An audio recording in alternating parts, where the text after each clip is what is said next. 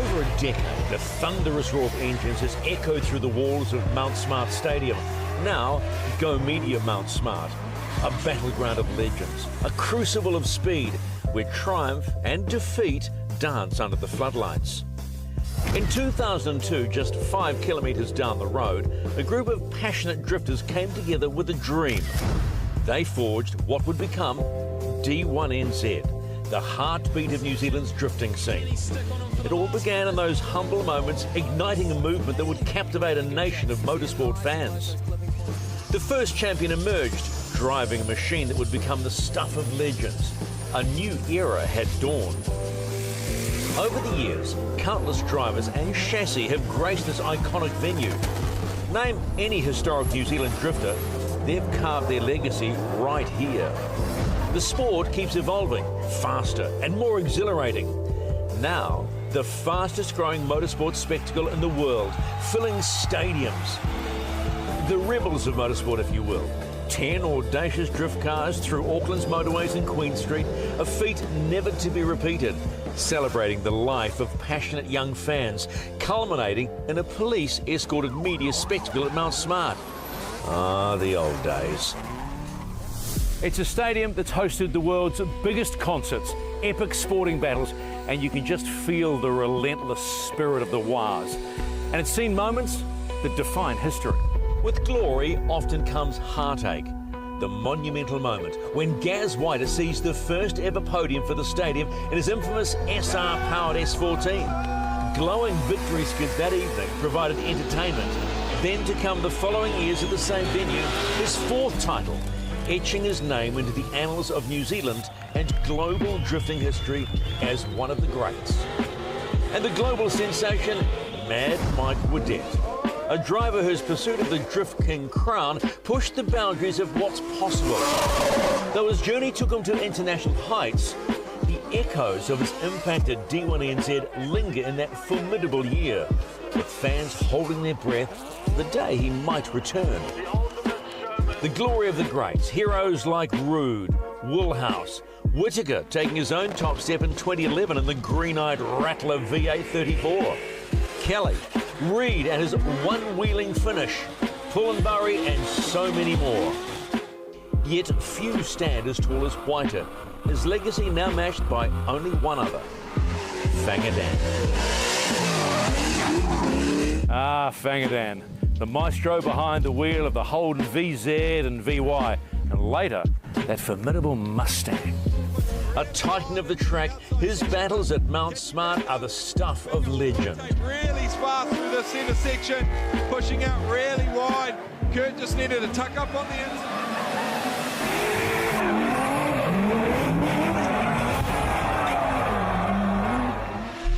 Go Media Mount Smart Stadium bites.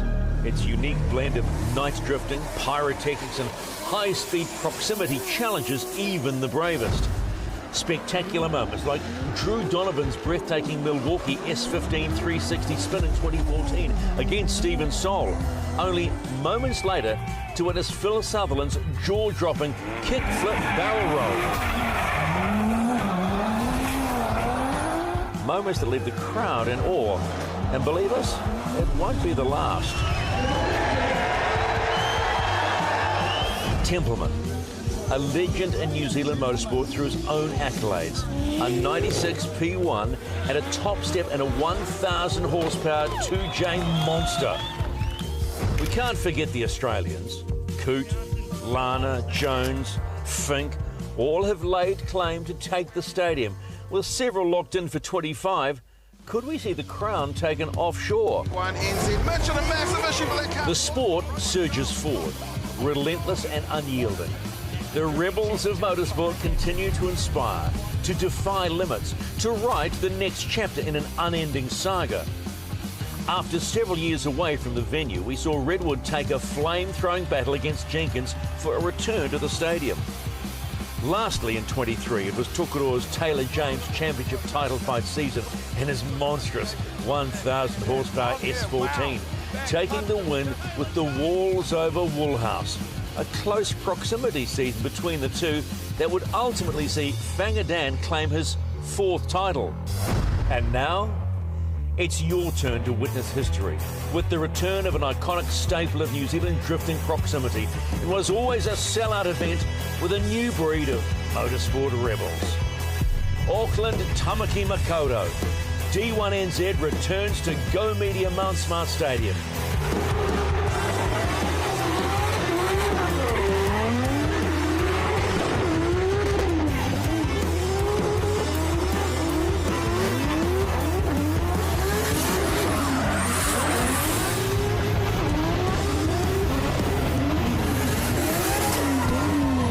This event will sell out. Round 3 D1NZ, March 7 and 8 here at Go Media Stadium.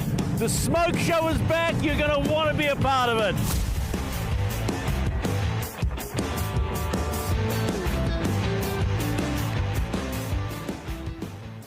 Hi mai, and wherever you are around New Zealand or Australia, welcome to the concrete crucible that is Go Media Mount Smart Stadium for round 3 of the D1NZ National Drifting Championship and the Pro Top 32 as we work our way to find a champion for this round. Already in Pro Sport, Curtis Lilly has won round number 3 in a hell of a battle with Dan Edwards. It has been a stunning day so far, and there's at least 4 more hours of the smoke show to get amongst, and there's a new top qualifier for the first time. We'll talk to Jeremy Slamet a little later on, and also meet Lauri Heinonen, the Drift Masters GP 2024 champion, who's in town to have a bit of fun and do a bit of sightseeing. Sightseeing tonight, the concrete walls of Go Media Mount Smart Stadium.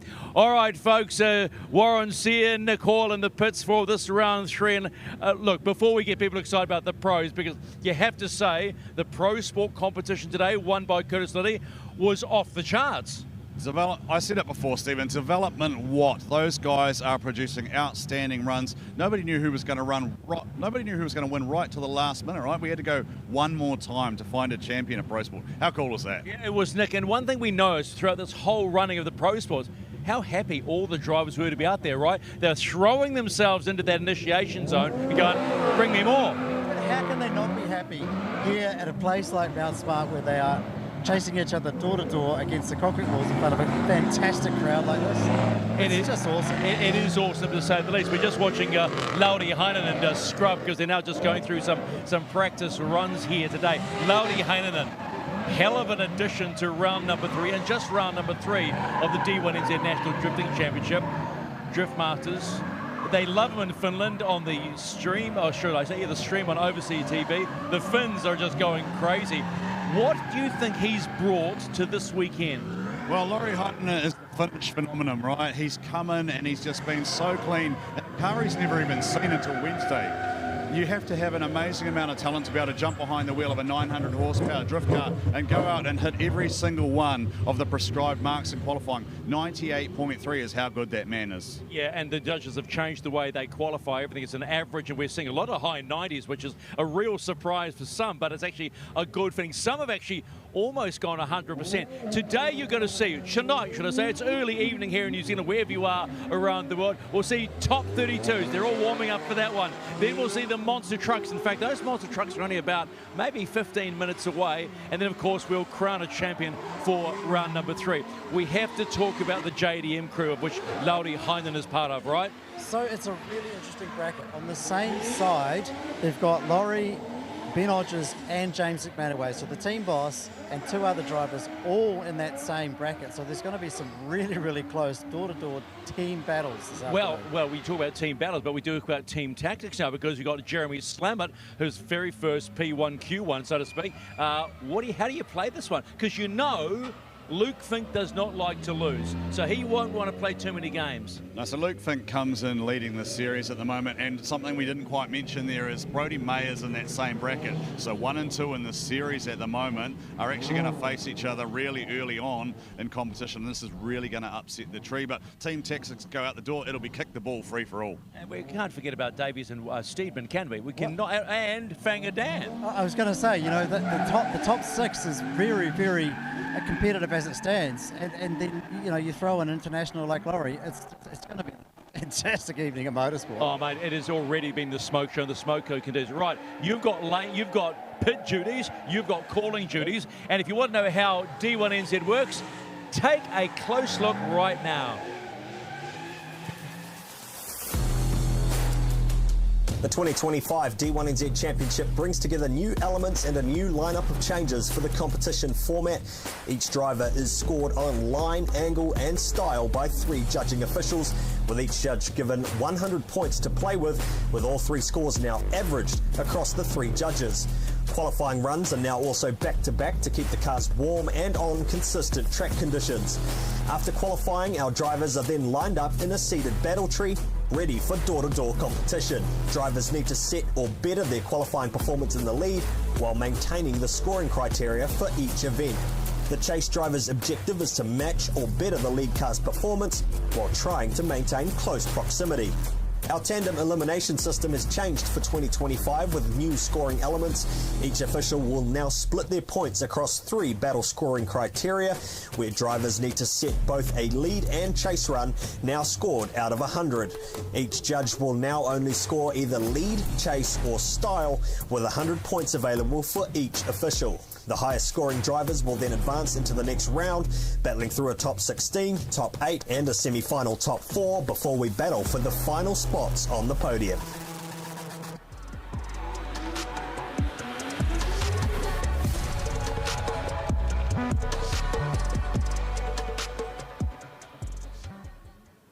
So those are 2 of the JDM teammates, and I think they've had a little bit of a bang as well, Lauri Heinonen and Jeremy Slammer. We're going to try and drag them out of the cars and have a bit of a chat, because I see Slammer is just pulling out, so we'll get him to pull over, and we'll get Lauri to pull over as well, and we'll get them out of the cars and have a quick chat to them, because it's pretty special when you got someone of Finnish heritage, and you know the Finns, they love rally cars, they love motorsport, they just love being around exhaust and smell, which we all love, right? Unless you're an electric car enthusiast, might want to talk to you at night. But let's have a quick chat to the man who's on Q1 at the moment, and Jeremy Slammer, his first Q1 P1. Come on, buddy, out of the car. It'll be a better round than it was in Taupo, won't it, right? It'll be a better round than Taupo. Oh, definitely. Yeah, it's Taupo has been a big mission for us, big struggle with the car. But this time it looks like it's going pretty well for us, yeah. All right, talk to me about how you approach the concrete crucible. Just like it. I love the walls, I love the track. I'm pretty confident with the layout, so I'm just going to go full attack mode. You realise there's about 3 of your other teammates on the same side of the draw, so have you had discussions about this and potentially meeting maybe Luke Fink down the way? Oh no, you're on the other side actually, you're on the other side. Who do you want to meet of your teammates? To be honest, Lauri or Luke, I'd be happy with both, you know, arrive to the final against JDM boys, whichever one, I mean, yeah, would be fine to me. You are such a company man. But you feel good? Yeah, a bit nervous because a lot of work has been put into it, thanks to, yeah, JDM boys and A-Fine Turbo. A lot of people watching me back home too, and I feel a lot of pressure. So I need to settle down, keep my head down and focus on, yeah, going step by step. They say in modern sport, 80% of it's up here, but you can think, well, 80% of that I got $500 from Bold Signage as well for P1, so go and enjoy it. Yeah. All right, let's go meet your teammate, Lauri Heinonen. If you don't know who Lauri Heinonen is, Drift Masters GP 2024 champion. Out, some might say, on a working holiday maybe, Lauri. Yeah, you can say that. First time in New Zealand, what's been your impression? You're in the biggest city in the country, which is Auckland, Tamaki Makaurau. What have been your impressions so far outside of the track? Yeah, the people here has been so friendly, and of course I love the weather. It's winter over at Finland, so yeah. So why did you come out? Actually, Luke Fink contacted me and said they have a car, would I like to drive, and then I learned that it's Stadium Racing, who I'm thankful for. So yeah, I always enjoy some driving. Okay, you realise your teammates are keeping for a Drift Japan prize. Your experience in Japan, have you been there? Do you want to go there? And is that the mecca for you? Is Japan the mecca, the place to actually succeed in? Yeah, of course. Not actually succeed like competition-wise, but I just love the drifting culture there, like the grassroots stuff and everything. So yeah, I've never been there. So talk to us about the drifting culture in Europe, because we sit here, we love D1NZ, we love drifting, we just love the smoke show. What's the smoke show like in Europe?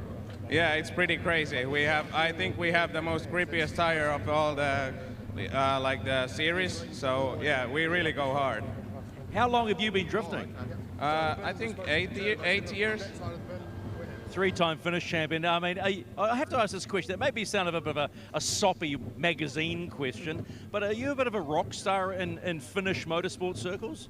I don't know. I don't know if you can say that. We are pretty humble guys, so yeah, maybe not a rock star, but yeah, we're getting pretty known. Yeah. All right, mate. Well, it's a pleasure having you here in our country. You qualified super well last night. Go well, go hard, stay away from the concrete. Yeah, will do. There you go, Lauri Heinonen, special guest here, all the way from Finland, the Drift Masters GP 2024 champion in our house. But guess what? The Pro Sport and Pros are competing for this year. It's not a bad prize. We're in Japan, we're on tour.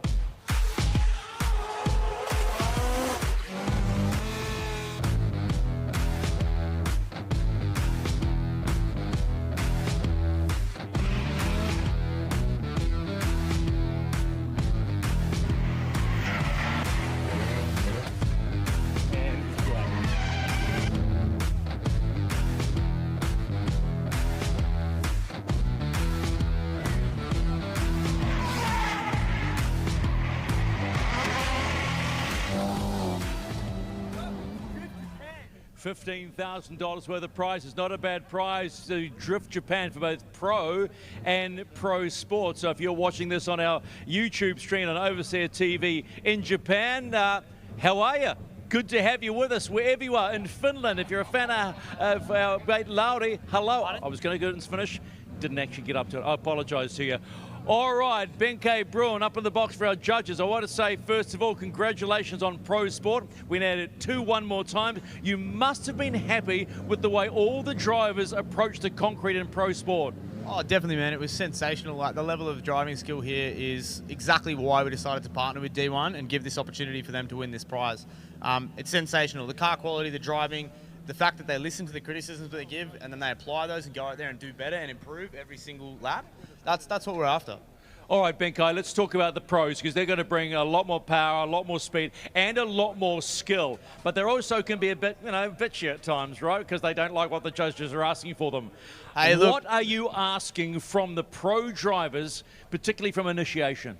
Oh, look, balls to the wall. So first gear, second gear, third, light it up. Nice faint entry. So it's not a big shift. It's a light shift and a faint into the wall. They're going to go to max angle.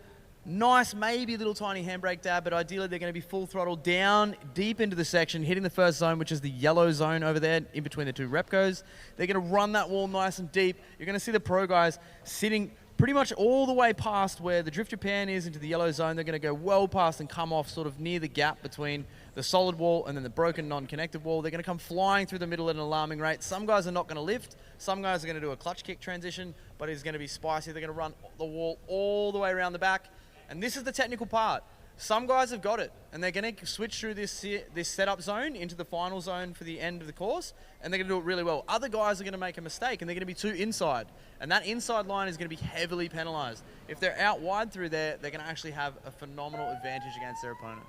Yeah, right. Well, the one thing I have to ask you, the Pro Sport guys, do you feel like they've actually set a really strong example for competition tonight in the pros? Oh, look, ideally, like, the top 4 battles were sensational. Those guys could definitely jump up into pro, jump on a semi, and be very, very, very consistent and successful. And that's the whole purpose of why D1 has that pro sport category to step up into pro. It's so that you have the ability to do that stepping stone, and you've got a practicing ground where you're with other high-level competitors, so that when you do step up into pro, you're ready to take that step. All right, mate, that looks like Adam Davies' car being fixed. I appreciate the time, Benke, and the judges.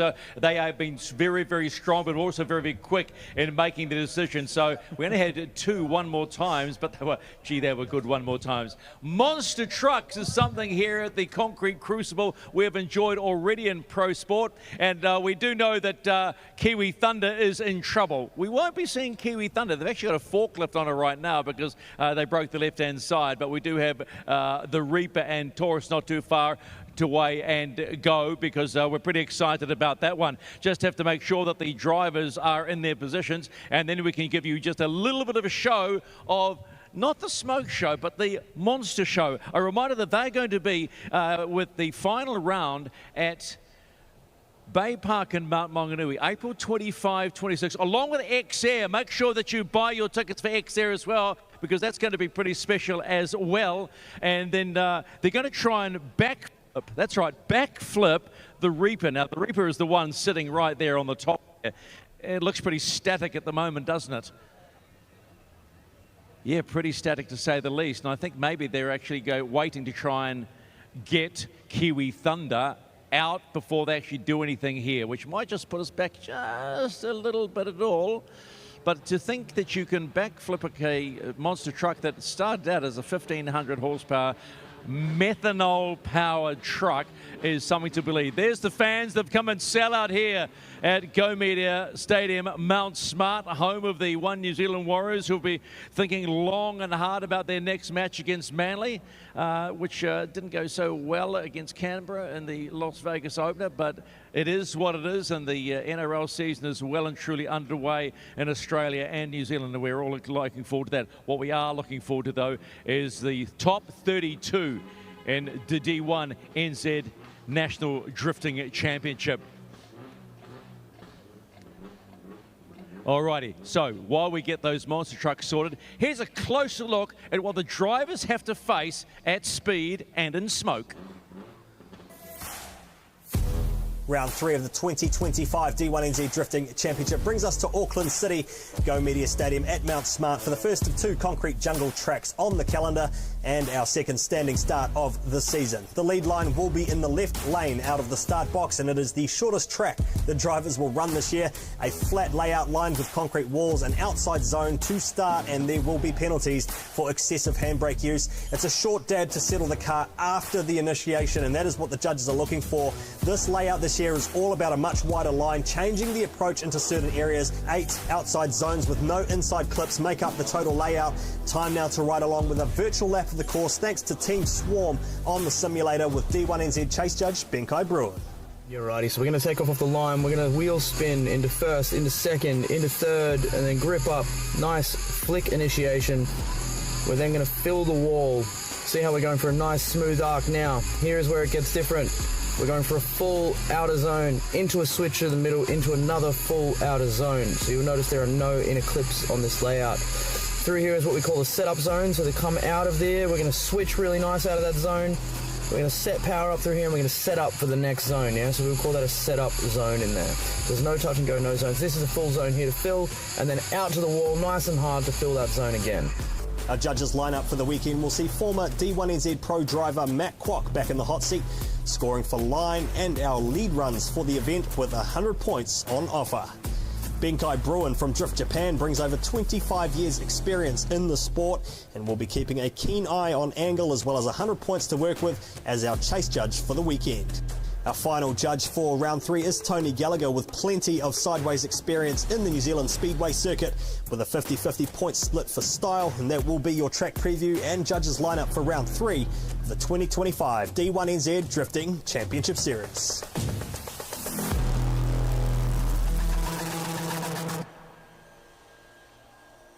Down with the judging in season 2025. This is round 3 of the D1NZ National Drifting Championship, and the top 10 look like this in Pro coming into this round. Luke Fink sitting in top in JDM, 194 points, and then it's Adam Davies just sitting behind him in 165. Adam Davies, we think, is having a little bit of an issue. We'll get to Nick in just a moment in the pits. Brody Mayer, 164. Dave Steedman on 162, nothing between that. And Fangadan, who knows how to win here at the Concrete Crucible at 130. Then you go down to Connor Halligan. Connor Halligan's qualifying last night was one of the best they have seen in a long, long time. Jeff Jones, Michael Thorpe, Kurt Blackie is on fire. They said if he hadn't busted a bit of his car last night, he would have got, believe this, the perfect score. How about that, Kurt? And we couldn't be happier for Kurt Blackie and Sam West sitting there in the P10 position. All right, let's go down to Nick Hoyle in the pits. Nick? Hey guys, well, we're just down here at the JDM pit. They're doing a little bit of work on championship leader Luke Fink's car. They tell me it's nothing major, just want to make sure that it's all good to go. Here he is, here he comes. Luke, is the car going to be good? Absolutely no idea. But you've got a good team on it, right? I do. I've been keeping him busy all weekend. That was my 8th and 9th lap, and my first attempt at a chase lap, and unfortunately I rode out a loop in front of me. Then I ran into him, so I don't think the fire had anything to do with that. And then, yeah, I guess I was on fire for a while. Yeah, it certainly looked like that. Yeah. But for you, you know, coming into the weekend, leading the championship, families at home with the cyclone, how's it all going through the head? Yeah, there's a bit going on, honestly. It's just been a lot going on. Having to leave Australia early to try and avoid obviously getting stuck there and not being able to attend the event here. Then yesterday our flight's getting cancelled home, so now I have to drive down to Wellington tomorrow to get a flight out of there on Monday. Yeah, as well as we've had very first lap we blew a diff.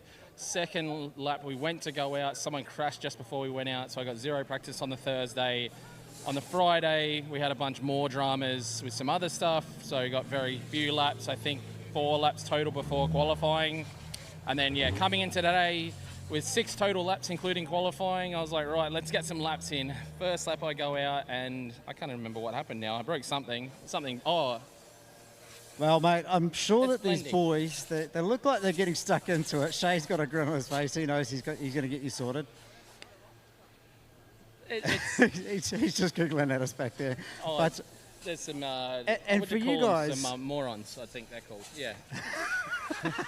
Can't call them that. They're hardworking.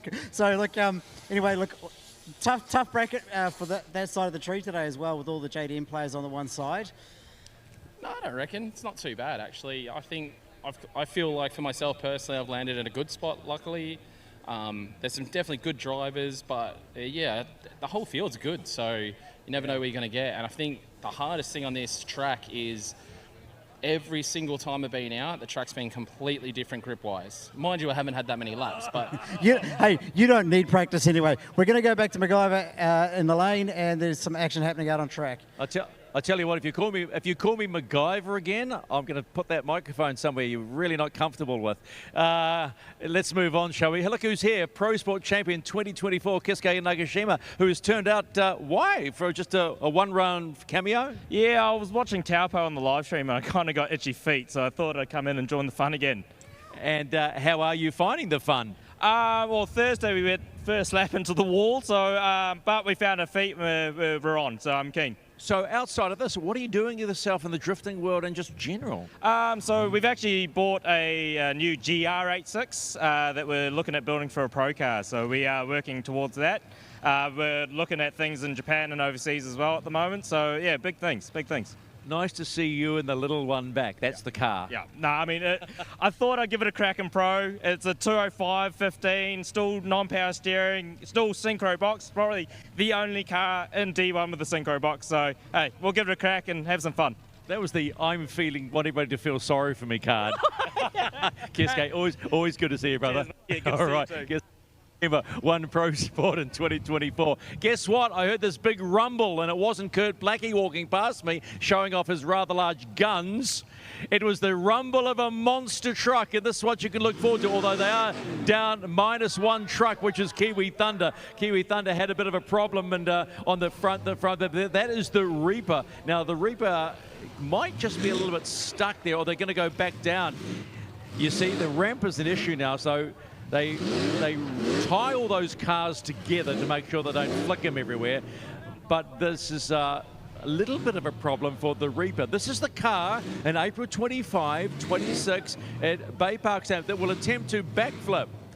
How about we just attempt to get out of this for a start? All right, let's meet the trucks, shall we? Let's meet the trucks.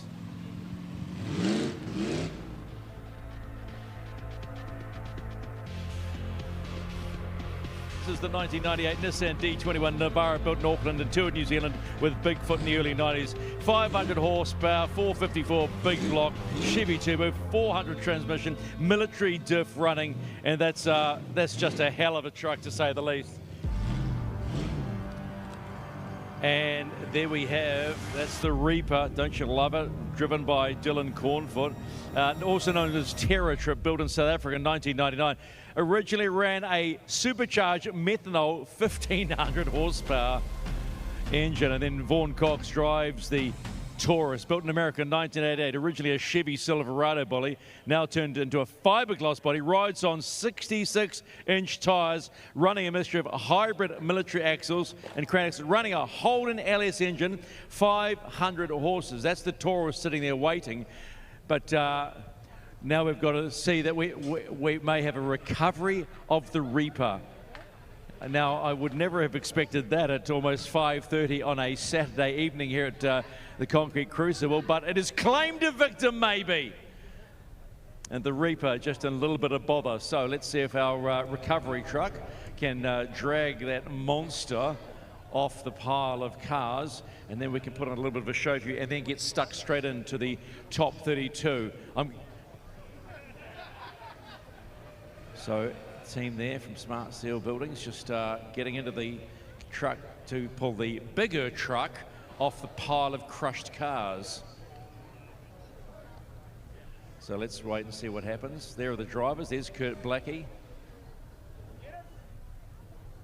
There's Aidan Daly smiling, laughing, giggling. I think they're all just I think they're all like boys who are looking at a big Tonka toy truck. I wish that was us. All right. Okay, well, it got the ramp out of the way. Okay, I was waiting for the front of that car to be pulled off itself. Anyway, I might just hand you over to Kenny and Warren just to take up the slack a little bit as we just check the cars and get ready for the round of 32. Well, I was quite enjoying that. Steve McIvey, you're taking us on a little bit of a journey. I love Concrete Crucible, by the way, a great new name. We've always called it the Concrete Jungle, Kenny, but the Concrete Crucible sounds so much more classy. There is the boss man, James McManaway from JDM.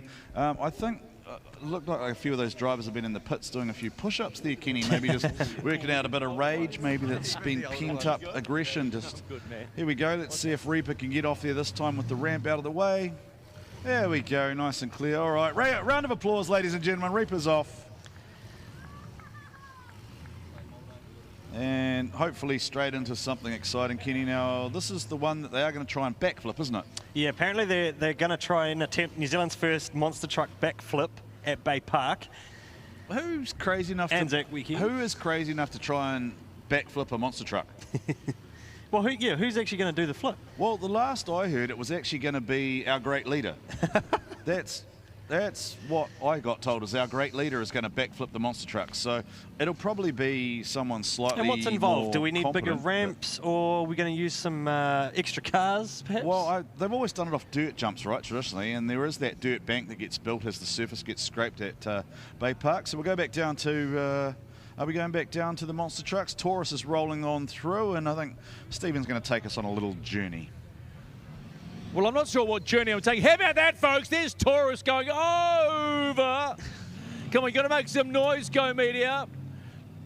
These boys have come out and putting these big trucks on show. That's the Taurus, just showing you what you can do. If you've parked in the wrong place out the back, we'll call on Taurus to move your car. Not too far. So, here we go. There's the Reaper. A reminder, May 25, 26th. Yes, we're going to do the little race again now. Let's just wait and see what happens. Have to wind them up. So, all right, folks, here we go. Make some noise for Taurus and Reaper. Let's give them a countdown and make sure they can see they're ready to go. On the 3, on the 2, on the 1. Get going, boys. Go!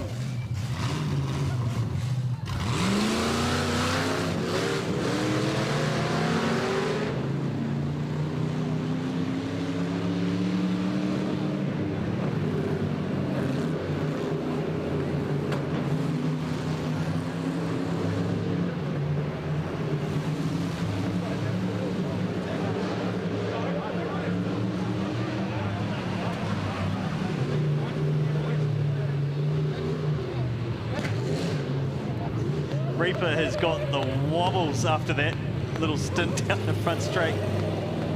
We didn't see the side-by-side like we saw before.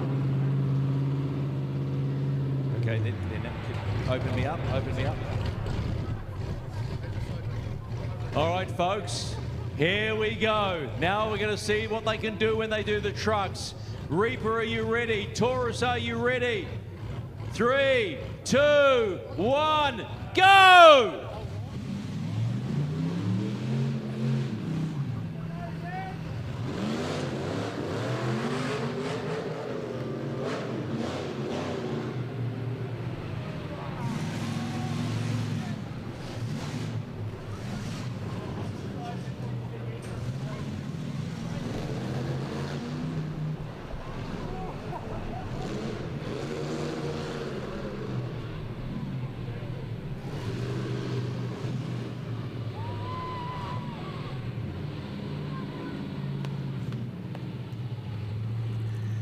Reaper getting some air there, Warren. I don't think there's going to be much of these cars left by the end of the night. Oh, I don't even know what to say, Kenny, but what I know is that there are so many kids here just loving these monster trucks. And it is stuck. That is beach and like our Finnish fans are not going to get this at all, but that is beach tears, bro. That is beach tears. It is done. I don't know how they're going to get. Well, at least it's in a good spot. They can just stay there. Really, I think it's done. I think he's got the best seat in the house Yeah, tonight. you just stay there. There's a lot of smoke coming off that. It's not looking good down there. Welcome in. If you've just joined us here at D1NZ, you are watching the National Drifting Championship here in New Zealand. We've got a monster truck demonstration going on at the moment with Reaper and Taurus just out on track, entertaining our capacity crowd out here at Go Media Mount Smart Stadium. There are not too many vantage points available at the moment, Kenny. We've got a full house here, Kenny, and it's great entertainment for our fans, both young and old. Great stuff from Taurus. Last man standing. We saw Kiwi Thunder have a little bit too much thunder in the first session, and it looks like Reaper has definitely made a meal of the cars down there. He was wobbling all over the place. There was smoke coming off the Brembo brake setup, I think. They run on the drive shaft, I think. I've got a new idea. We should see if the monster truck can run over another monster truck. Those two don't work anymore, so let's have a monster truck run over a monster truck and see if that works. Was that a drift, a little slide attempt? Or is that another broken truck? So Taurus is the only one of the three with the rear wheel steer as well. So a round of applause. Round of applause for the monster trucks. Taurus, Reaper and Kiwi Thunder. Just on display duties now for the evening. All right, so we should be into our top 32 very shortly. Kenny and Michael Thorley, Keisuke Nagashima will kick things off, followed by the old Coyote, Daniel Woolhouse, and Wester Pest, Sam West. He's been pretty wild, so that'll be a great way to kick things off here. Talked about it earlier on the intro show that we've got Lauri Heinonen and Brody Mayer in the same bracket at the top of the right-hand side of the tree. We've got Luke Fink also locked in up against the returning Ben Jenkins or Alex Griffin potentially. Kurt Blackie's been on fire. Clayton Daly's looked pretty good. We saw Aiden Daly performing really strongly. So there is plenty going on here in this top 32 and the top 16 battles. Are we going to locate the man behind the madness, the man behind JDM down there somewhere on the grid?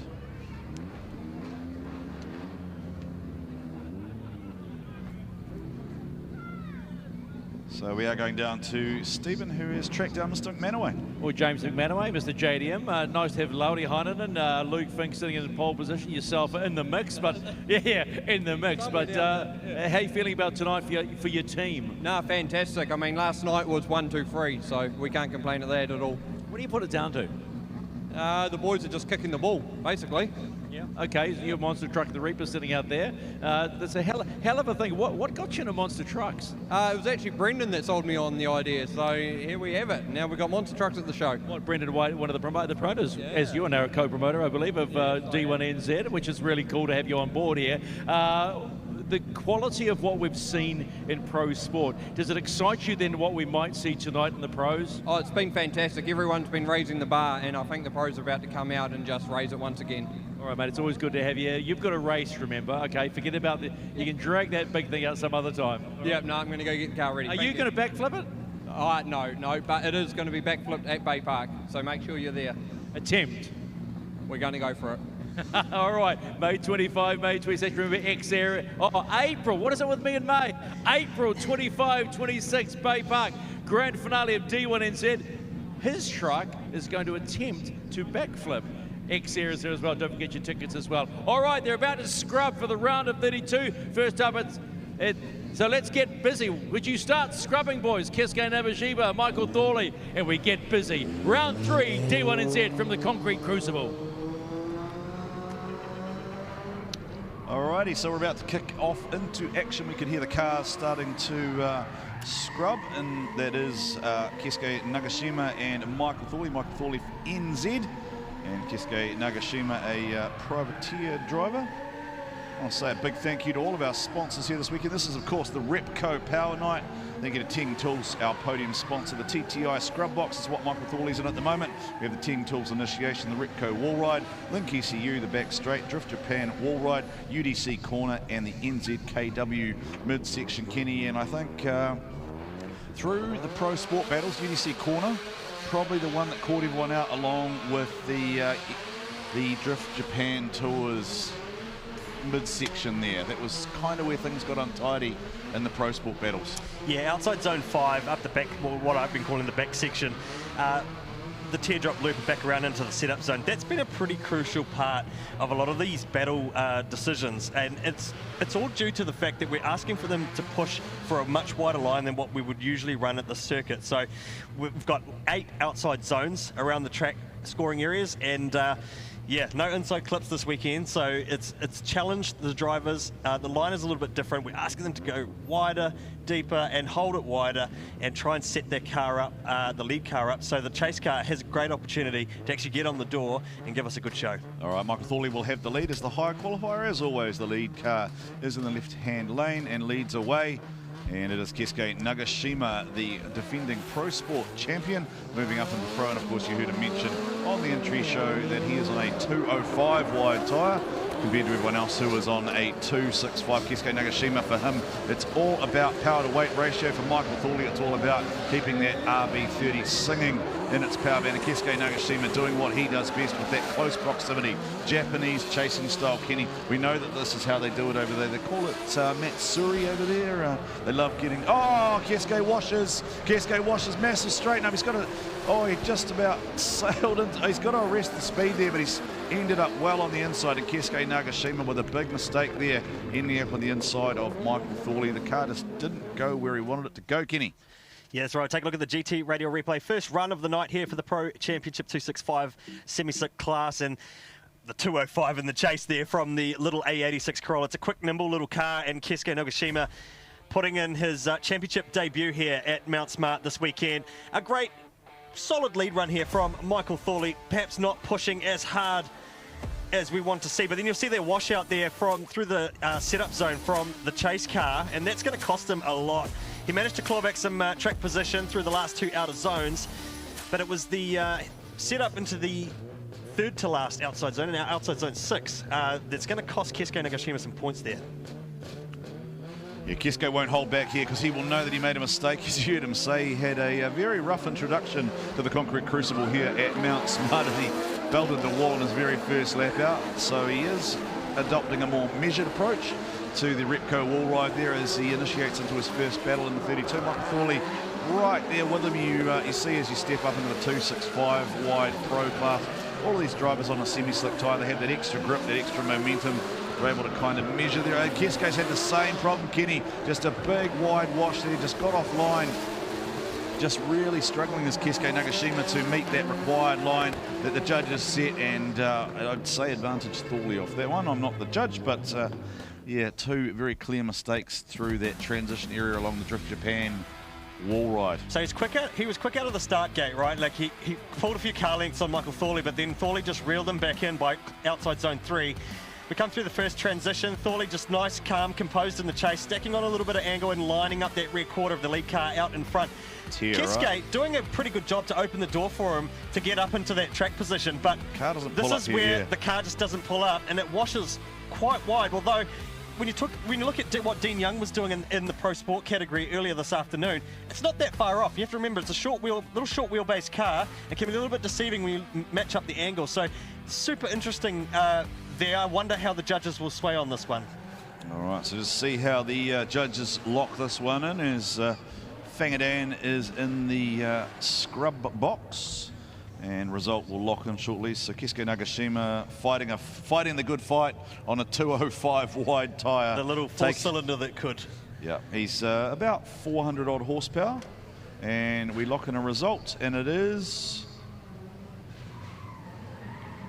Keisuke Nagashima goes through. Yeah, and I think it comes down to that line. Right. Right. Yeah. Okay. That's interesting to me. Keisuke Nagashima. Okay, show pony. First time in pro in the little Toyota, you get the win. Yeah, look, me and Mike were actually old neighbours, so we had a bit of a score to settle, and I got one off him, so I'm stoked. I'm absolutely stoked. All right, go get ready for the next round. They're almost ready to go. They're just scrubbing up. Fanga Dan, Sam West. Mate, your neighbour, what's going on? Your old neighbour. He jumped the line. Nah, he's hungry. He was telling me earlier he eats a indigenous animal, and he was hungry, so it's all right. Yeah. I don't know whether I have no idea that's going. Get out of here. Hard luck, mate. Nagashima goes through. Wow.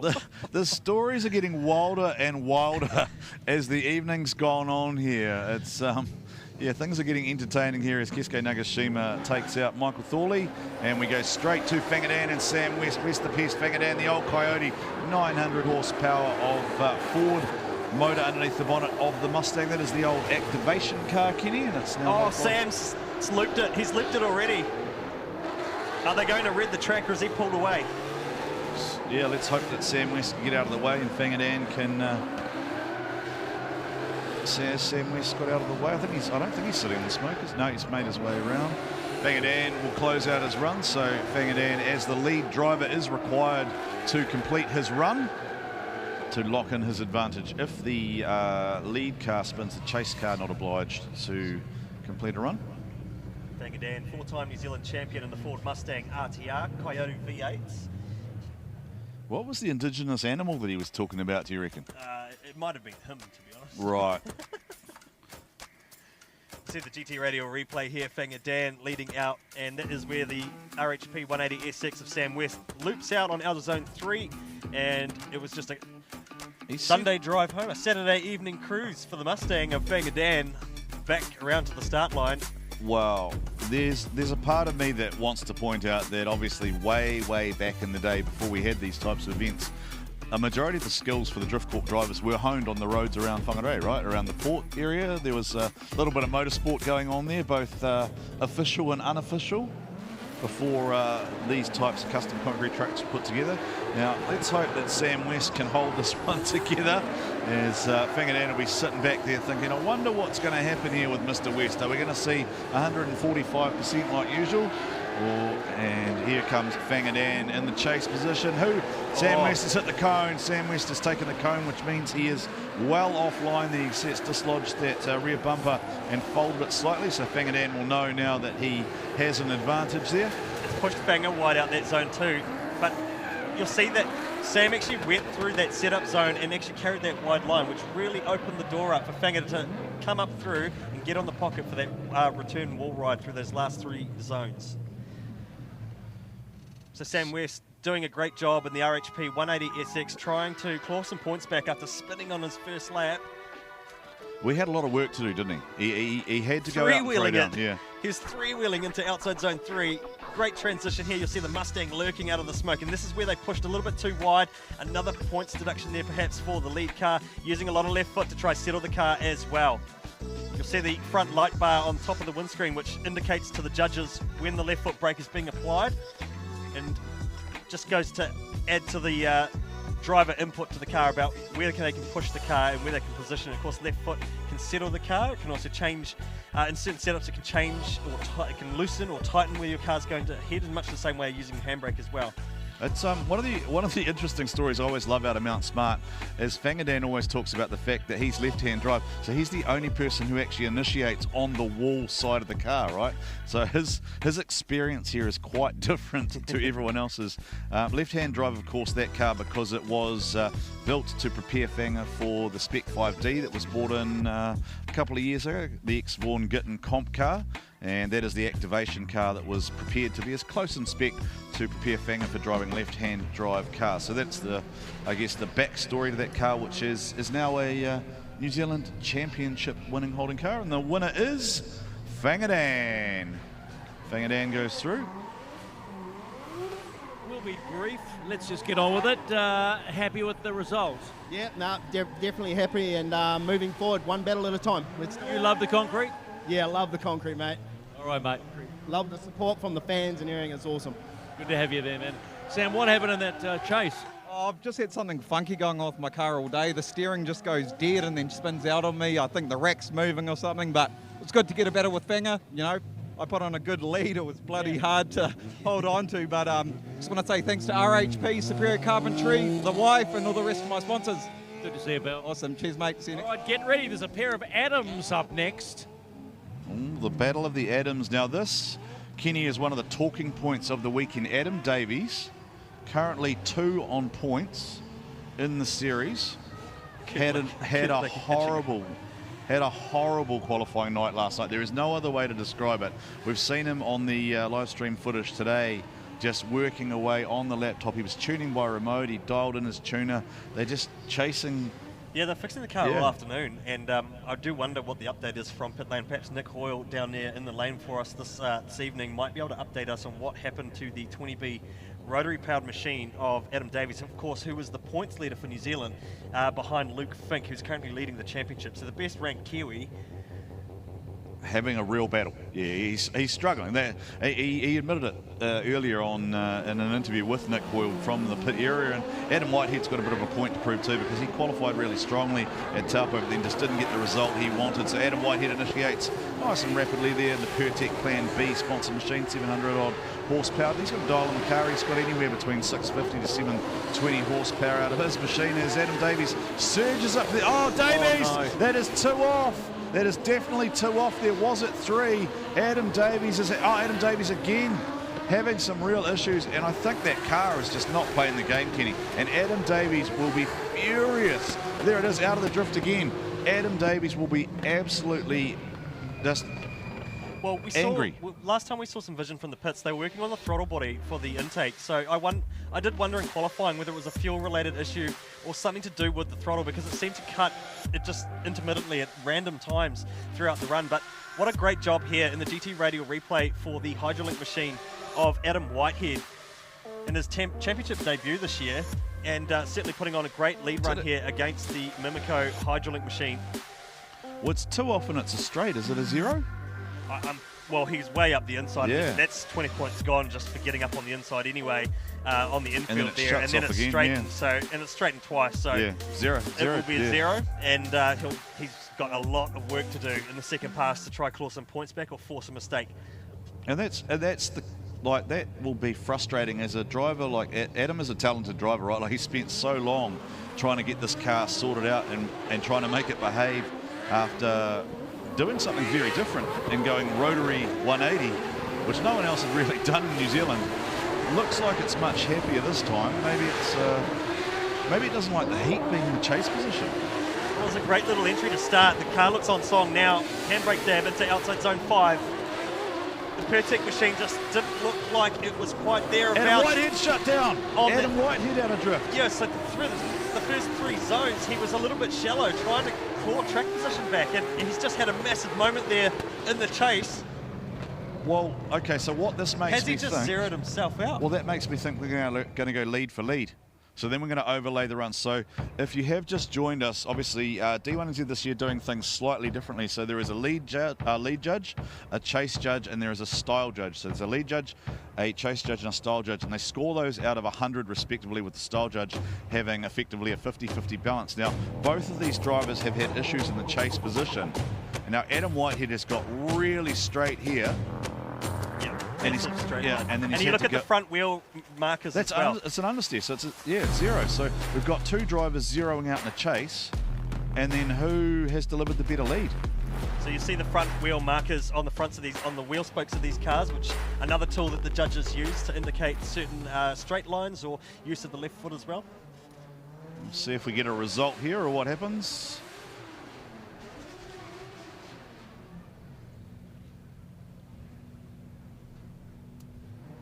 Waiting for a result to lock in. The winner will be an Adam, we know that. Or there'll be an OMT.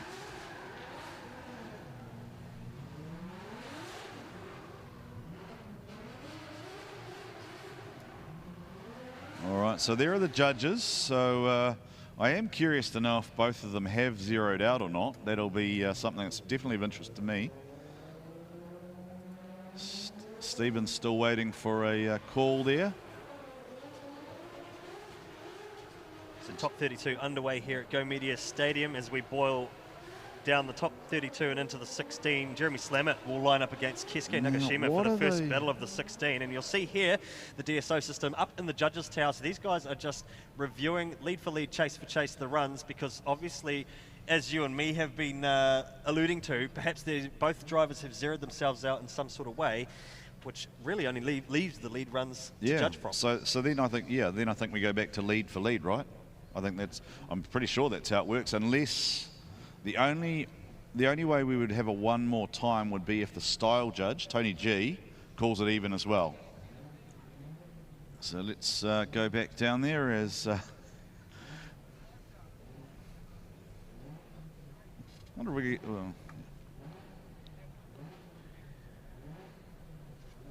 Dan Woolhouse taking the victory early. We'll see if Stephen can have a chat to the boys down there while we wait for the decision. Okay, we're having one of those moments where the judges can't make up their mind. What's been the issue with the car? Oh, just niggly little things. I've changed the turbo on it, put a new ECU in it, and it's just those little gremlins you have after rushing things through the week, you know. So it just got a bit of a rich spot in it. We're just trying to tune it out, and it's not the best track to be trying to fine tune those little bits and pieces. So yeah, it's been a challenging weekend, I'll say the least. All right, well, he'll have to have another challenging few seconds to wait for a result. We'll go and have a quick chat to Adam Whitehead to see how this one shakes down. Both had your issues in the lead, huh? Oh, we did, yeah. It was the track's changed quite a bit from this morning, so there's a lot more grip out there now, so it's almost relearning to drive, but I think we're both a little bit scrappy, but yeah, I don't know what we're doing. What are we doing? Okay, you win. You got the battle. Adam Whitehead goes through to the next round. Adam Davies out. Feel better now? I feel good. Just battle of the hydraulics company. It was good. Go Patsy. All right, bud. There you go. Whitehead goes through. Sorry, pal. Well, that's going to shake up the order, Kenny, because Adam Davies was number 2 in the points and the leading Kiwi behind Luke Fink. So he is gone in the 32, and that will open the door to a whole lot more challenges to move up the table. As we see Jordan Joyce and Braden Mayer here. Jordan Joyce, Stock Street Autos, NZKW. Jordan Joyce, aggressive entry right out on the wall there and then started to create a bit of distance. Braden Mayer's gone right to the inside there, Kenny, and I would say he'll be marked down for that. The judges have specifically asked you to mimic the lead car and get out wide along those wall rides. They go through the UDC outer zone. They'll come now through the Drift Japan Tours wall ride and back out to the NZKW and Repco wall rides. This is solid from Jordan Joyce out front here. He gave Braden Mayer any opportunity he could possibly give him there in the chase position.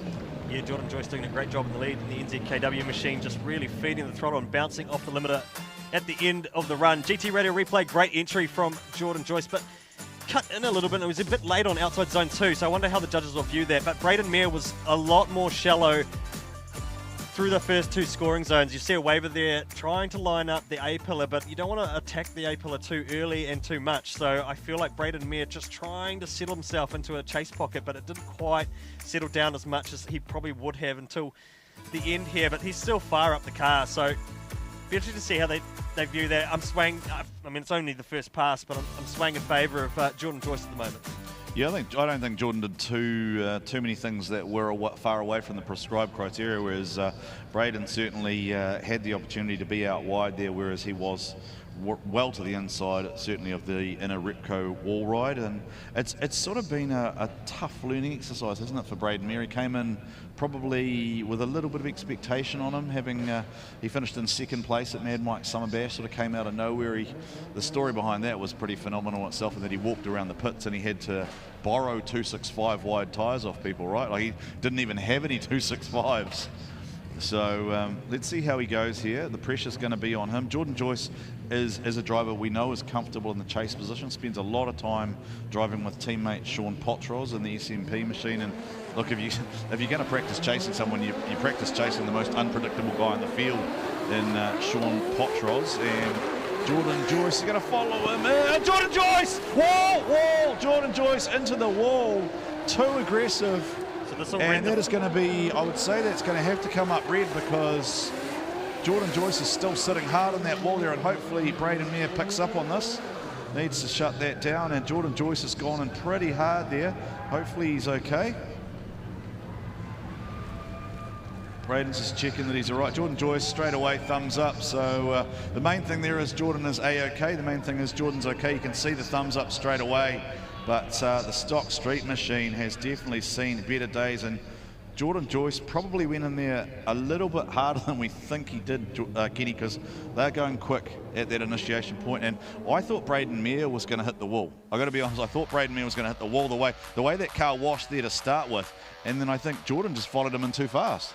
Yeah, look, I mean, Braden Mayer, the lead car was right. Oh, that's a hit. I mean, he was right deep on outside zone 2, and Jordan went in to follow. The problem is when you go that far deep, and this would be an interesting one where the judges pick away at this, is because just how deep Braden was, and you'll see the rear of the car folding up, and of course that's all just fiberglass. It's not actually the rear of the car, is it, as such? Well, so I think the concern is maybe how hard that front corner's gone in, because you got to think that that's moved around that suspension and certainly all the arms. Well, I'm talking about the lead car. Oh, sorry, yeah. My apologies here. Okay. But yeah, super hard hit. Oh, see, it's actually bounced off the wall. Yeah, it's ridden down the side of the wall as it curves around, and I'd say there's going to be some serious work there. What we know, those blocks too. If you're not here, Jordan's out of the car. Give Jordan a round of applause. Round of applause for Jordan Joyce. He's out of the car and he's okay. He has maximised his sponsor benefits there by hitting the NZKW sign on the NZKW car. So well done, Jordan. You've looked after your sponsors, and he's wearing an NZKW t-shirt. There we go. Tick off all those boxes. This is going to make for an interesting press release after this. I don't know who's going to have to put that one together. That is Putahi behind him. Certainly not the way that he'd probably want to end the run there, and it'll be interesting to see where the judges.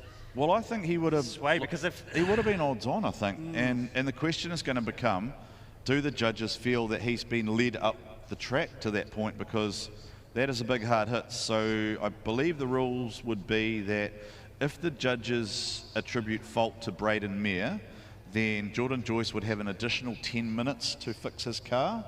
So he could move forward, but then he would have to forfeit the next battle. Yeah. 10 minutes. Well, it would be dependent on the decision. Well, the judges can make a decision, right? So depending on the decision, but then moving on from that, it would be 10 minutes or the start of the next bracket. Yeah, okay. All right, going down to Stephen McIver. Will go through. Okay, my apologies. I was having a little chat with my director, Brad Mayer. You will go through. Oh, yeah. It's good. Not really, though. Not the best way you want to go through, right? But let's move forward. You go through to the round of 16. How are you feeling about the car? By the way, the car looks great. Yeah, thank you. Car feels good, but after that, it's not really the way you want to go, But yeah, but mate, eyes forward now. I know that's not the way, but you've got to keep going. Yeah, I will. Yep. All right, get on with it, mate. All right, there you go. Braden Mayer, happy, not happy going through that way, but that's racing, as they say in the concrete claims another victim. Yeah, I feel like Braden Mayer's a little bit unsettled by that, right? Because he would have gone around thinking that Jordan Joyce would have been right in his chase pocket, and then seen red lights come on, and then come around the corner to see. And then would have seen him in the wall and the carnage behind him. So yeah, and Hardenall. Perhaps have a chat with the judges up in the tower, and we've got Benkai Bruin on the line. Yes, hello. Benkai, I mean, that was a little bit of an interesting one. I personally initially thought that perhaps he may have gone a little bit deep. The lead car might have gone a little bit deep and potentially opened the door. Well, the question of was Jordan Joyce led off, but let us know, what was the decision there? Yeah, so essentially, unfortunately, as much as Jordan had one hell of a lead run, and it was sensational, hitting the wall and then obviously coming to a zero kind of leaves us with no choice, because there's no runs to sort of go off with, and it's kind of how it rolls, unfortunately. Especially when you've got, like Braden's run, it wasn't great. It was actually like probably one of the worst runs I've seen from him all day. Touched 2 ripple strips, lost 40 points. But this is the way drifting goes. If you hit a wall and then you smash into another wall, you've zeroed out. So unfortunately, lead versus lead, chase versus chase. I mean, I'll hand it over to Mac. Yeah, I think the biggest problem is with that car being stuck in the wall, it didn't give Braden the chance to finish his run to then go lead versus lead. So that's just part of the rules. That's how it goes, unfortunately, for Jordan. Yeah, that's just the way it is with the return loop here at the tight little circuit that we've got. And with the track being redded out, that's just how the cards have fallen. And unfortunately for Jordan Joyce, it's a bit of repair work back at the shop. All right, thank you, judges, the three wise men, the combined 70 years of wisdom from our judging panel. You're going to let them borrow your Zimmer frame? Yeah, I am. We're all out of the retirement home today. It's actually a very, very busy day here at Mount Smart. It is a sold-out venue. We're at capacity. We actually had to open up more viewing spots here, didn't we, at Mount Smart? The boys cleaned the bank off by hand and with blowers during the week, so that bank area is brand new here at Mount Smart. So a big old capacity crowd, and certainly plenty of familiar faces here. So let's go down to Nick Hoyle, who is with Adam Davies. Yeah, Adam, mate, car just hasn't played up for you, play ball for you today. Oh, no, that one was probably a bit on me. I underestimated the speed of Adam. My car's a little bit faster than his, and I didn't adjust for it. And it's my car when it comes off the turbo, trying to get back on again, and if I'm not fast enough with it, it's a bit slow. So just a mistake on my behalf, but yeah, pretty gutted. It's 24 exit is not ideal for points. Yeah, I was just going to say, you had such a great start to the season, but it's still the middle. There's still 2 more events. It's not, you're certainly a long way to go yet. You're certainly in with the chance still. Yeah. I mean, it's not over until the final, is it? So just got a few improvements to make, and got Manfield next. It's one of my favourite tracks, so I seem to do okay there. Most of it. And Dave will be getting ready. He's going to face either Troy or Sean. Yeah. So that'll be interesting. We'll see. Dave's, unfortunately for Dave, he's got a little bit of an engine issue at the moment, but he'll be able to get through the rest of the weekend. So not ideal. What's up with the engine? Any insights? No, it's just a little bit smoky. We're not too sure on the reason, but it's just a little bit smoky, and we'll get through it. Old Smokey's going to get it done. Yeah, that's right, yeah. So, that's all right. All right, mate. Well, we'll come back to the boys in commentary. Hopefully we'll get some more action out on the track very shortly. This is usually where Adam throws in that horrible joke about RBs being smoky all the time, right? I was just going to say RBs smoking, never. Yeah. He was pretty kind, actually, but he's probably not in a position to throw rotary shade at the RB brigade at the moment. Now, look at those. That concrete block's had a big whack, Kenny. If you haven't seen one of these before, that's a 4-ton concrete block, to give you an idea of what you're slamming into. And Jordan Joyce has bounced off multiple ones of those, so that is definitely going to require some repair work back at Stock Street Automotive. But no doubt between Stock Street and NZKW, they'll be able to get Jordan Joyce back on track for our round at Manfield, Kenny. Manfield up next on the 11th and 12th of April at Manfield in the Manawatu. So if you're down in the central North Island, or even up to the upper North Island, then Manfield the next place to be if you want to watch a bit of action. So pretty full. There's the... So... the grandstands, as you can see, there aren't too many spare seats up in the grandstands. They are all purpose-built, put in for this event, so they're not here normally. This is actually normally a go-kart track, Kenny. You can come and drive around here yourself. Under Ace Motorsport, you go to the Ace Motorsport website, and you can book a go-kart experience here at Mount Smart. Let's have a look at who's in our crowd today. There's Mr. Potros, getting ready to face Troy Jenkins. Hello, Stephen. Sean Potros just sitting waiting. His teammate done for the day, and as you can see just there, that man, Troy Jenkins, has just taken a nature shop in the bushes. How are you feeling about this, mate? Yeah, I'm feeling good. Massive thanks to my sponsors for this round, especially the Pullenburys jumping aboard, sharing some knowledge that's well needed. So, it's feeling good. Bad for Jordan, but that's right. He'll rebuild. He'll be back at Manfield better than ever. All right, mate. Go scrub. You've got a battle to win. And Troy Jenkins, we'll just leave him alone. Probably didn't wash his hands, so I'm not going to shake his hands. Okay. All right, we must be after 6 o'clock now. That's fine. So we are making our way through the top 32 of the D1NZ Pro 4 round number 3 here at Mount Smart. We're about to watch the SMP Champ Vision machine up against the TM Electrical machine of Troy Jenkins. Well, at least Troy took his gloves off, right? That's good. At least he took his gloves off. All right. Coming back to Nick Hoyle in the pits. All right, guys. So these guys, jokingly, right? Little friendly rivalry here, but you know, it's awesome to have Kes back out here with us, eh? Is it? Yeah, no, it's great to have the Pro Sport champ here. I used to be a Pro Sport champ, but not for a while. I'm pretty unlucky, apparently. Oh, that's a bit harsh there, Kes. Oh, I think they're speaking the truth, to be honest with you.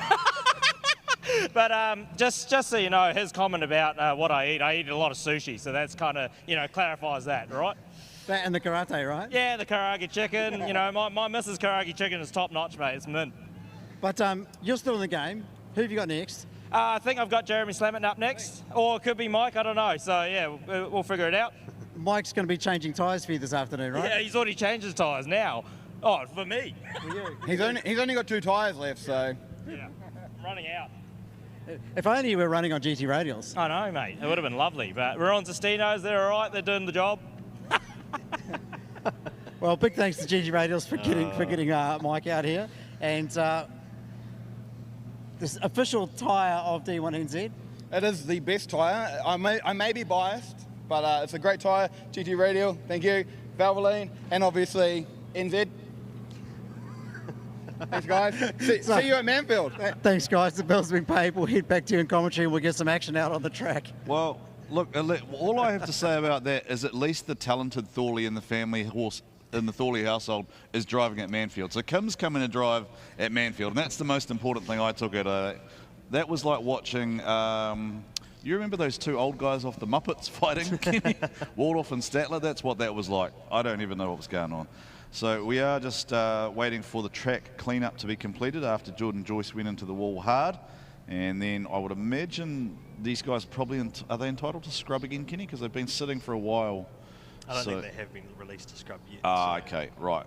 I did just hear some race channel chatter about something that had maybe, hello crowd, is everyone having a good time? Raise your hand if you're having a good time in the crowd. Yeah, there we go. And are we going to try the kiss cam again? Is anyone going to volunteer for the kiss cam? Someone do it. Can we? Oh, mana waves at Willie. Do the mana wave. Give Willie a mana wave.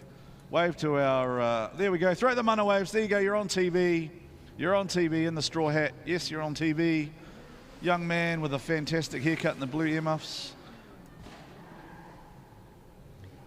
The guys heading up into the scrub box. Now, if you're unfamiliar with drifting, scrubbing is all about getting the muck off the tyres, getting the green layer off the tyre, get some heat into the rears, as well as trying to scrub and clean up the front. So you'll see a lot of the pro guys intentionally sort of oversteer or understeer the car and try and sledge the fronts, as well as trying to heat the rears as well. So it's really hard on these tight, short circuits to try and get some heat and some temp into the cars.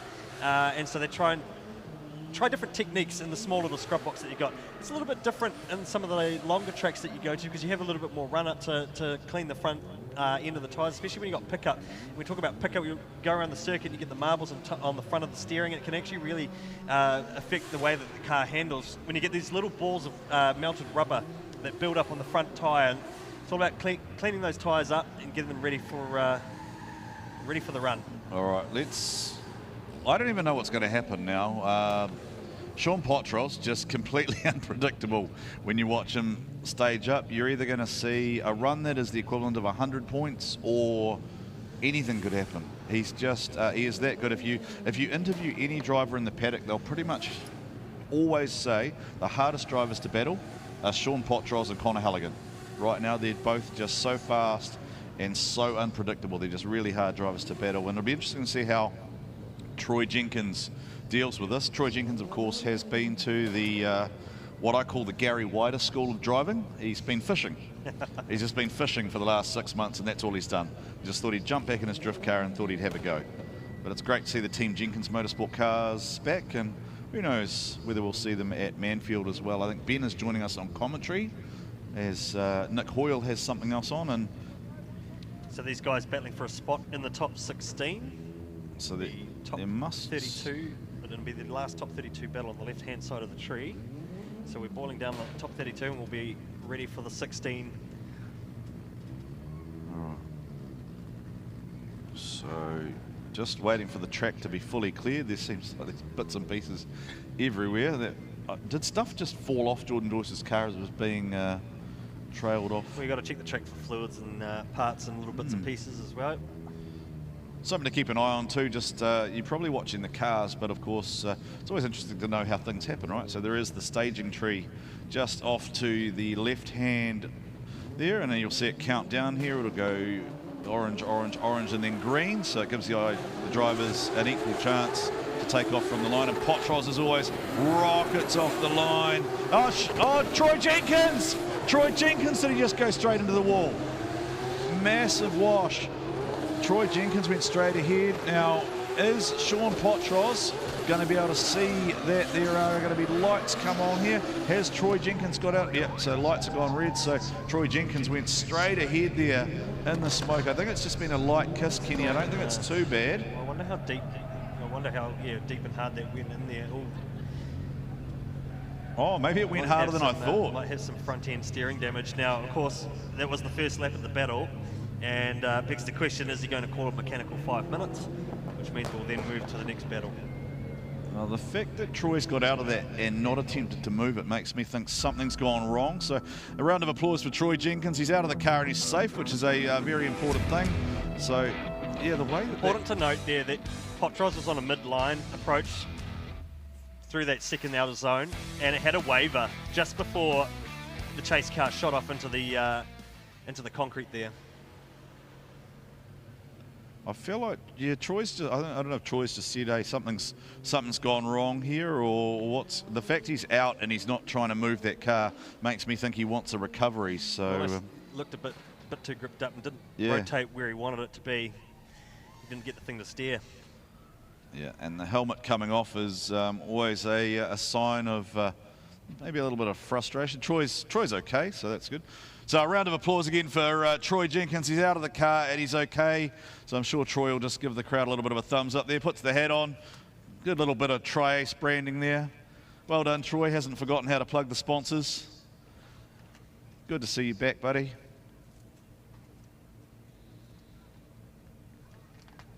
Look of frustration maybe, Kenny.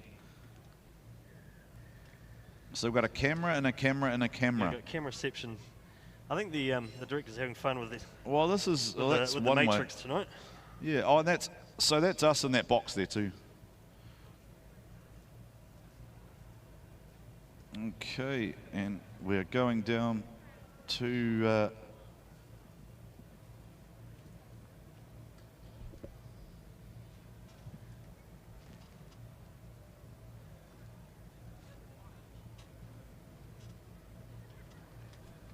We're going to Stephen McIver. Thank you, Warren. Well, I don't know what's going on. We don't know what happened with Troy's car, but you looked like a very, very strong lead. Did you see anything behind it, or were you eyes forward? My eyes are forward, but I pulled up to Troy just then and had a quick talk to him. He said, he thought he was going to make contact, and when he touched the brakes, he sort of got sucked into the wall. So he's been to wrecking, but hopefully he can get it sorted and we can get the second pass out there and put on the show. Mate, yeah, I've got to be honest with you. You're looking like, just as they say today, balls to the walls, no break, just go for it. You look like you're in that zone.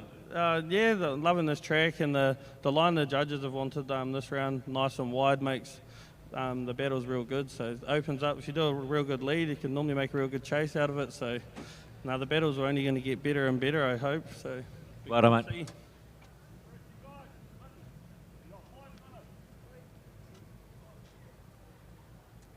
It's great to hear from Sean Potros, awaiting the recovery effort here, and I guess we'll see if they do call a mechanical 5 minutes. But while this is all happening, I guess they will bump across to the right-hand side of the tree and get the rest of the bracket, the top 32 bracket, underway.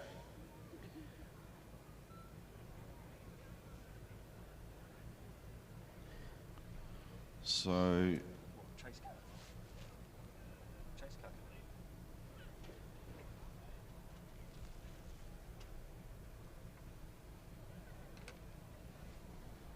So we're going to have a look at some highlights of what's occurred so far as we have a clean-up on aisle 2.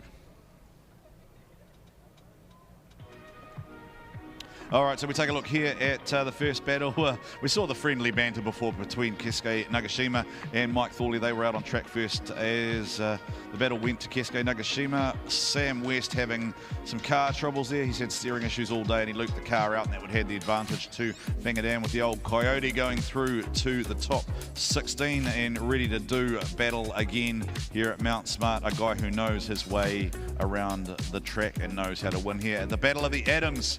Adam Whitehead, Adam Davies, and this would come down to lead for lead with both drivers zeroing on their chases, and ultimately it would be adjudged a win to Adam Whitehead as he moves through, and that has had an implication for Adam Davies points wise. So then we saw, of course, this huge impact there for Jordan Joyce, a big old hard hit into the wall. Jordan Joyce is still smiling. He and Braden Mayer were doing battle, and just all went wrong. And speaking of all went wrong, there we see Troy Jenkins shutting it down, sledging straight ahead. Sean Potros indicating that Troy felt maybe that he was going to make contact there, so he elected to abort that, and it sent him straight ahead. So not really, really ideal. It sort of feels a little bit, Kenny, like we're watching a demolition derby instead of a drift event. It's got just untidy this evening. Like, there's wrecks gear everywhere.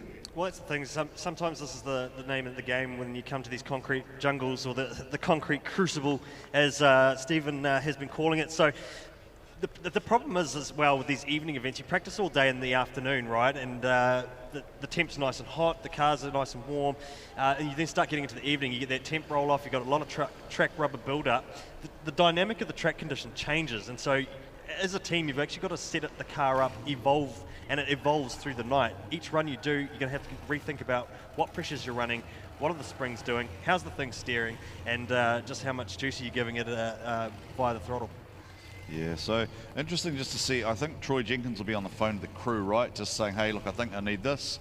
I think I need that. I think this is what's going to happen next. Let's get it back to the pits, have a look at it, get it back out for the return serve battle, because he is entitled to his 5 minutes now, potentially entitled to slightly longer, I think, if it's actually adjudged as being the lead driver. Although what we've seen so far, I wouldn't lean that way, because it's kind of similar to what we saw with Braden and Jordan, right? Like, you're just going in hard, and if you end up sticking yourself in there, I think we just got official word maybe that no. So we're just waiting to see what's happening here. So my apologies.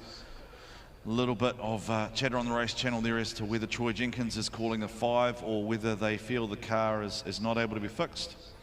Now, the next battle in the bracket would be Brody Maher and Medic J, and I do wonder if race control will choose to move into that phase of the competition while the repair happens, if the repair happens.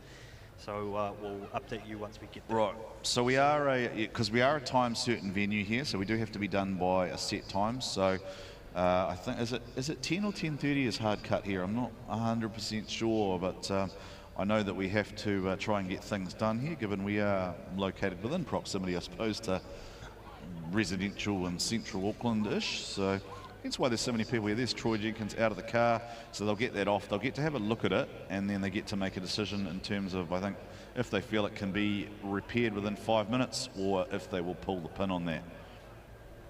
So I think Nick Hoyle is down there somewhere, just trying to get a sense of what the boys are up to. It's always one of those things where you can't interrupt the crew, right? But Nick, what's the thought down there from the boys so far? Any word if they're taking 5, or what are they doing? Look, I've just had a quick chat to Troy and looked at it myself. It is just the tie rod on the end of the steering rack, so I think that they will be able to get it done. So I assume that'll mean a 5-minute competition rule, but you'll have to guide me on that one. But no, it doesn't. It probably looks worse than it is, I think, for these boys. So they'll get it off the trailer. Billy will come down. We'll start the 5 minutes, and I'm sure we'll get him back out there for the second half of the battle. Okay, thank you, Nick Hoyle, the man on the ground down there in the pits, bringing us all sorts of insight, and that is, of course, yes, the legendary Chromie, who has been part of many a drift crew over the years. Great to see him back out here helping the Jenkins boys. So I think we are going to... Chromie, of course, spent many years crewing and crew chiefing for many different motorsports around New Zealand. Yeah. Mad Mike. A well-travelled Yeah, band. Mad Mike, the Ross boys in the both the muscle cars and the NZ V8. So a well-travelled, well-experienced man who knows his way around a spanner is Chromie, whose real name is actually Ian, but I don't think I've ever heard anyone actually call him that. He's just Chromie. So there's our crowd in attendance there. We hope you guys are having a great time here. You're on TV, look, wave, yes, wave. Give me a wave, yeah, there you go, you're on TV. There's always one who does that. There's always one person who does that. So, yeah, barbecue starts at 1, barbecue starts at 2. Mana waves, can we do them? Do you reckon we can mana wave along the grandstand? Do you reckon we can follow that while there's no scrub? Can we start at one end and try going the whole way along? Do you reckon it works? I'm tempted to try. Can we go right back to like by the start and then try do the mana wave? Does it work? I don't know if we can do it. So if we start here, are you guys ready? So you're on TV, really? So ready? So I want you to stand up and throw the mana wave. I'm going to count you down and go 3, 2, 1. Are you ready? Go 3, 2, 1. Go. Throw the mana wave and let's see if we can get it going. Yay! Keep going, keep going, keep going, keep going. Who's paying attention to me? We're going, we're going, we're going. Keep going, keep going, keep going. Keep going, keep going, keep going, keep going, keep going, keep going, keep going. Go Repco, keep going along, keep going along, keep going along. Well done, Jake. Yeah, he's into it, that man's into it. Yeah, keep going. Keep going. All right, we've got a car scrubbing now. Thank you, team, for playing along with me. Brody Marr next to scrub in the Drift League Tasmania machine, and you got to think that Brody Marr will be looking at the points table. Kenny looking to set himself up. He has had, it's fair to say, some challenges this round. I was actually talking to him in the pits before, and he said they were actually at a point where they're looking at it going, if like, genuinely if they hurt the engine or something like that, they've got to go home. Right, the engine in this car is so sophisticated that to get the parts for it is roughly 3 months. And if you don't, and it's worth having a chat or a look. Follow Brody's social media channel. Actually follow, if you're a fan of drifting, it's always well worth following any driver's social media channels just to see what they get up to, because there's some great content. But Brody Mayer's billet, it's not even a 2-litre anymore, the billet SR, the SR Plenty as they call it, is just an absolute weapon of a machine. So there is the work going on the Jenkins machine. So they are just carrying out the assessment phase. So they haven't laid hands on the car yet. They're entitled to jack it and put the axle stands under it, and then they can make a decision. Then they call the 5 minutes. The 5 minutes officially starts. Brody Marr, of course, running that billet SR24 VET. Looks like we're about ready to go. Hollinger 6-speed sequential in behind it. 1,000 horsepower out of a 4-cylinder in the lead lane. Yeah, and the challenge for him is actually trying to keep the thing spooled up, right? Like, it's a big old turbo. Like, this thing runs somewhere near 45. Wow, look at how fast that is. That just rocketed off the line, and Matty J's going to play catch up now. And Matty J just, I don't even know whether it looked like he was asleep, but I think that's just how fast Brody Mayer's car is. I think Matty J was probably sitting there expecting the kind of typical Kiwi launch, and Brody Marr just went. It was a rocket ship straight out of the gate. Of course, Matty J in the chase was wheel spinning, which is actually sort of what was being asked for off the start line. So just how much grip was thrown into the lead. Three-wheeling. Brody Marr is three-wheeling around that corner with the inner wheel lifted and a hand out the window. Oh, he's a talented man, is the Tasmanian. Based out of Tasmania, the Drift League S13. It was just an absolute rocket straight out of the gate, out to that second outer zone, following the concrete wall along outer zone 3 here. And Matty J doing a great job to actually recover some car track position and try and get back on the door, but the rocket ship out in front. Yeah, just he's lifting the wheel through UDC as well. Like how? Have we seen anyone else do that? I don't think so. We've seen a handful, maybe not through there, but yeah, certainly there, look at it. Seen some three-wheeling action. Yeah. I love it. I love the aggression from Brody Marr. Brody Marr, of course, was part of the first All-Australian final with Luke Fink at Taupo, so they're ready to go again. And Matty J bagging up the rears off the line. You see Ma's able to he's able to sit there, isn't he? His challenge is going to be keeping that turbo, like what Adam Davies talked about before, keeping the turbos full is the challenge for these guys running big turbos with big booster in them, because they're often described as being dinner plate size, right? Like they're big, like GT45 plus size things. So they're way bigger than you would find on any normal car. Brodie Maher, I think, lost angle there, didn't he? I think there was a small straight line there from Brodie Maher to claim that track position. And then he's had a problem at the end. I think he's had to give it a big kick again at the end to try and keep the wheel spin. He's definitely lost angle there. So I think while we thought it was all Brodie Maher in the first run, I think Matty J's put himself in a strong position here in the Psycho JZ. Look at how at how the Drift League machine loads up too. The way that it squats and moves, and just how much tilt that it gets. When you talk about the three-wheeling, it's interesting seeing the characteristics of the setup in Brodie Maher's car versus the lead car. And there's this little straight line that could cost him a little bit of points. It's right here. Something's happened, right? Like he's had to almost drop it back down to try and keep it spinning. So judges, I think, will be deliberating on the DSO system there, just trying to see which way they lean.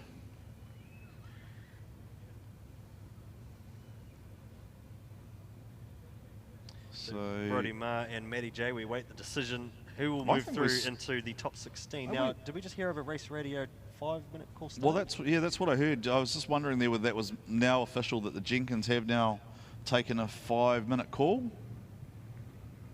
So so Troy's got hands. So they must have started the 5 because Troy's got hands on the car, right? So you can see the TDSR guys are in there as well. Unanimous call, Brodie Maher. Brodie Maher goes through. And I think Stephen will go and have a chat with both Brodie and Matty. Hey, Brodie, congrats, man. Nice run. Honestly, that was so much fun. I've never driven a track like this. The crowd's awesome. The atmosphere's awesome. I was chatting to Matty just before he went out. He says it's his first time driving on semis. That was a hell of a couple of runs from him. So I'd like to say, good job. That was sick. I think we've got a nice easy one next of Lauri Heinonen, apparently. But yeah, look, honestly, coming from Australia, we don't have events like this. Maybe, I don't know if New Zealand takes for granted or not, but like this is super cool. So all smiles. Well done, mate. See you against Lauri Heinonen. All right, just quickly for check with Matty J, having a talk to Kurt Blackie. Tough luck, mate. Hey, no, it's all right. Hey, some of the boys there were saying there was a bit of a straight line there behind me, so I don't know what the go is there, but yeah, I gave it my best, and but yeah, first time out here in pro, first time ever driving on semi-slicks. The car handled it. The gearbox is making some funky noises, but no, we're loving it.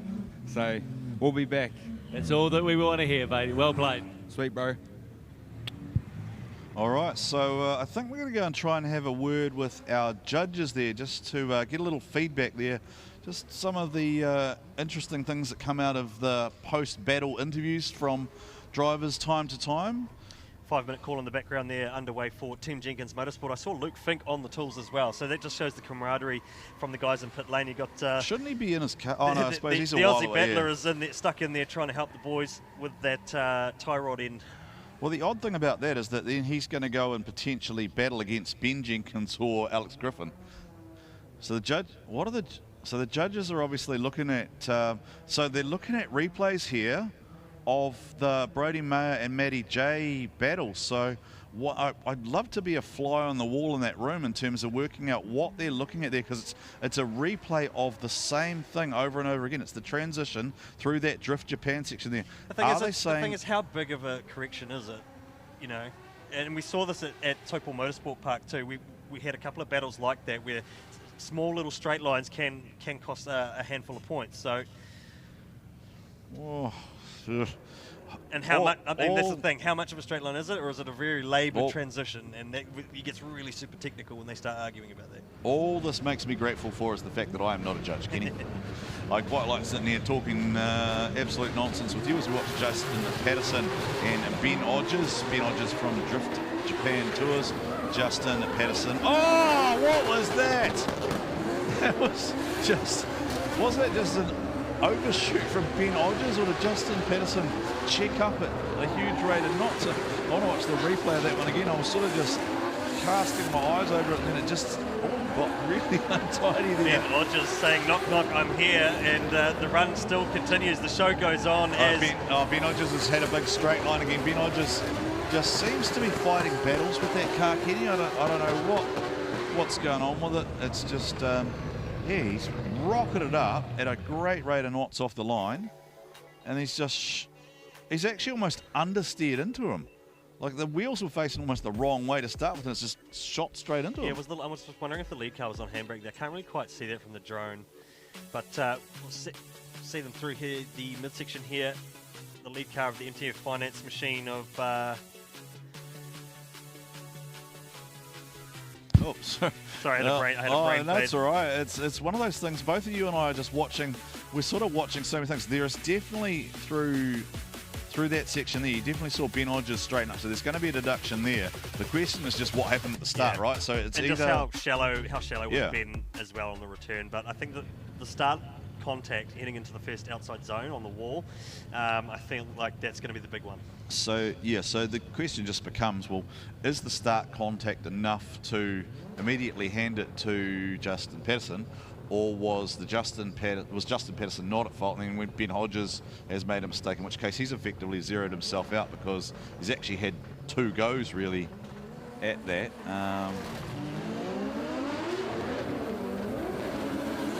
So Ben Hodges, of course, has shipped that car from Australia over here to compete for the full season, running it out of the JDM garage. Justin Patterson in his new S15, having competed in Pro Sport in an S13 last year. I think it is the same motor potentially in the car, but they have to have that confirmed, and both drivers doing a much better job this time in terms of delivering the prescribed line, although Ben Hodges with a wheel off the inside there, so just struggling a little bit, Ben Hodges. Good chase from Justin Patterson. Yeah, he was happy with that, hand out the window. Seemed stoked about that, closing up at the end there. Take a look at the GT Radio replay here and check this out. Couple of dabs of the left foot there. So Ben Hodges, a handful of the guys that I noticed that actually used the left foot on entry as opposed to using handbrake dabs. Let's just watch this again. I feel like it's all going to come back to that first run, right? Like it's really, there's a lot in that first run. Explaining that contact. Yeah. Was the lead car at fault, or did the chase car just overshoot it and carry too much car pace in there and hit him? Right, so waiting for a result to lock in. You can see that maybe that wind has died down out there a bit too, Kenny, because that smoke is starting to sit there as well. Benny Hodges gets it. Ben Hodges gets the win. So I think... Okay, mate, it's going to be a quick one. Congratulations. Didn't know we could bump and run in this game. That was unfortunate. I was just had a bit... but the boys said that it was really fast, so I just had to put it on his door. Unfortunately, I did that, but we're lucky to get the win, I reckon. Well, you're through to the top 16. Thank you. Well, super interesting call there from the judges. I'd love to get I'd love to unpack, but the problem was from the drone shot on the replay, I just didn't know if the lead car was slowing up or not. I couldn't tell from that angle. Yeah, well, look, I think that would lead towards you being correct there, Kenny. They must have adjudged that it was a big handbrake drag from Justin Patterson, which slowed him down, which effectively put him in front of Ben Hodges, and from there, didn't really matter. It kind of cancels out that straight line area. The boss man from Joe McManaway's out of it. McManaway has lost drift. Johnny Latham with that beautiful sounding Toyota NASCAR motor under the bonnet, laying it down out front of the boss man from JDM. James McManaway is just not having a happy night. He's broken it. That's 3 and done. That's a 0 for McManaway. 3 strikes and you're out, son. That is a 0 for McManaway. Trying to hang with the NASCAR TRD V8. That car was again, so good at another driver that enters on the left foot, using the left foot to just settle the car on entry. There's only a handful of guys that do it, as opposed to the sort of handbrake dabs. We don't want to see drags, little dabs just to settle the car after entry, but a great job nonetheless in the lead from Johnny Latham, representing the South Island of New Zealand. I'm sure all the guys and girls from Drift South will be tuning in on the live stream tonight. Right, and there is the boss man McManaway, focused, deep in thought. He's got some work to do. Well, is he looking at his broken monster truck? I don't know. Anywhere, basically everywhere he looks at the moment, there's broken JDM property. Oh, how good does that sound? Just listen to that NASCAR motor bark.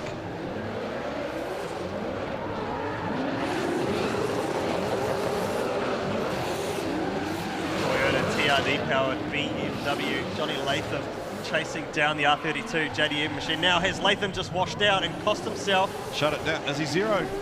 Has he zeroed? He's zeroed. He's incompleted. It's an incomplete. It's going to be a zero. We're going to have to go one more time. We're going to have to. Yeah, we're going to have to go one more time. I wonder what has happened there for Johnny Latham. Oh, will we go one more time, or we go lead for lead? We'll go lead for lead because that was two. So that's 2 chase zeros. So it's going to be lead for lead. And we saw this earlier on. We did have another battle where there was only the 2 completed lead runs. So I think they will be able to make a decision then off this. McManaway, nice and wide, trying to push the R32 as best as he can, but just not out wide where it needs to be through there, leading into the setup zone. And then something happened there for Johnny Latham. Shut it down. Lost power, and the JDM Racing R32 just firing off home. Yeah, so it's definitely an incompleted run because Johnny didn't complete it, but then James, I think, has. So the question is just, has James been zeroed on his chase, or has he been given a score?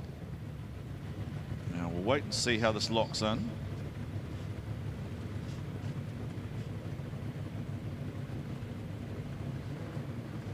Johnny Latham gets the call, so Benke Bruin called one more time, but the other 2 judges in favour of Johnny.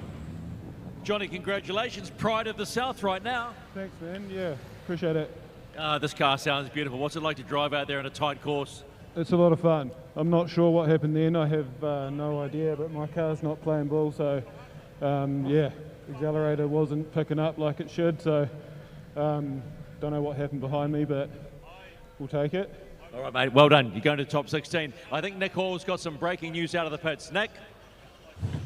Alrighty, guys. I'm down here with Troy Jenkins. Unfortunately, clock just ticked over there for you, Troy. Yeah, a bit of a bugger. Really gutted to obviously whack into the wall behind Sean Potros before. It was super gripped up. I just tried to grab the handbrake and it just sent me straight. So collected the wall, bent a tie rod. We just couldn't get it done in time. It's bent the rack as well. So real unfortunate.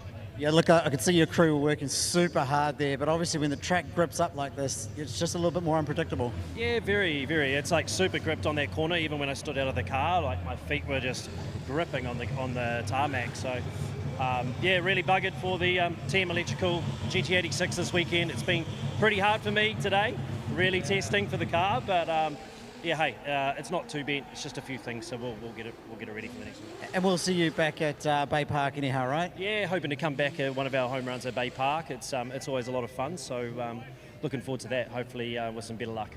Working, mate. All the best. All right, back to you guys in commentary. Thanks so much, Nick Hoyle, for bringing us all the facts, figures, and wonderful things that are going on down there in the pit area. So unfortunate for Troy, but I imagine he switches straight away to supporting brother Ben in the, he's the orange and yellow car, Kenny, as opposed to the orange, and he is up against the returning Alex Griffin with the Barra Power underneath the bonnet of the RHP S15. Great to see both drivers back in action, and they're kind of drawing the short straw a little bit because they're competing to battle Luke Fink in the top 16. So you win this and you move on to battle Luke Fink. So let's see how this plays out. There'll be a lot of support out there for Benny Jenkins, who is often part of our broadcast team. Much beloved character in the world of drifting, avid YouTuber, manager of Phoenix Parts here in Auckland, so helped out a lot of drivers over the years as well, and always willing to lend a hand is Benny. And always a smiling presence in the pit. So good to see Benny back out there. Lots of tyre smoke there from the Jenkins machine. They're on the Tri-Ace tyre this weekend, Kenny. Whereas I know that the RHP team are on the good rides. So little incident. Oh, Stocky puts a wheel over the inside. He was all right until then. Stocky will give a deduction there for going to the inside of the track. GT Radio replay here. GT86 2JZ machine out in front with the Barra, the Ford Barra 6-cylinder. And the Silvia in behind. Super interesting, I saw the front wheel marker slow up here. There we go. Was that a brake check just to keep the, not a brake check, a left foot dab, just to keep the front settled from the lead car there of Ben Jenkins? Oh, well, I mean, look, we judged it off the strip, right? But there was backwards and forwards this morning in drivers' briefing about what causes that, because there were a number of drivers who were basically saying, look, we kind of rest our foot on the pedal, and that was causing the lights to come on. So it's a visual guide for us.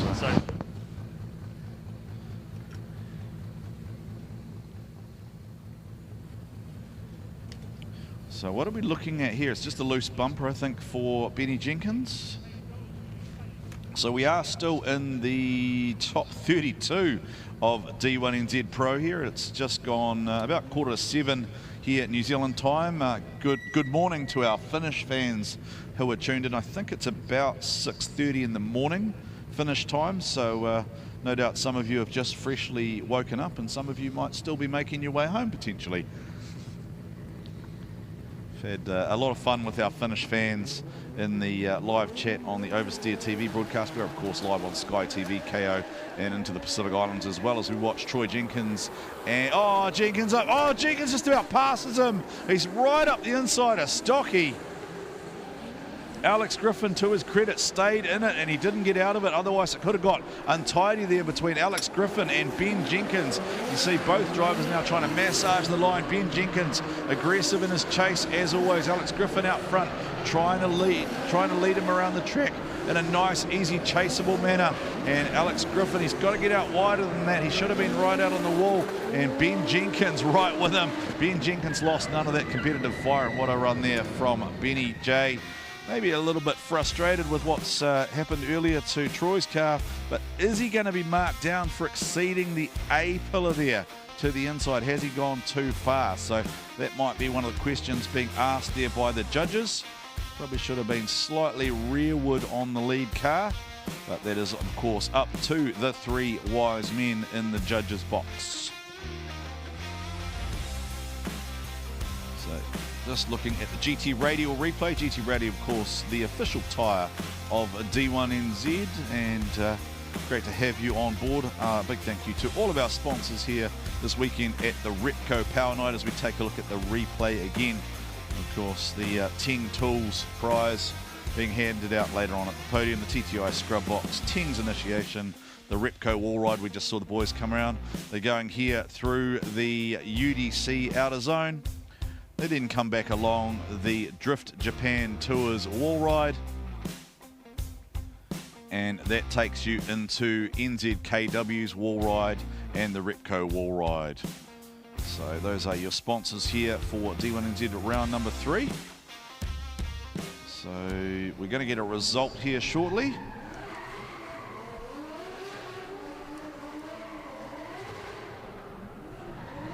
Just a little update here on the pro, the Keisuke Nagashima Michael Thorley battle, which Keisuke Nagashima had won. There was a protest. They're going to go one more time. So it's worked against jump start by Keisuke Nagashima. So Michael Thorley, Keisuke Nagashima will go again. Now we'll see if we get a result here. Wow, so maybe that banter might not be so friendly any longer down there in the pits there, Stephen, because they were smiling at each other, but the sharks are biting now. The dogs are barking.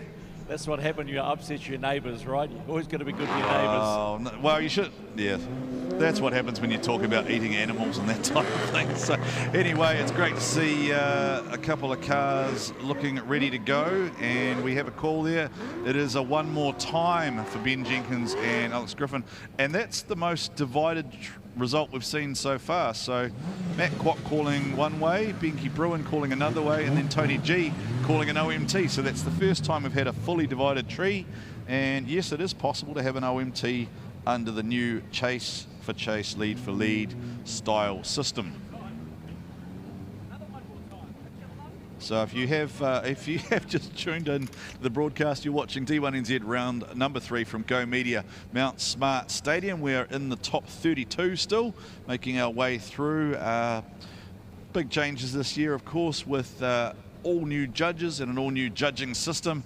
The lead judge has 100 points, the chase judge has 100 points, and the style judge effectively splits 50 points between the two, and that is how we get our results. So I can see Rody Knowles in the car just trying to get himself psyched up, just pumping the steering wheel there, just giving it a little tap, making sure it's on nice and firm. Just it's always interesting to watch the driver's body language. Launch Master Willie is ready. Now, that's interesting. I thought most drivers prefer to start side by side. Oh, just about contacts him. Clayton Daly getting washy in the chase position.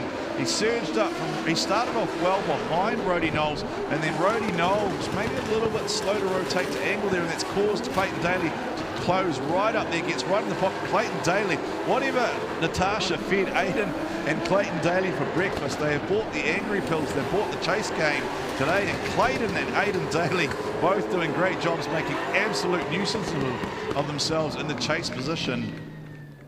And they are, of course, on the Good Ride tyre this weekend. It is an LSX underneath the bonnet of the Supra. Rody Knowles out the front there has the S13 with the RB underneath the bonnet.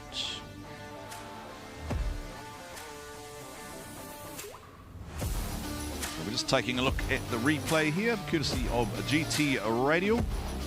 Clayton Daly doing a nice job to close up there.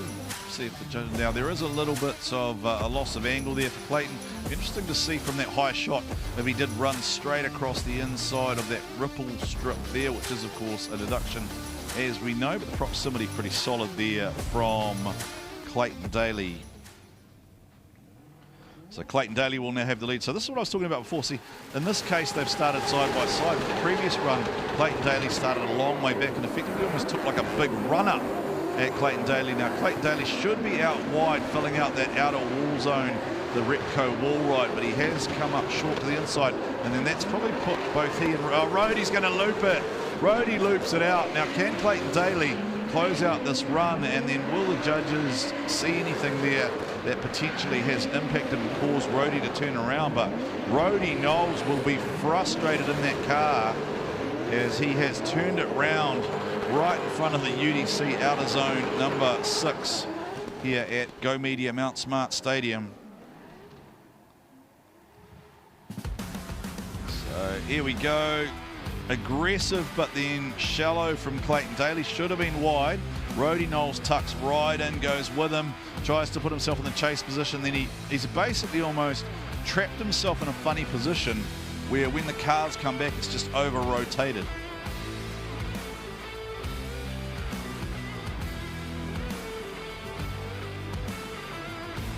Now, so I can tell you there is some very interesting things going on at the moment in the background via the race channels. Stephen, you're smiling.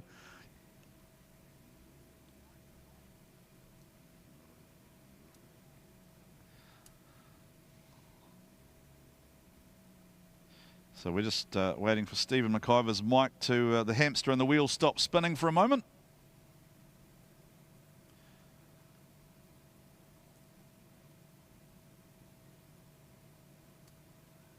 All right, so Clayton Daly gets the win. Clayton Daly gets the win, and he goes through for RHP. And Limitless Tyres, of course, is one of the family businesses. All right, so we have some breaking information coming through. I'll just get the official word, and I'll relay it to you shortly. So one moment, crowd.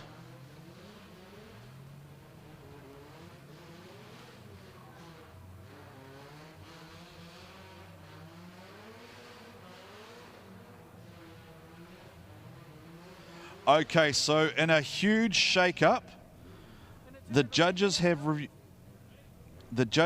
reviewed footage of the battle between Brodie Marr and Matty J. The judges have determined that they missed a straight line from Brodie Marr, and they have overturned their decision, and Matty J goes through to battle Lauri Heinonen. So Brodie Marr, who was number 3 in the points, is out, and Matty J goes through to battle Lauri Heinonen. So Matty J is through and Brodie Marr is out. So we go from that situation to the Keisuke Nagashima and Michael Thorley situation. So the ex-neighbours who were playing nice, were being friendly, are now going to do battle again because effectively we had a driver, a judge to have left the start line early. So that is a huge overturn of one decision and then a review of another decision. But what it does tell you, ladies and gentlemen, is that the judges are taking their job seriously. They are prepared to review what they are doing. If they make a mistake, they will absolutely own it and will try and rectify it here and on the night, which is much more effective than arguing about it on the internet for days and days afterwards. I would have loved to talk to Ben Kai, Tony and Mac, but we are trying to keep the schedule here, and got another one more time battle coming. So let's, without further ado, send Michael Thorley and Keisuke Nagashima.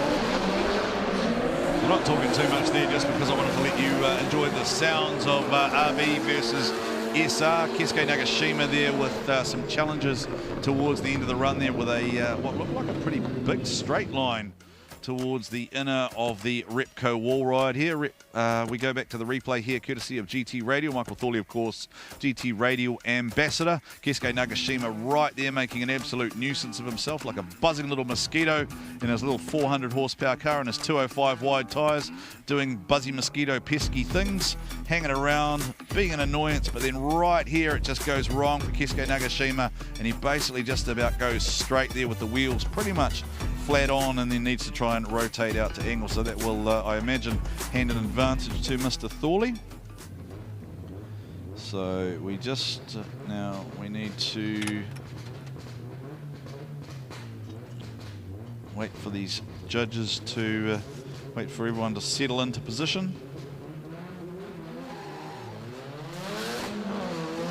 Okay, so this is an OMT battle, and it is sudden death because we are only allowed one more time battle under the D1NZ rules. Keisuke Nagashima has the lead. It is Michael Thorley in the chase position. Thorley just about rubs the rear of Keisuke Nagashima's car on that transition there as both drivers switched over. Just kept it clean there, and now is where he can ram home the advantage. This is where Nagashima made the mistake before. Keisuke Nagashima gets out wide to the wall. Michael Thorley going with him, and is Michael Thorley going to do enough here to see himself through into the 16?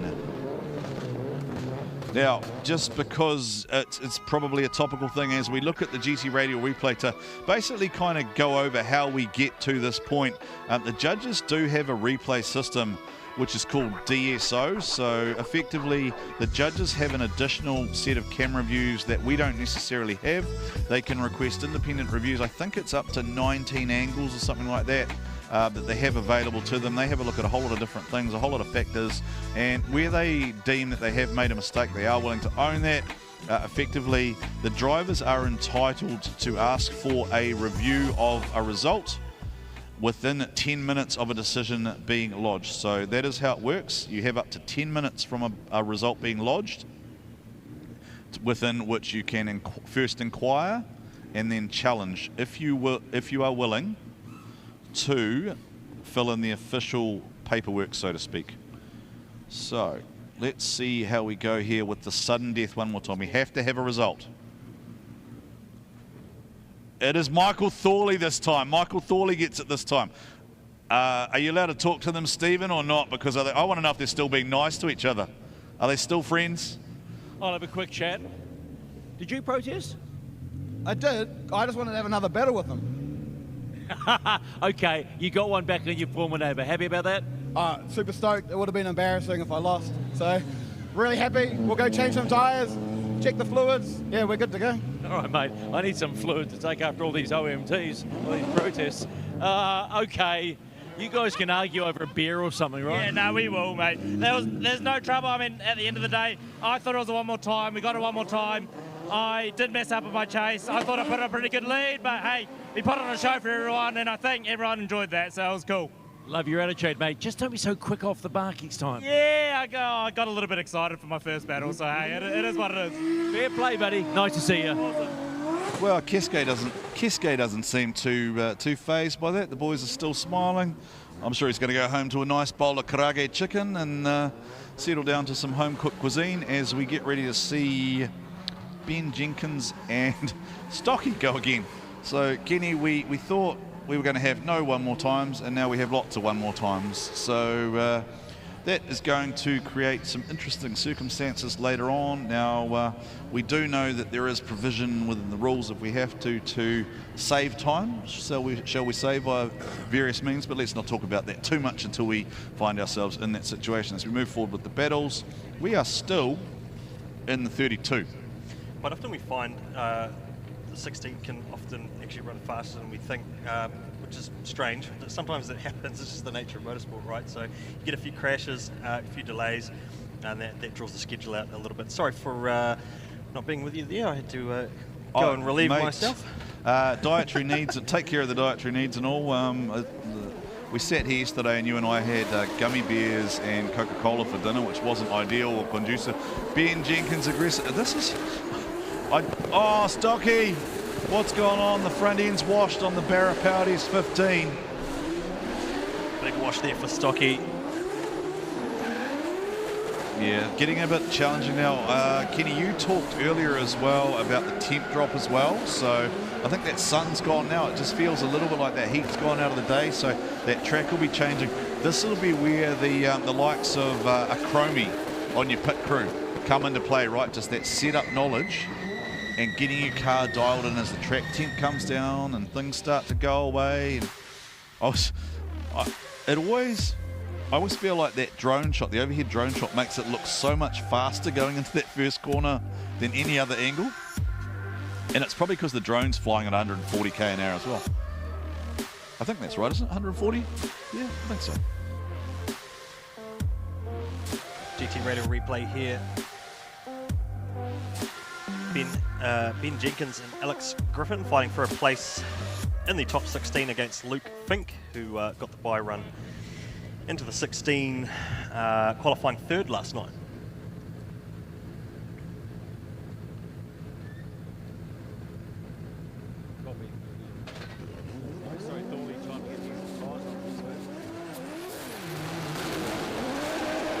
Listen to the throttle straight off the start line. Look at the bump and run at the start. Stocky in the wall, tags the wall, and then there's a bump from Ben Jenkins as well. These guys are going bump. at it. Ben Jenkins is out here playing dodgem cars, Oh right? no, Stocky's got it all wrong on the outer. How does this set him up for... and he's in the wall. Oh, he's moved the block. That is a hard impact for Stocky. That was my big question mark, was when he pushed that wide, where was it going to send him? Now, is Stocky okay? Because I think I saw Ben Jenkins just jump straight out. Hello, crowd. Hi, how are you guys? You're on TV. Hello. I want to see, sir. I want to see that runaway from you again, sir. In the blue swan dry. You had this before. Throw it. There we go. There we go. I like that. I like that. I wonder if we can get a runaway about Adam Whitehead as he wanders up the pit chute. No, I don't think he can hear us. All the speakers face inwards, so that was a hard hit there for Stocky, and hopefully, let's try this again. If you can see yourself on the TV, give us a runner wave. There we go, the little gentleman in the P hat with the orange earmuffs on, green hoodie up the top. There we go. Throw that wave out. Can we try the runner wave again? While we're going to do this, let's start from you up the top in the black hoodie. You did it for me. We go 3, 2, 1, go. Was anyone paying attention? There we go. How far can we go? How far can we go? How far can we go? Keep going, keep going, keep going, keep going, keep going. Stand there and look cool on camera. Keep going, keep going, keep going. Keep going, keep going, keep going. And when we get there, and now you start me off, go back the other way, sir, in the swan dry. Go back the other way. Go. Go back the other way, go back the other way. All right, there we go, ladies and gentlemen. Stocky is out of the car. Put your hands together for Stocky. good to see Stocky up and out of the car. It was driver's side impact, so there was a little bit of concern there that he was okay, not trapped in the car. Of course, all the cars are homologated to run a Motorsport New Zealand roll cage, as well as a number of other safety improvements over many, many years of motorsport. Now what happened, because Stocky's car looked like it was struggling to stay in drift, right? Like it washed twice and then it's massively understeered there. He's gone back into it again, and this is where it goes all wrong. It's way offline, it slides. Yeah, it set him up for a really bad exit to that run, really. Did you just see Ben Jenkins hit that cone though? No, I didn't see that. On the entry, there's a cone on the track, right? There is some leeway for the chase car there, but we'll see. We'll have to. Yeah. But this was the Dodgem stuff, right? Like all the way through the start, it was just bump, and it started right off the line too. Like as they were leading up into the run. Is anything broken? It was bumper to bumper, and. Is that wheel wobbling? It is. The wheel's moving, isn't it? The front wheel's moving. I think one wheel's facing. It might have just not been able to steer on it. Oh, you so see that? So you see that straight off the start. Oh, so that cone was lying flat. Yeah, Second okay, hit, that's then another hit. Well, that's what I'm Jenkins wondering. just whether not afraid of getting up in there, rubbing. Well, what I'm wondering is. Paint. So what I'm genuinely wondering, watching that, is did Ben nudge his steering though? Has he hit the front wheel? Potentially, but the lead car just didn't steer. He pushed out wide, tried to recover it, but it just shot him offline into the wall, out at outside zone 5, which has been the talking point of the weekend.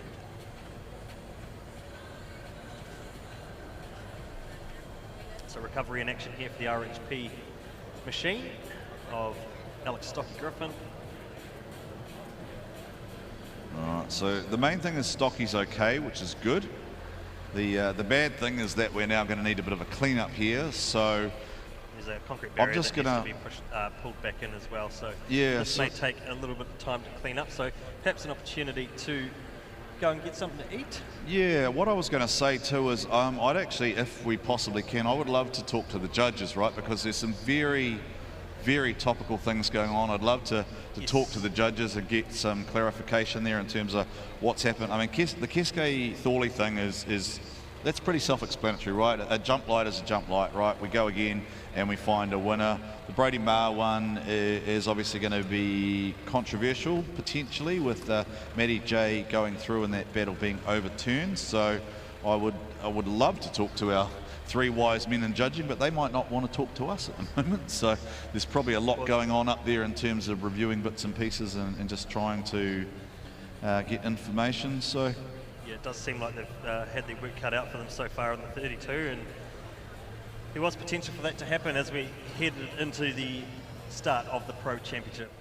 All right, so we're going to go down to Stephen McIver. Well, it seems like we've come to the Dodgems here at Mount Smart. You've a lot of bump in there on Alex, but you're pretty fired up. What's going on? I mean, you're breathing heavily. Hey, the first thing is you got to check, make sure your fellow competitor's okay, and that's the first thing I did. I shut it down, got out, and made sure Alex is okay.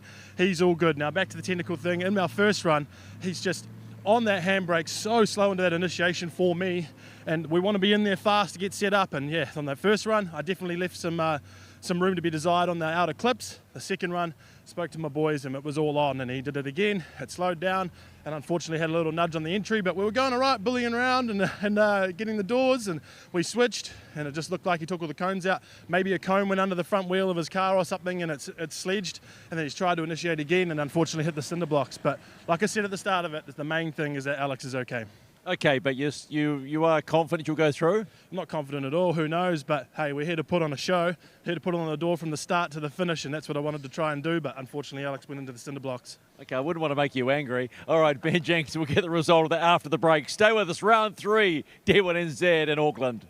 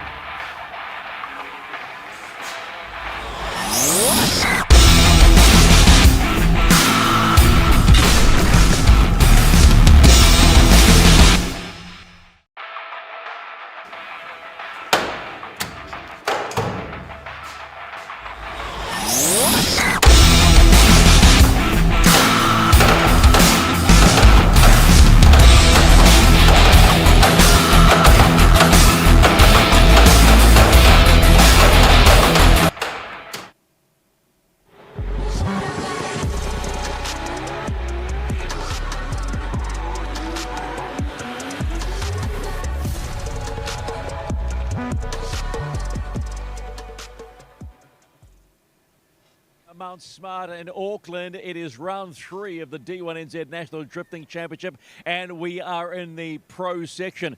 We're waiting for cars to scrub. We've had a moment in the last run between Ben Jenkins and Alex Griffin. Alex Griffin's car has been traded off. We are still waiting on an official decision whether or not Alex Griffin is out, or does Ben Jenkins go through? I'm getting words on me is that maybe or maybe not. We still don't know what's going on.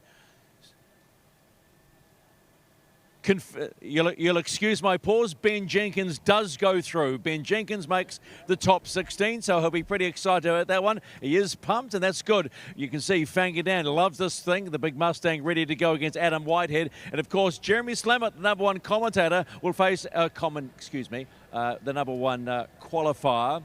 Will face up against Alex Thorley as well. So there's a lot going on, Michael Thorley. So we're getting ready to go. It's getting dark, which means this place goes off. The lights come on, the smoke billows, and we get busy. So back to Kenny and Warren to get us ready for the top 16 in pro in D1NZ. It feels like it's taken a long time to get here, Kenny, but we are locked in finally to our top 16. So we have Jeremy Slammett up against Michael Thorley. Let's have a look at. I'll take a breath, Kenny. I'll take a breath. Yeah, so I'm getting excited. I'm getting excited because we're about to go. We do finally have our top 16 locked in, and Jeremy Slammett, our top qualifier last night in the JDM Racing 2JZ powered Supra. All right, here we go. Jeremy Slammett battles Michael Thorley. Daniel Wilhouse battles Adam Whitehead. Connor Halligan battles Braden Mere. Real battle of the young guns there. Dave Steedman and Sean Potros. Lauri Heinonen and Matty J.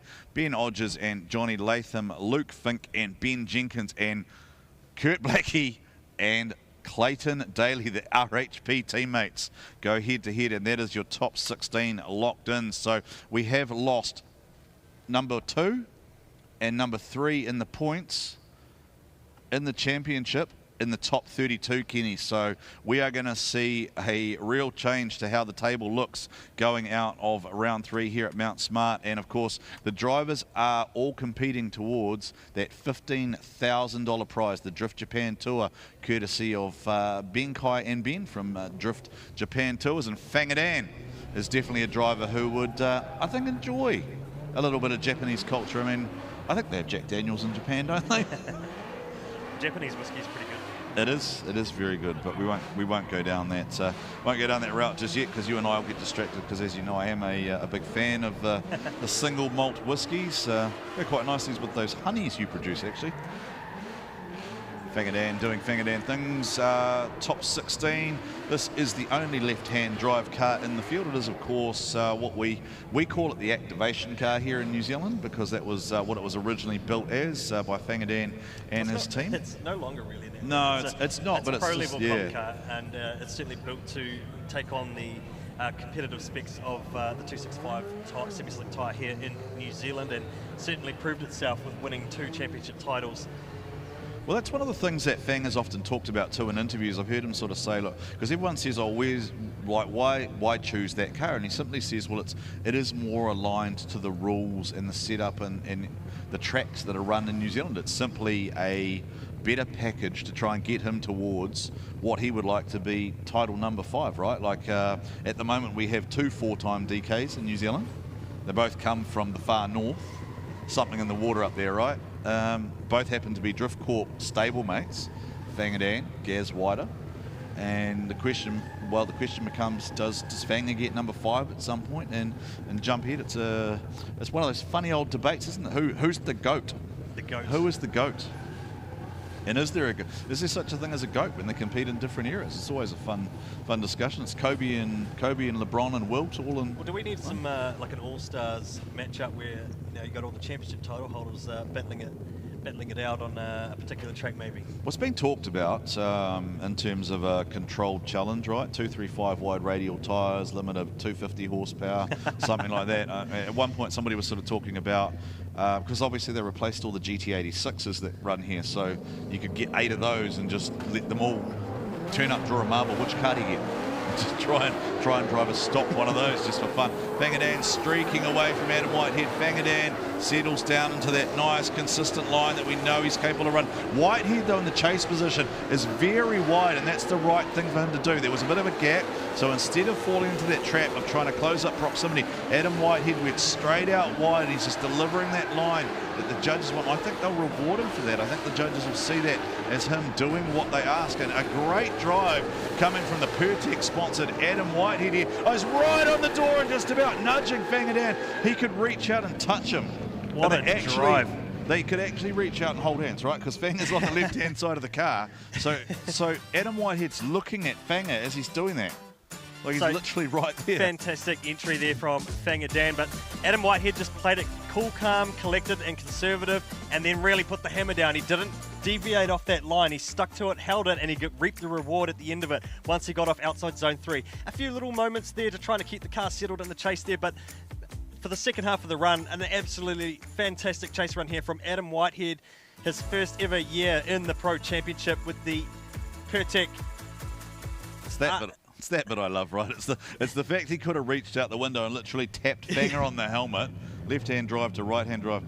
That tells me the boys are pumped. Adam is in a good headspace here, and now it's down to him. He's going to throw down because he knows Fangadan's coming. Fangadan, how many times has Fanga won here? 3? I think it's 3. I think he's won 3 rounds here. Yeah, 2 or 3 podiums. I remember, I certainly remember 1 or 2 of them in different conditions here. Fangadan throwing down, trying to chase down Adam Whitehead. We talked a lot. Fanga hits him. Fanga hit him. Adam Whitehead, to his credit, has stayed and hits him again. Fanga gives him another lunge.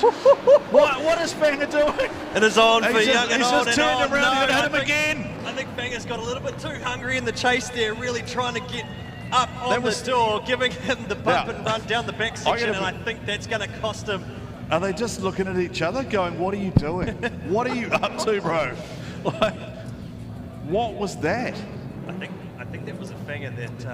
I haven't seen that Fanga since 2016-17 against the red and silver car that used to have a tool brand on the side of it. And you know what I'm talking about? We haven't seen him do that for a while. It's a Fangadan. Hungry in the chase. Entered right there on the door, and I feel like he was just trying to give him a few bumps, give him a few taps, try to get up there and swap some paint, trade some paint with him, but I feel like he just got way too hungry. It was the rear. He hit him with the rear, so it came around too far. And then so he shot up there to try surge up on some proximity, went in again, hard on the left foot, you'll see, trying to settle the Mustang in the chase. Adam Whitehead just doing everything he can to try to keep the car settled, but you'll see that last tap there, sending him around, and that's what the judges will be keeping a keen eye on as we unpack this a little further. Well, I reckon they're going to be having a look at the brake lights on Adam Whitehead's car, because they're going to want to see if Adam Whitehead has at all adjusted his speed that's contributed to Fanga making the contact. But the fact Fanga has made the contact with the rear of the car makes me think it's more likely to be like that one there. That feels like that's the Fanga revolt.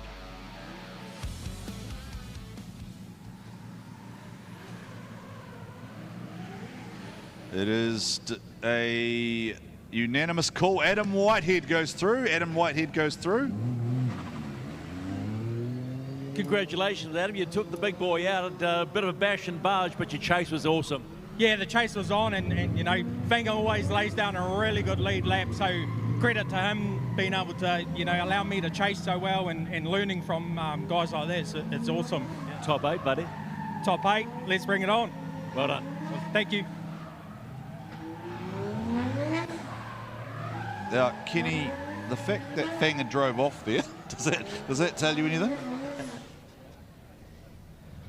Well, I think he'll be a little bit gutted with that, but certainly I feel like it all came down to that initial surge, right? It wasn't the stuff that happened at the end.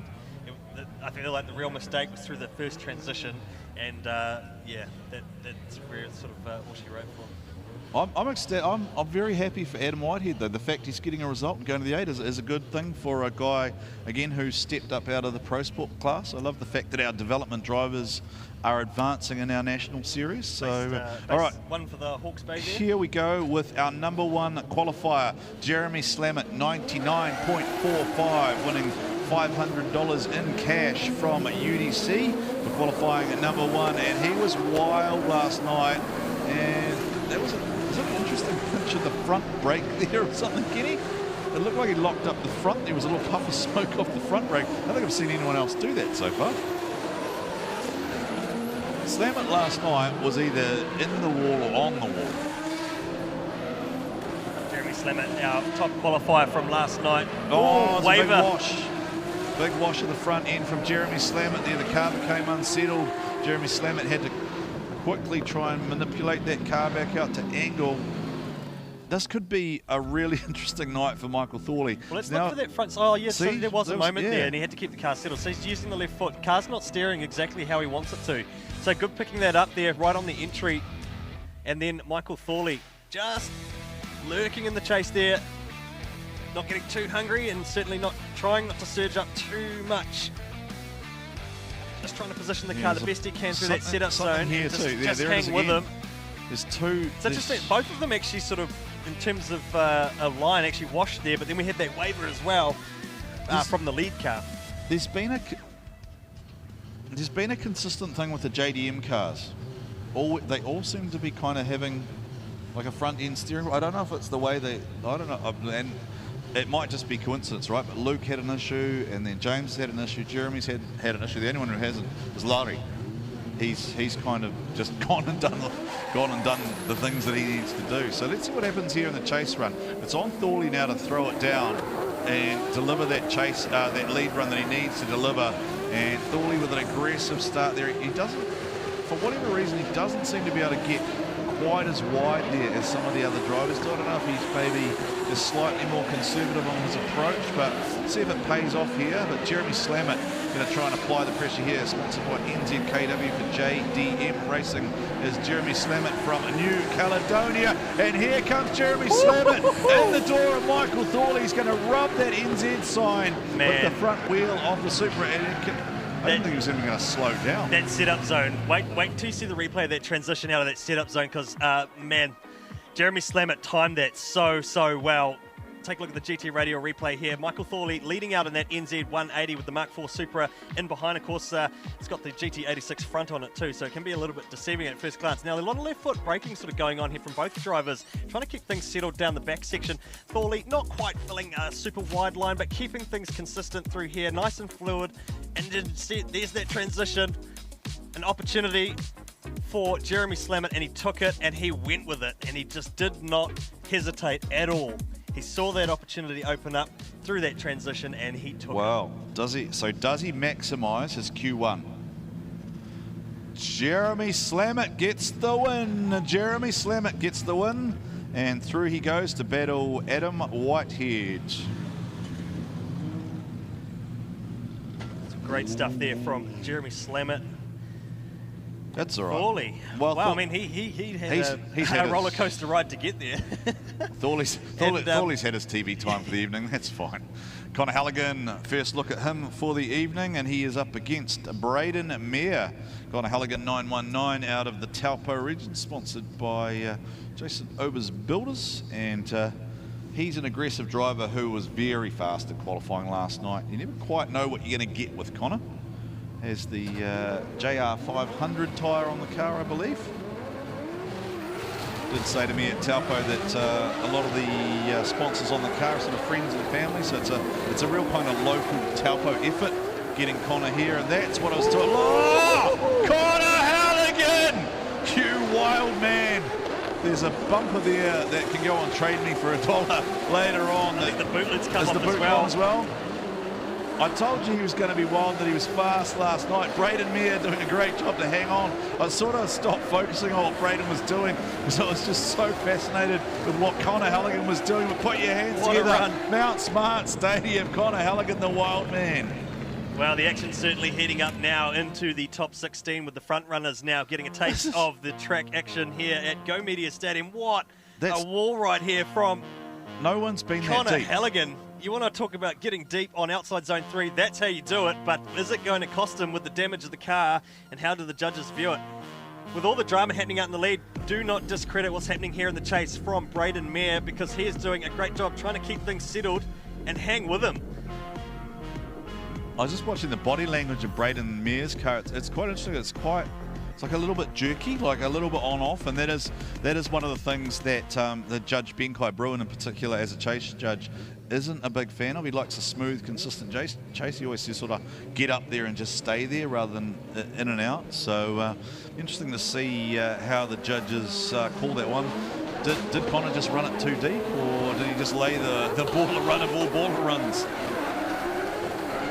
So definitely not the same depth there from Braden Meyer and Connor Halligan. Connor Halligan's actually wider than him in the chase position. So Connor Halligan doing everything. Now that's straight. I'm sure that's straight Connor Halligan up there. So who's at fault for that? We'll have to unpack it. Connor Halligan recovering out of this. No, he's out of it again. Connor's shut it down. Connor Halligan has incompleted. He's shut it down, and the question's going to become: is it because of the contact made? Because I think if I look at this, I think Connor Halligan shut it down because I think there's something in the front end there that I think he's damaged potentially, and he's probably not wanted to go around that wall ride and potentially risk the car. So I think he makes contact here, and then you see how the steering wheels had a whack. You saw that front steering have a whack there, and then it's caused them to straighten up here, and he's gone completely straight. Yeah, he's steering the opposite way, so couldn't get the thing steered in there. Now, but we saw the lead car using a little bit of left foot there as well, just how much was actually applied, because we had the footage slowed down a little bit there, so that could be a bit deceiving. I think he's right. I think he's right on him as well. I think he's also probably looking at it going, I'm going to hit. If I actually put my foot back into it, I'm actually going to hit him. So I think this is going to come down to how the judges call the speed from Braden Meyer versus the run delivered by Connor Halligan. Certainly from a lead perspective, Connor Halligan's lead was just mental.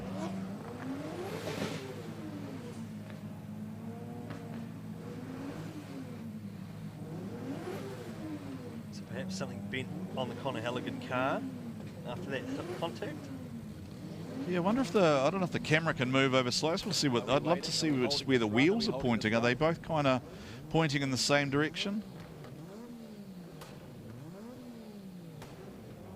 So the judges will be looking at their replays, and I think with that contact and a little bit of that left foot action as well, plus his Connor's lead run smoking the wall at outside zone 3, they'll be trying to unpack it the best they can as quickly as they can. So let's just, this is why I was just wanting to have a look at okay, so we're going to switch over to the Dave Steadman, Sean Pottrell's battle. So this is the first look at Dave Steadman for the evening. So in the background, I have had a call that Connor Halligan gets the win. Connor Halligan gets the win and goes through. And we go straight to Dave Steadman and Sean Potros as we try and accelerate the program here at Go Media Mount Smart Stadium. And Dave Steadman got the lights are glowing underneath the Mimico machine. It doesn't look great, but Sean Potros is right there to get a close look at those lights. And Potros doing Potros things. They call him the Potros effect for this reason. This is why he is such a highly rated driver. Sean Potros is a chase animal, but Dave Steadman is enabling this by delivering a very chaseable run out front there. And Sean cranks to angle, but then manages to stay outside of that ripple strip. Kenny just displaying his car control. So let's take a look again at this run. Potros certainly on a shallow line on straight off way on entry and commits to it. Tries to settle the car in by outside zone 3. A few dabs of the left foot to try get into the pocket where he needs to be and not too far up the A-pillar. But you'll see here a lot of left foot brake trying to hang with the lead car. But is he pushing too far? I don't see the light. I mean, the lights aren't ablaze there. There's a brake there and then some more there, right? But that's just settling the car down. Lots of See angle Sean, up past yeah, the A-pillar. So I feel like the judges are going to take a little bit more of a dim view towards that, how he got that proximity. Let's just see how this plays out. It might all come down to hypotheticals. I still can't get over how deep in that wall Connor Halligan was last run. Now, Sean Potros nice and wide there, got out to the outside. Comes back to definitely a narrower in the line there than some of the other drivers have run. Then goes up to that Pro R4 line. Oh, Potros, he's cut it short. He's just cut it short. I think this is going to hand advantage to Dave. Well, it's the same line that he ran pretty much in the chase almost. So just where has Dave lost out? I feel like Sean was a little bit wider on outside zone 1, but didn't quite get 2. He's thereabouts on 3. It's going to come down to those real minor mistakes. It potentially could be a very tight decision here, actually. I think if I look at going lead for lead, chase for chase, they will mark Sean down for that short cut there across the inside of the corner. I mean, Potros had a way better line through the setup, but it didn't translate on the last zones. So, yeah, there's quite a few little seesaw moments there. So just waiting for the result to lock in, and it is. This was it. So the result for that was the previous battle. Connor Halligan and Braden had that one. So waiting for the Sean Potros, Dave Steedman results. As we see Lauri Heinonen in the background just scrubbing tyres. So Connor Halligan through to the top 8. This is about where Finland took over our chat box yesterday. So the Finnish fans seem to come alive whenever Lauri is on the track. So it is Dave Steedman going through. Dave Steedman goes through. So we are running slightly behind schedule at the moment. So that is why we have removed the interviews for now. This is Lauri Heinonen, Lauri Heinonen, and Matty J, who has found himself in the top 16 in a somewhat controversial manner. And Matty J, I didn't think he was going to be able to save that then. Great he recovery. ended up in a really weird position off the start line. I'll take a look at the replay. He's obviously stepped it right up, has Matty J. He's got really aggressive there. He's had a couple of days out of it. So that's going to be, it's so gripped up. I think they've worked out that they're battling Heinonen, right? So they've obviously decided, let's just grip it up and try and go with what will be one of the fastest drivers in the field. But it just hasn't gone right there, and that will be a 0 for Matty J, unfortunately. GT Radio replay here of the entry. Lauri Heinonen just setting pretty much a carbon copy of the qualifying run that he did on Friday night, but for the chase car of Matty J, washing on entry, and he did a great job to recover it, and it almost looked like he was back in the pocket, but then it just gripped up on him after that first transition. Yeah, just fighting it really, right, and then just decided, I think better of it, and I'll just save the tyres. The Drift Master Grand Prix champion, he is a machine. He is that good, he is that mechanical, and he's actually, do you know what, Kenny? He's actually a really nice guy as well. Really great chatting with him in the pits. He was very happy to talk about his drift career. He was actually really happy too. We gave him a little gift today, thanks to ABC Drift Kids. So he's taking that back home to his son. Let's have a look at Lauri Heinonen.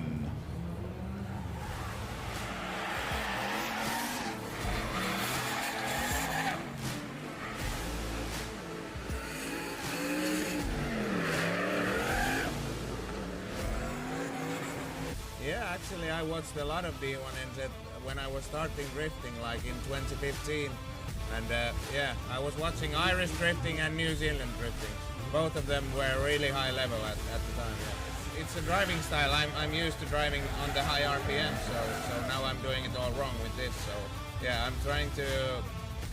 No, I think I'm trying to make the car work with my driving style. So I'm not changing my style, but just set the car on the track like I want it. Yeah, just to make good runs, like good show for the people. Yeah, but nothing more.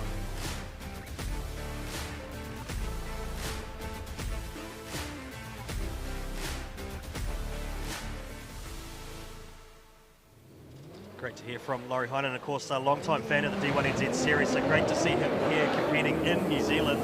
As we take a look at Ben Odgers, Johnny Latham now. Oh, well, did they just about push each other off the track then? What now? Something sounds off. More bumper car stuff through the first half of the section. Johnny Latham's trying to get things sounds off. It sounds settled. off song. It doesn't sound like it's No, firing. it's not barking like it was before. On all cylinders. Perhaps just a little bit down on power. Have they changed the gearing or something in it? And he's having to just stroke the pedal. He's in a different gear. I wonder if that's why Ben... Johnny! Massive hit there for the NASCAR TRD V8 powered BMW of Johnny Latham, and there will be some gasps in the South Island. Now, that was weird. It was a weird entry from both. Odgers is not on angle there. It's wavering around, and then yeah, I didn't think the car sounded for Johnny Latham like it did earlier in the day when it was really sounding crisp and it was just making those beautiful TRD sounds that we've become accustomed to. And then he's actually managed to belt the wall, I think, after the finish line. So he goes around the Repco wall right here. Odgers comes firing up the inside here. And then Johnny's tagged the wall in the section and then jumped the car. What do you call that, an ollie to nose grind? Is that? We'll see that at X-Air, right, at Bay Park. So if you're into... look at that. That is not good. So what's going to happen here is just how far across the finish line was he? And where does this put the position for these guys? Are they even eligible to take a 5 here? Well, you have to maintain control of your car through the exit of the section, right? That is how the rules read. So I don't believe he would be adjudged to be in control of the car. We saw some of these decisions at Taupo Motorsport Park as well, with the likes of Fanga Dan and Rody Knowles in that battle when he was spinning across the line. All right, so I think we're going to have a look at what's going on down there to try and get Matty J back on track. We think he's at a disadvantage, but the judges may see it otherwise. So that is big update from custom shot pit lane and race control to see what the go is there for Johnny Latham, Ben Odgers. Well, I think that's hit really hard, right? Like that is going to be, I mean, at a minimum, the scrutineers are going to have a real good look at that car. You've got to wind back to the entry too, though, when Ben Odgers fired in there. Had he bent something? Yeah, possibly. It was strange. So yeah, let's wait and see what happens. We're still only in the top 16, I think. Yeah, we're still only in the top 16. So trying to cool Matty J's car down there. You can see the high-tech sprayer. Matty's still in the car. Still looks like he's smiling. Pit crew's talking to him. The question, if we can get out a little bit, I'd love to. Is there anything that they're mechanically doing to the car? Are they coming? Are they? What are they doing? What are they working on? What is the? I don't see anyone touching anything in the engine base. So the question is, what are they working on or looking at? Are they might just be cooling it down? Yeah. That's Troy Jenkins there and Craig Marshall. Wonder if Troy's considering a career in the UFC now. Luke Fink and Ben Jenkins. Luke Fink, Ben Jenkins. This has the potential to get, what would you call it, Kenny? Your favourite word at the moment, spicy. Could be an interesting battle here. All right, just hearing over race radio, 2 5-minute competition timeouts potentially there. We'll try and update you as we get into this battle here for Luke Fink Well, Ben isn't going to give him any space, is he? Because he knows how good Luke Fink is. He won't want to let Luke run away from it. Luke Fink getting out to that nice wide line, but Ben Jenkins going with him in the TM Electrical sponsored GT86 with the 2JZ underneath the bonnet. Ben Jenkins doing a good job here. You heard him talk about earlier how much of a show he wants to put on here this weekend for the fans at Mount Smart Stadium. And here comes Benny J. Got a little, now Luke's kind of wavered back out of angle there. He had to make an adjustment because if he carried the angle he was actually on, he was going to belt the wall then. So that's interesting from Luke in the lead position. Just found himself slightly offline. Ben sort of stacked on fair bit too much angle and had to recover out of it towards the end of the section there. Great job by Luke Fink, filling those outer zones. Really good drive here. Clean transitions, nice and smooth. Powering on the throttle. Maybe a little bit lacking in angle from Ben. Lots of aggression from Ben trying to get hang there. And there's that moment. Yeah, so that transition through there, stacking on way too much angle, and then he had to fight the car to get back to where it needed to be. Managed to close the door right at the end. So I was actually looking at Ben. So we were sort of focused on what Luke was doing out front, but Ben actually just sort of flattened out and lost angle in the chase position as well. So that may have frustrated him, but then he probably didn't expect to be able to catch up to Luke, because Luke then had to make that adjustment as he was heading towards the wall. So that brought the battle closer as they go across the line. And Luke Fink. You're a menace, Luke Fink. You're on a very inside line and you're making an absolute nuisance of yourself, but Ben Jenkins definitely knows you're there. Welcome back to competition, Ben Jenkins. Luke Fink sending you a postcard from Tropical. Oh no! More drama down the back end there. Is that I don't know. Luke got out of that, but was it a hard hit or not? How hard did he hit? I heard something on the mics, but we'll take a look at it again. I want to look at that replay again, because I don't know how hard he hit him. He might have saved it. To Ben right there on the entry, powering on to outside zone. I don't think he's touched and Luke Fink just trying to give him the hurry along, but he's right up hungry, up on the front guard. So has he just gotten too hungry in the chase there? But he's settling the car down here through this outside line. Watch this. I don't reckon he's definitely slowing. And he's slowed it up. No, yeah, but it's not a. But it's not a. No, that's not a solid hit. The one stop he did to the wall was a solid hit. Well, that was a love tap. Solid enough hit. He got out of it. It was enough of a disruption to get him out of the drift, as all that matters, right? All right. Hi, Stephen. Hello, Stephen. Ben's out of the car.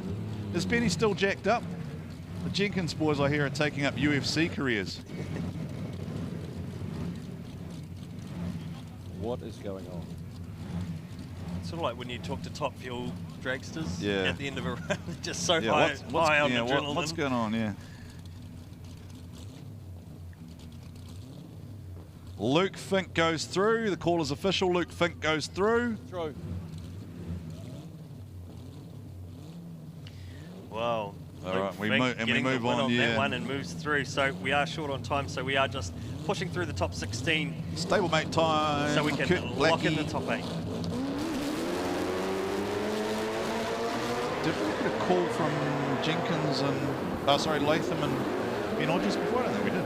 Anyway, we're back on to track with the two RHP teammates, and somewhere there are a whole lot of friends, family, crew members with fingers crossed here, because this has the potential to get very wild here with Kurt Blackie, who we know has been on this weekend, but he just hasn't quite stuck it all together yet. He was potentially on for a 100-point run in qualifying, but here comes Clayton Daly putting the pressure on Kurt Blackie, the two stablemates out of the Tauranga region. Put your hands together, RHP Drift fans. The amount of smoke coming out of that Supra as he's going back around.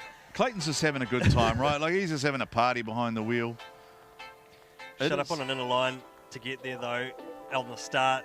Really hanging with Kurt Blackie, just setting a great clean lead run out in front, the RHP V8 GT86.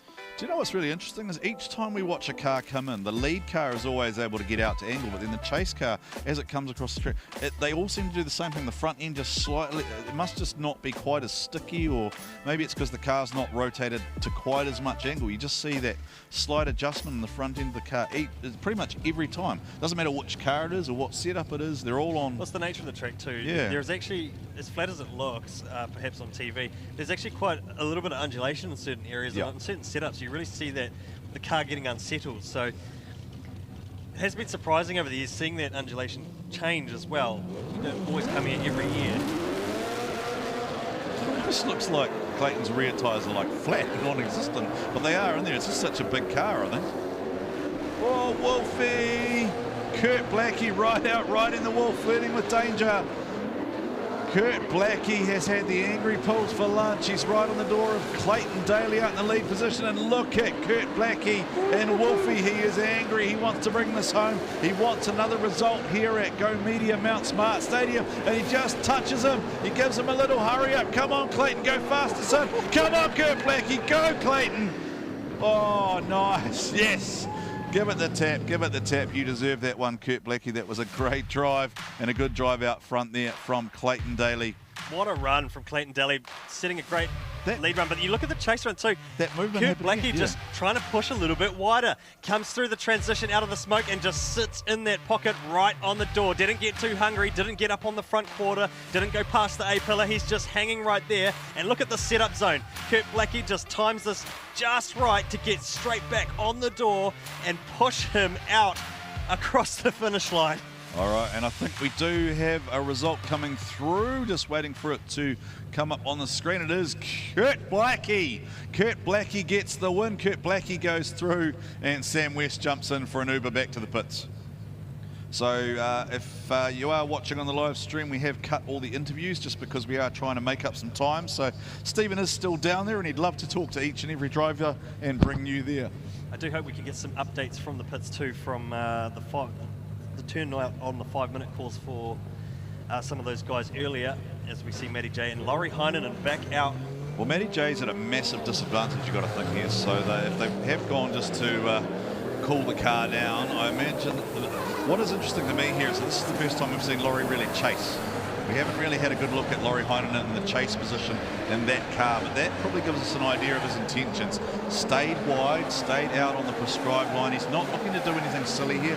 This is what I'd call safe. This is smart driving. This is why he's a champion, right? He knows that the guy in front is most likely at a disadvantage. He's not trying to put himself in a silly position. He's got reasonable proximity without being over at the top, and he just does it.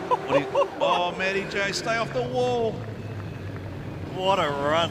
Matty J laying down a lead run for the Drift Masters champion Lauri Heinonen in the twin-turbo V8 powered 180 SX for JDM Racing. And as Warren alluded to, just showing a masterclass in his skill level and experience behind the wheel, just putting on a conservative sort of chase run and then dialing it in gradually as the run unfolds, and then right at the end getting right up on the door of Matty J's S13. Right. And we'll just wait for the replay to play out as Matty J gives the wall a final love tap. And let's go over and Stephen conducting the concert without any music down there, waving the hands. He looks like an air traffic controller from here, doesn't he? There he is, landing, and going through is Lauri Heinonen. Lauri Heinonen to the top 8. So Stephen's going to grab a word with Lauri. I know you probably thought you were at a landing strip there for the moment, but you're happy the way you're rolling? Yeah, I had a bit of a moment on the entry there, chasing, but yeah, cleared it out. All right, there's plenty more to go. Go get it. Yeah, thank you. And Nick, what's going on in the Latham situation? Oh, well, what I can tell you is things are getting hot down here in the pits. It's super, super busy. Unfortunately for Johnny, they weren't able to fix the car. But Johnny, talk us through what happened on your run. Basically, just got a wee bit too hungry, just stayed in it and hit the wall, pretty much. And the boys have really tried to get it sorted there. Yeah, I think it's a wee bit too much for 5 minutes. So, yeah, but we had a good go. It's been a good weekend. Yeah, we blew the diff this morning in the first practice, so didn't get any runs in today, so I feel like we've had a good go at it, and yeah, on to the next one. Spent more time on the tools than he has behind the wheel, unfortunately, this weekend. Exactly, yeah, everyone's driving so hard, so I could hear him on my door. I think I got a hit on the way around the first corner, I think, and yeah, I could feel him there, so I should have come off a bit early, and but anyway. Send it, eh? What I can tell you is I was up in the stands before, and a lot of fans just rave about the sound of your car, bro. It's on. Yeah, it's cool. We're getting a lot of good feedback about it, and yeah, it goes good, sounds good. Real happy. Awesome, mate. All right, well, we are going to jump off to an ad break, and when we come back, we will be getting out onto track again for some seriously fast drifting.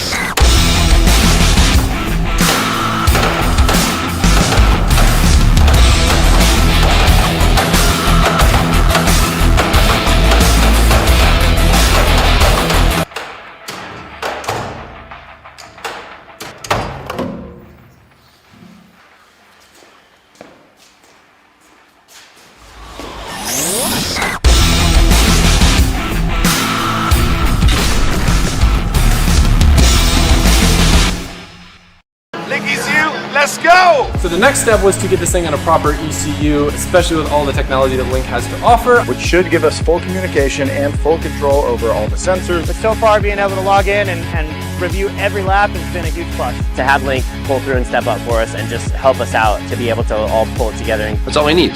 Simple, cheap, easy, works, good ECU, weatherproof. It's got enough IOs too, like we're doing tons of stuff. Oil, fuel pressure, boost control. All those features I have thanks to the Link ECU.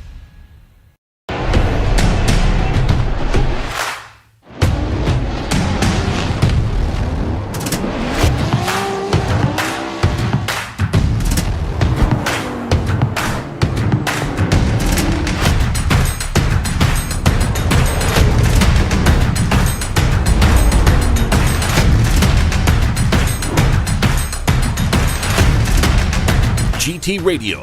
Experience ultra high performance. At Repco, we get what gets you going. Because while you told her it would be loud, you forgot to mention how it feels. Repco gets you going.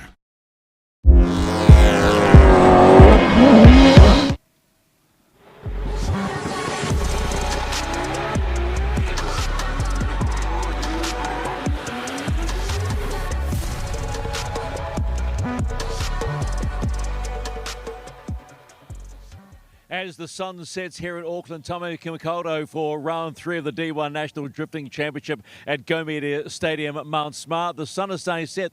Not a bad little sunset here as we head towards the top 8. And we're not too far away from the #1 qualifier, Jeremy Slammett up against Adam Whitehead. You know the one I'm looking forward to on this side, though? It'll be the one following, because it'll be Connor Halligan, who went out like a demon in his top 16 round up against Dave Steedman. So there's so much to look forward to as we move into the top 8 in round 3 of D1NZ, lads. Beautiful Auckland sky here tonight over Go Media Stadium, Kenny. The action's certainly heating up. We're into the top 8. We have Jeremy Slammett locked in against Adam Whitehead. We've got Connor Halligan, Dave Steedman, Lauri Heinonen and Ben Odgers, and then Luke Fink and Kurt Blackie. Hello up there in the grandstands. There we are. We're still having a good. Oh, there we go. We're throwing them. I love the fact you guys get this. Should we try this again? Do you want to try this time, Kenny? Do you want to play conductor for me? No. Kenny wants to know if you guys want to change this up. Are you happy with the mana wave, or do you want to go Mexican waving? We can try Mexican waving. The mana wave is pretty good. The mana wave is fun. It's very, very Kiwi, right? Is there anything else we could try? Do you know any dance moves or anything? The young folk will know some of the... We could play Stephen Says and get Stephen McIver to do a dance move and then have the crowd copy it. What do you reckon? Stephen Says could be a new thing. Didn't we have a crump battle once? We did. At Bay Park? We've done many things over the years. I think we had arm wrestling comps as well.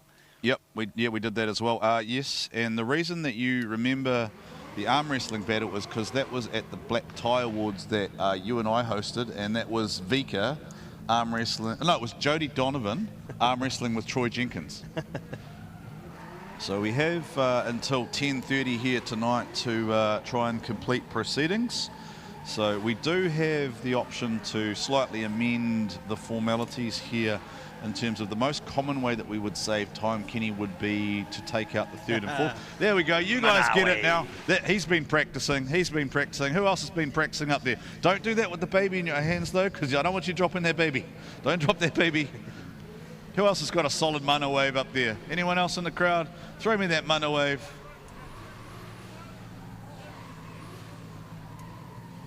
How about you? All the people loitering in the bushes. You guys don't look suspicious at all. You guys are right up there. I don't even know if you can hear us. We're not sure which way they're here. Oh, there we go. Hey. Throw us a mana wave, boys. That's a very deep and meaningful conversation happening behind you, by the way. Jeremy Slammett next to go, and he is taking on Adam Whitehead. If either of these two makes the top 4, Kenny, I believe that will be the best result for them in D1NZ Pro. As the lights go down, the lights come up, so to speak. Ooh, hearing some chatter through the race channel as well that we'll talk about after this battle as we look at our number 1 qualifier, Jeremy Slammett, accelerating off the line in the 86 fronted Supra. Adam Whitehead right. Oh, Whitehead! No, Adam Whitehead!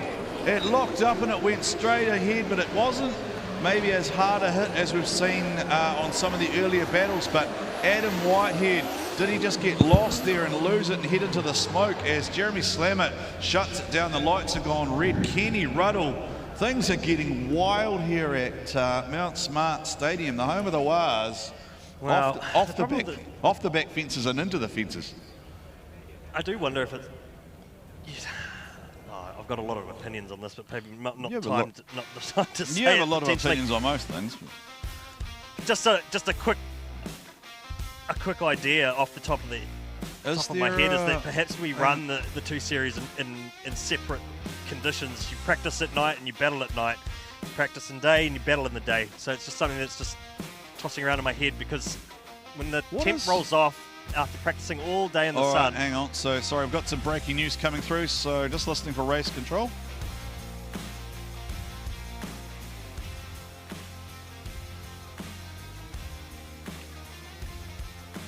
Okay, so breaking news from the pit area, from race control.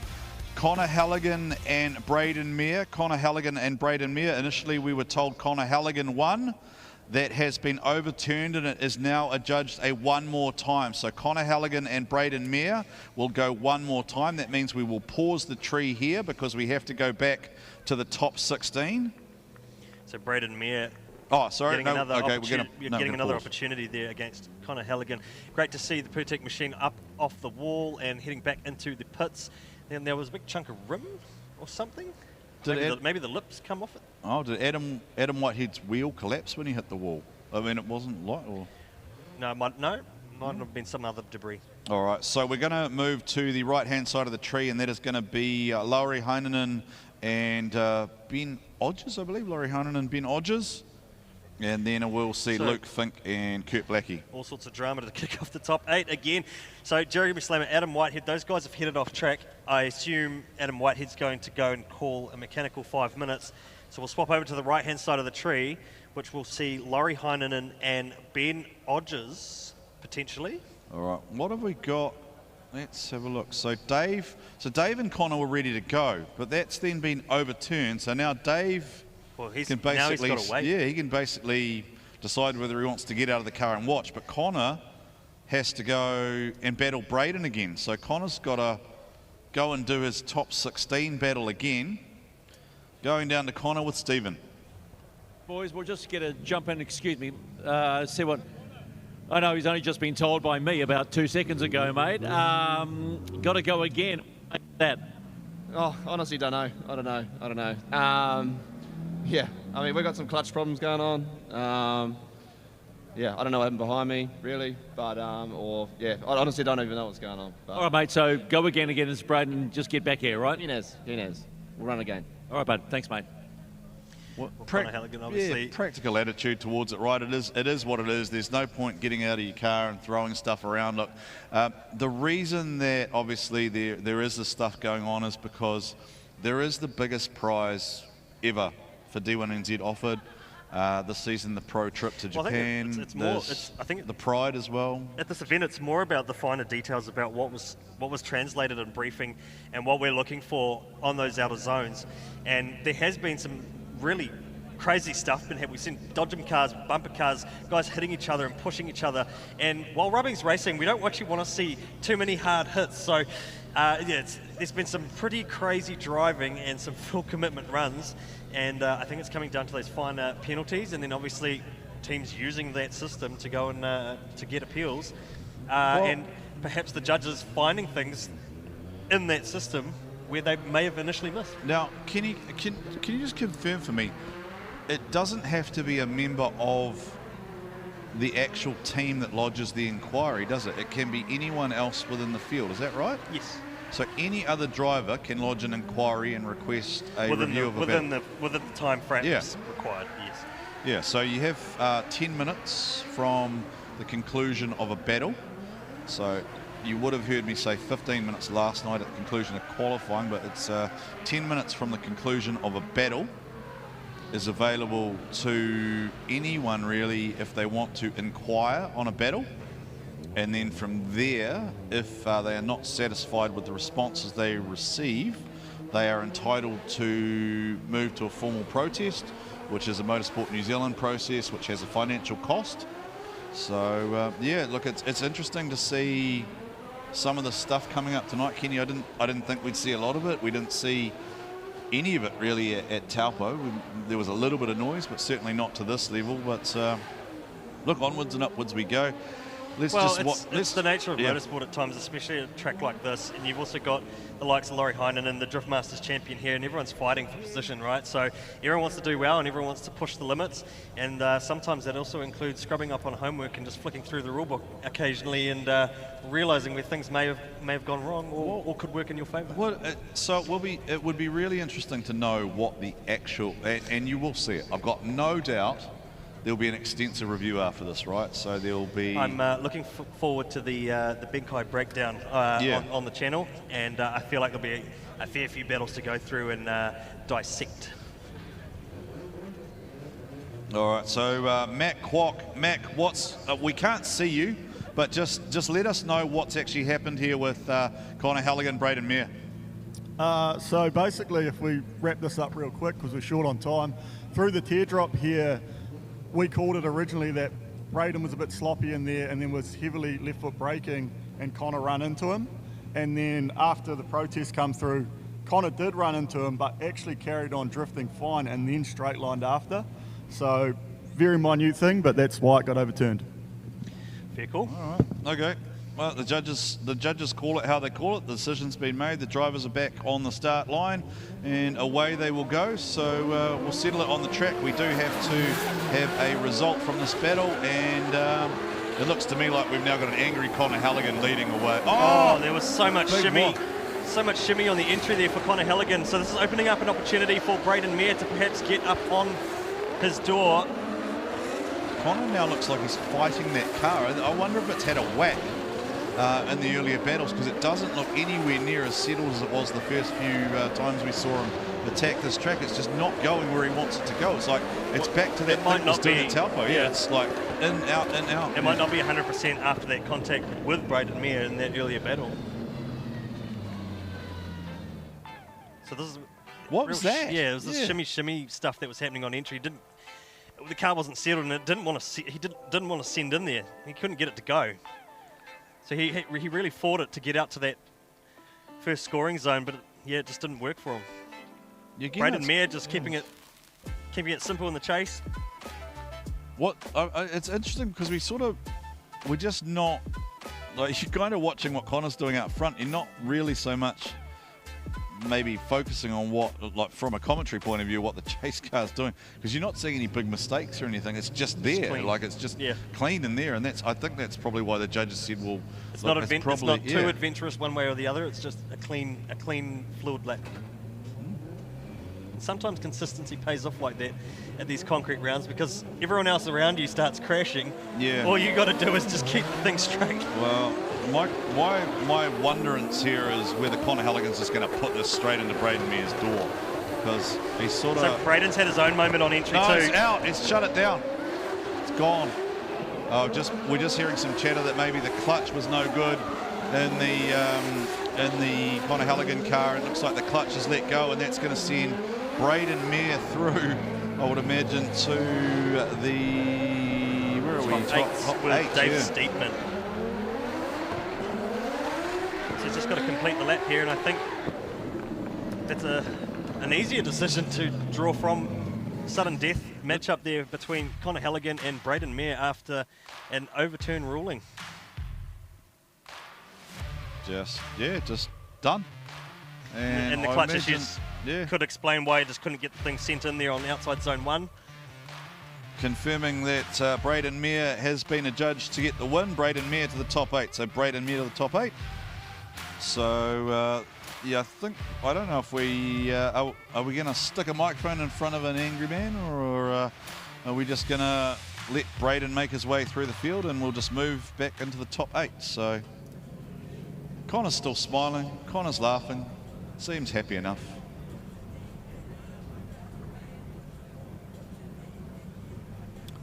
And there it is. Perhaps something of an upset. Braden Mere gets the win. It is a 2-1. So that means Matt Kwok scored the judge. Sorry, boys. I apologise for jumping in. My bad. That's a crazy one. Yeah, I lucked out once again. You lucked in, mate. You just won that battle. Nah, he deserved it. He's been driving killer all weekend, you know. But yeah, the worst driver goes through this time. No, mate. Stop banging yourself up. You're through the top 8. It happens in all sorts of sport. Well done. Yeah, thank you. All right, let's get across to Connor Halligan. The judges again having to basically admit they got it wrong last time out. The judges said they got it wrong. It should have been a one-man time. What are your thoughts?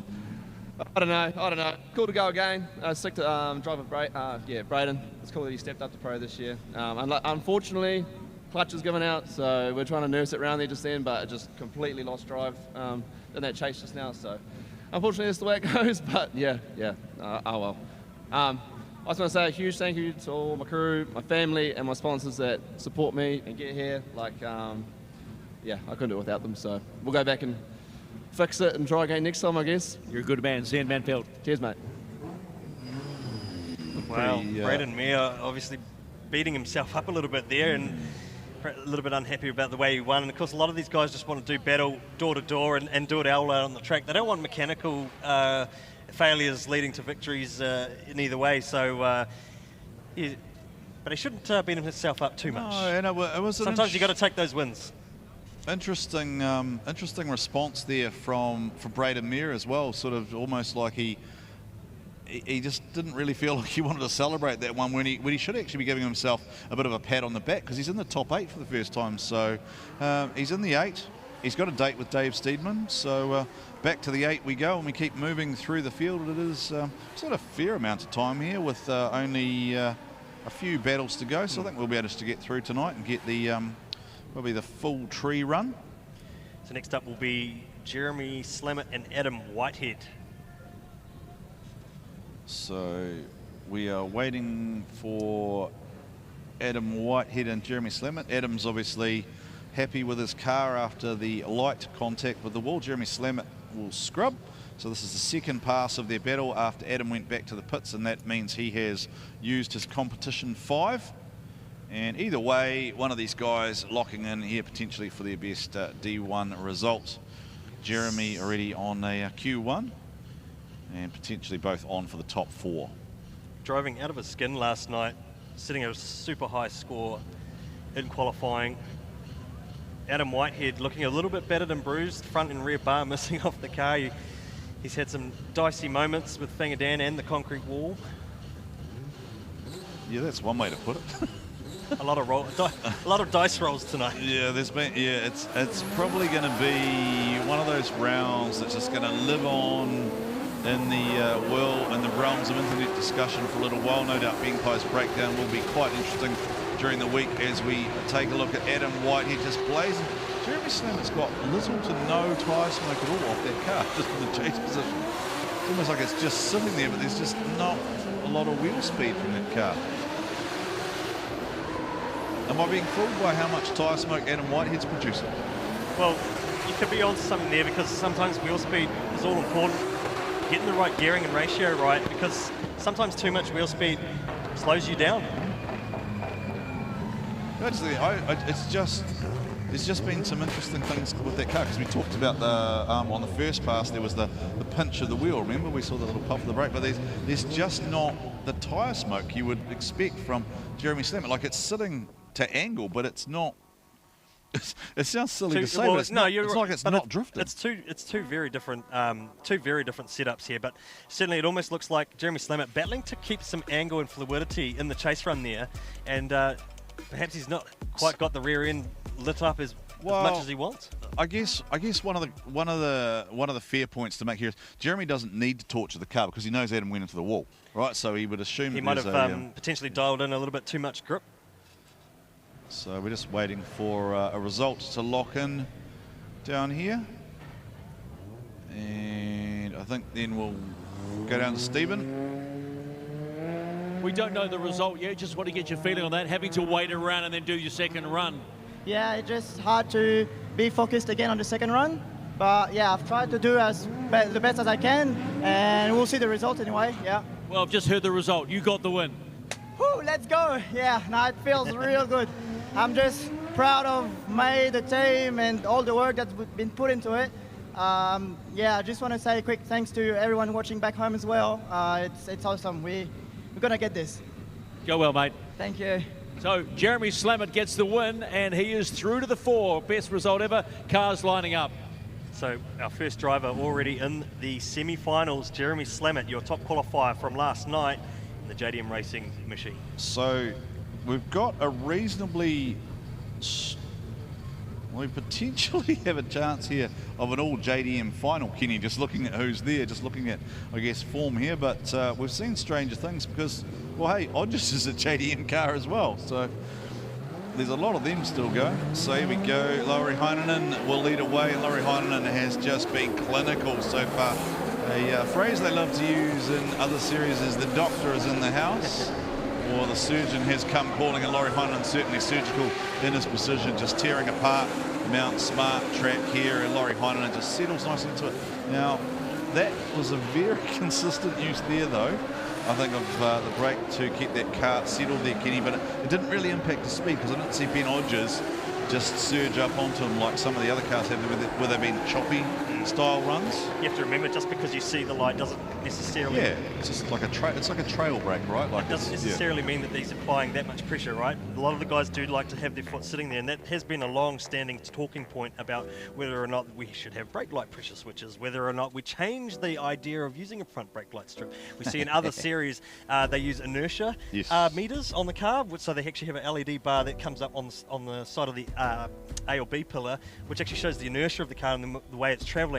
So there's so many different ways that you can use tools to judge drifting, and certainly technology has started to take over with the new simulator style judging systems, which can see through smoke. Basically, they can take the car speed, they can take the angle, they can take all the characteristics of where they are on the track, and whenever the judges are blocked by smoke, they can actually see an animated run of where the car is actually pointing and where he is in the smoke. It's crazy stuff. All right, so I imagine the chat box right now is blowing up with Finnish flags as the Finnish fans are well and truly awake now as their man Lauri Heinonen, the Finnish phenom, is on the track, and he is battling with the Queenslander Benny Odgers, and Odgers skirts with the wall, just about makes contact and just about rotates around. Lauri Heinonen stays with him, and it didn't really impact him too much at all. He's been there, he's done that, he's seen this type of run before. Lauri Heinonen chasing down Ben Odgers in the Drift Japan Tours machine for JDM Racing, the 900 horsepower power of the 180SX getting the job done so far. Odgers comes back and runs the wall, but here comes the Finnish phenom, Lauri Heinonen. What a run.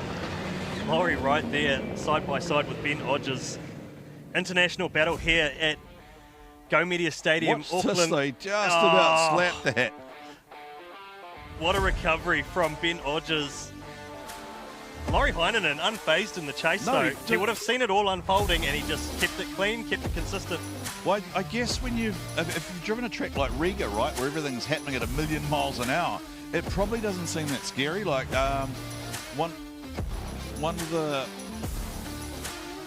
of the things we talked about earlier was when Dan Hooker was in the car, right, and just how fast his reflexes would be.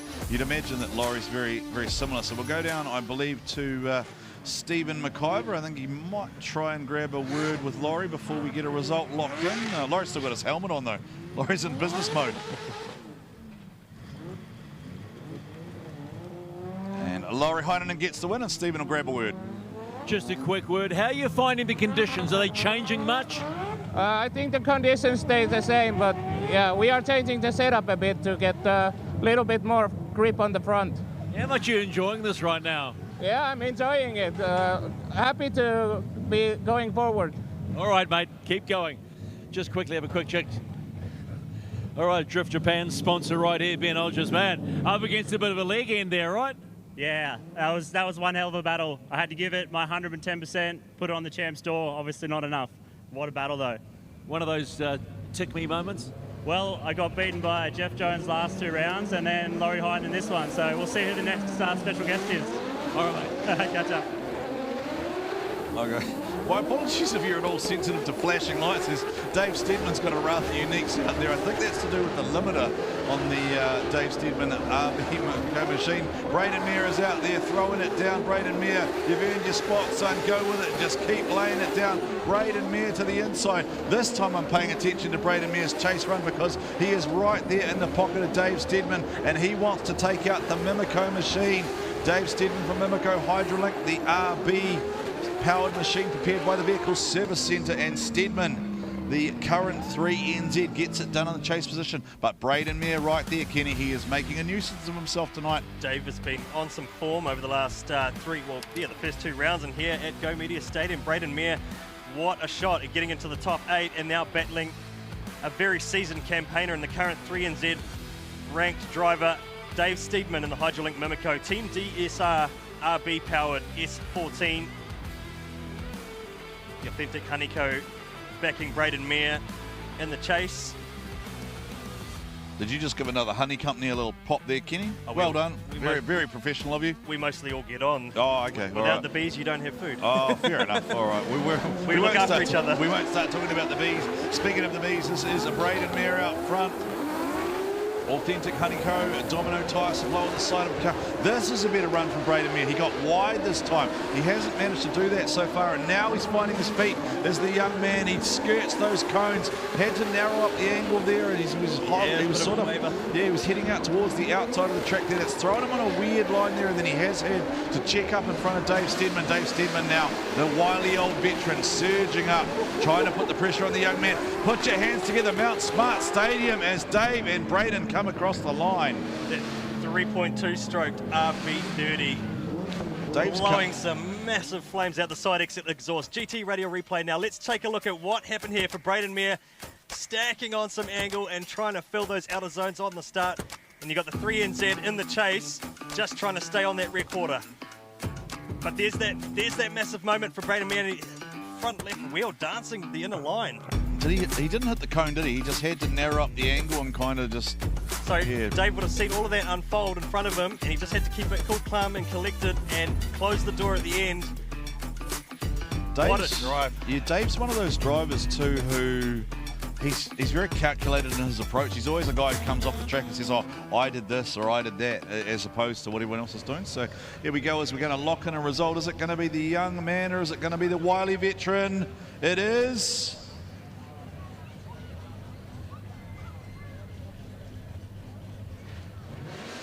Stephen could have a dance party down there with Dave Steedman's lights, the way that car's glowing down there. Need some glow sticks.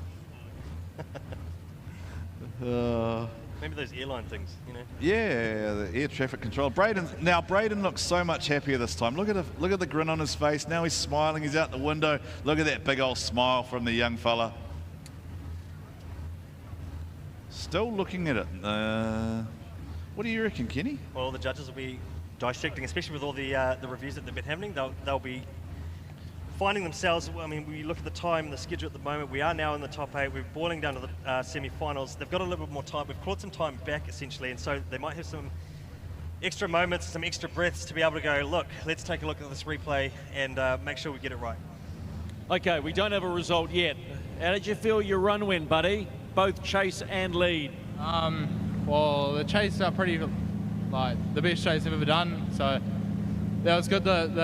My lead, I pushed it really hard that time, and felt a bit sloppy, but I'm happy with the chase. That was awesome. Mate, I love your positivity. That's what we're improving with you. All right, let's just have a quick chat to Dave Steedman, and then we'll hopefully get that result. How'd you feel about both runs? Oh, that was sick. It was pretty scrappy. Braden's a bloody good driver, and that was awesome. I gave him a bit of a nudge there. We're fighting the car. It's on about 5.5 cylinders, so we're not all there. And yeah, that was pretty scrappy. So I don't know what the result's going to be. We'll see. We're just lucky you're all there. Is that right? Okay, we might have to just hold on that result and get this next battle on. But don't go anywhere. Don't go anywhere. All right, let's keep going. Thanks, Stephen. Keeping us entertained and informed as always, getting the driver's thoughts. And here is Luke Fink up against Kurt Blackie. Can Kurt Blackie get one back for New Zealand? Can he stay in competition? Or are we going to see another international final? We know that Lauri Heinonen has gone through. We know Jeremy Slamet has gone through. We're waiting the result of Braden Meyer and Dave Steedman. So let's see how Luke Fink, the current series leader, goes against Kurt Blackie. So we'll give you the result of the previous battle. So, all right, we have just had confirmation come in that Braden Meyer goes through. Braden Meyer goes through as Luke Fink and Kurt Blackie accelerate off the line. So, Luke, where is Kurt Blackie? He's just been why was he sitting so far back? Oh, Blackie! No!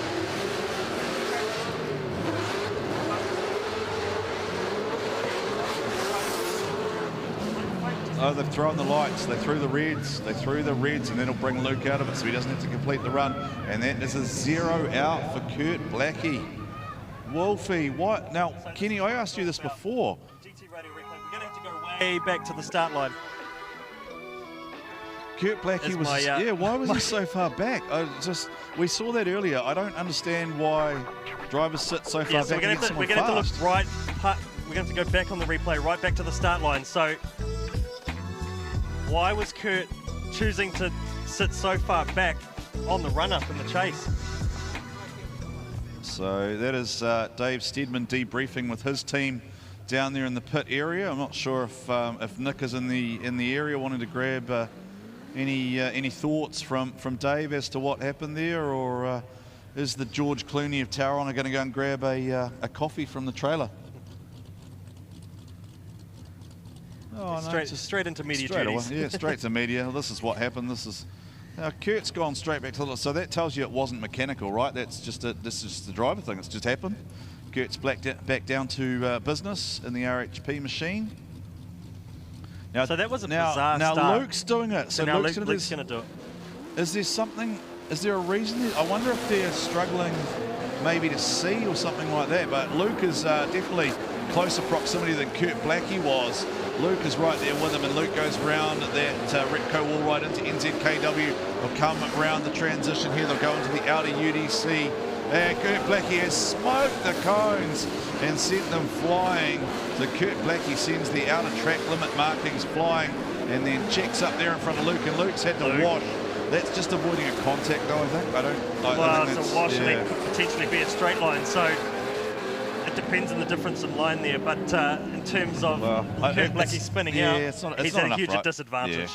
it's not going to overturn what we saw before. So so that stuff at the start there, it could actually be a preference in line, right? Because if you actually sit right next to the lead line where the lead car takes off, it could be that preference of trying to get that power down where you actually want to position the car. So sitting a little bit further back off the start might just give you a little bit more breathing room to follow the lead car in off the rear bumper.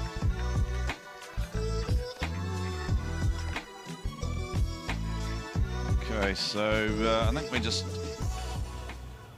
just waiting for this to lock in officially. You see Luke Fink's out of his car already. Stephen will talk to both of these gentlemen down here. Get their thoughts. There it is, Mr. Fink. Let's have a talk to Luke Fink, shall we? Come on, just come to the front of the... get your porter to take the car for you. Mate, congratulations, you go up against your mate you brought out from Finland in the top 4. How good's that? No, it's going to be good fun. I guess the 180 is actually probably a little bit better car than this, so not ideal for me. But the car's actually working, which I'm obviously stoked the car's working. So the boys at JDM behind the scenes have been working their asses off the whole weekend. So yeah, big props to them. Mate, I got to say, when I watch you scrubbing up, I saw you coming. There's a man who's got his attitude in gears, and he really wants this. I'm just trying to drive smart, you know what I mean? Like, I did get a little bit excited with Ben, like getting in there, because like we were having a bit of a rouse up beforehand. We had a bit of fun in Australia recently, so it was good to have a little razz up with him and stuff. But yeah, that one there, just tried. I did see, obviously, he had to spin out, so I knew just be smart in the chase, take it easy, don't make mistakes. 3 JDM cars in the top 4, not bad, huh? Crazy. Not crazy, it's good to watch, man. Earn the right to be there. I think it's, you know, we're really supportive of each other by putting each other down as much as possible, so we always do better. All right, buddy, take care. Get out of here. Just quickly talk to Kurt Blackie. Oh, man, Wolfie was close. What happened in that first run? Yeah, we just had a big clutch slip just before I spun, so I'm not happy with myself. I'm happy with my driving, happy with the team. Shout out to RHP. Massive crew here, couldn't do it without them. Shout out to Pops watching at home. Yeah, it just wasn't my night. I'm pretty upset with myself. Been driving pretty good all weekend and kicking myself for that. But hey, we've got Manfield coming up soon, so yeah, back to the RHP stables and we'll get this car ready to go. Still love you here in the D1, mate. Keep it good. All right, there we go. Got our top 4 sorted. All 3 JDM cars. Well, 3 JDM cars are in there with Brady Mayer just breaking things up. All right, this is round 3 of D1NZ, the National Drifting Championship. The top 4 is not too far away. Live right here.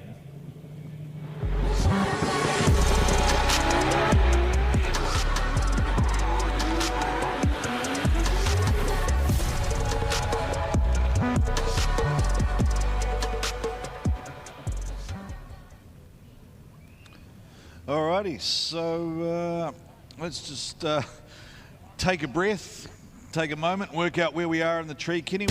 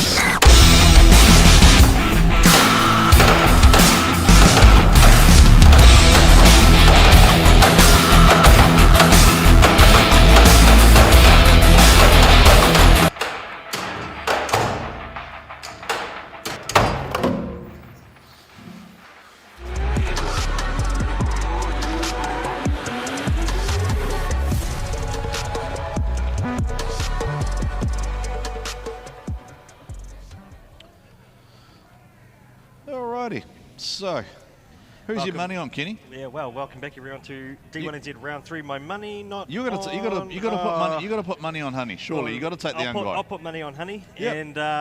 and if it wasn't Honey, it would be Lauri Heinonen. Well, I don't think, I've got to be honest, right? If I look at the form guide and I think about what people would have expected to happen, with due respect to Lauri's skills, he is probably a guy that we expected to see in the top 4. The same with Luke Fink.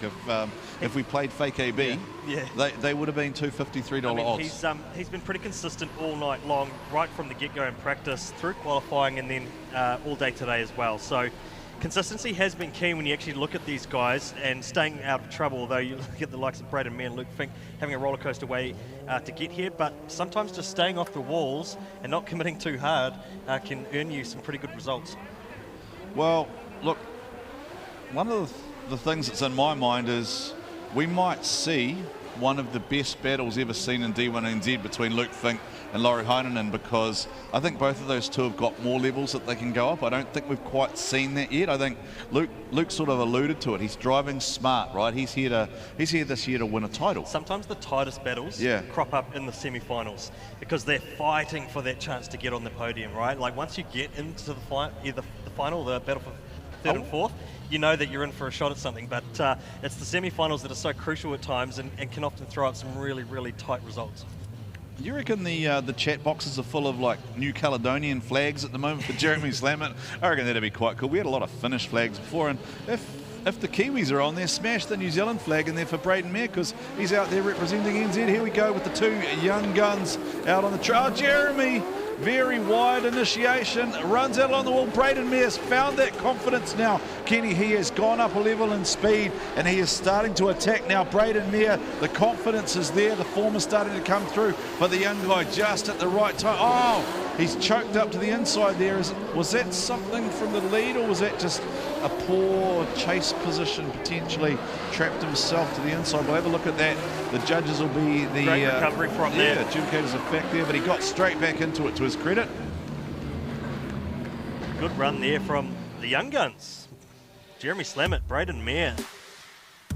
New Caledonia out in front. Of course, he does live here. He does, and yes. Team Kiwi in behind, the authentic Honeyco. Great little transition there, and you'll see the little wave trying to keep the car settled as it surged forward, and just it's fighting the car to keep it in the pocket. It was very close, dancing with a straight line deduction there for Braden Mayer in the chase, but he managed to recover out of it. And on these last few scoring zones, get somewhere nearabouts where he needed to be. Yeah, great job by Jeremy out in front. So it's really all in that UDC outer zone, isn't it? That's where they need to understand what's actually happened there between the two cars, because the rest of it, I suppose, reasonably even as we switch over now. And Braden Mayer, what does he throw down as a lead run for Jeremy Slammett to chase? What happened to Jeremy? Jeremy had a moment there. He just missed that, I think, but the lead car doing a solid job so far now. But he shortcutted completely across the inside of the corner. Jeremy's out of it. Jeremy Slammett, a huge straighten up as Braden Mayer going to the final in his third ever event, D1NZ Pro. Braden Mayer pretty much just has to bring this home now. He's just got to keep it off the wall and drive smart. Jeremy Slammett's had another huge... Jeremy shut it down and gone to the inside. Braden Mayer's going to go to the final. Braden Mayer. You have to say, that is a fantastic underdog story for Braden Mayer, taking on the top qualifier, and something has just gone completely wrong for Jeremy Slammett. And you're right, Warren, I think he definitely washed it up on the first scoring zone, and then it was just a second and a third mistake for Jeremy Slammett. The car just didn't get lit up. Well, it's 3 strikes and you're done, right? So the first one's on the entry, the second one's there, and then as he went around the last corner, he had another moment again. So unfortunately for Jeremy, who we all love having here, it's just not going to be his night. But for Braden Mayer, well, look, we are getting ahead of ourselves, but that's how I'm expecting it to fall. I can't really see any other way that it would go unless... But stranger things have happened this evening, Kenny. We sometimes exist in a bit of a drift twilight zone. Well, lead for lead, chase for chase. Remember the lead run there too, and how much of a straight line did Braden Mayer do in the chase? Do you remember the show The X-Files? There's some strong X-Files vibes being channeled here. Stephen's just waiting to make one of these young guys' nights, pretty much. This is going to absolutely blow one of these young guys' minds because it will be their first ever D1NZ Pro Final. Lauri Heinonen put a pretty cool downhill 90 slide just in the scrub box there in the background. Then we're going to find out which is the then I reckon we're going to see probably one of the battles for the ages. Are we going to go to that before we get a result potentially, or? Well, we await the judge's decision. So it is Lauri leading and Luke in the chase. Lauri leads and Luke is in the chase, and again we see Luke just choosing to sit back there. Kenny, mind games? Do you play? Do you play in? Oh, here we go. Jeremy Slammer gets the win. So Jeremy Slammer takes the victory, and we're going to have to dissect that one with the judges. Hopefully we can have a chat with them.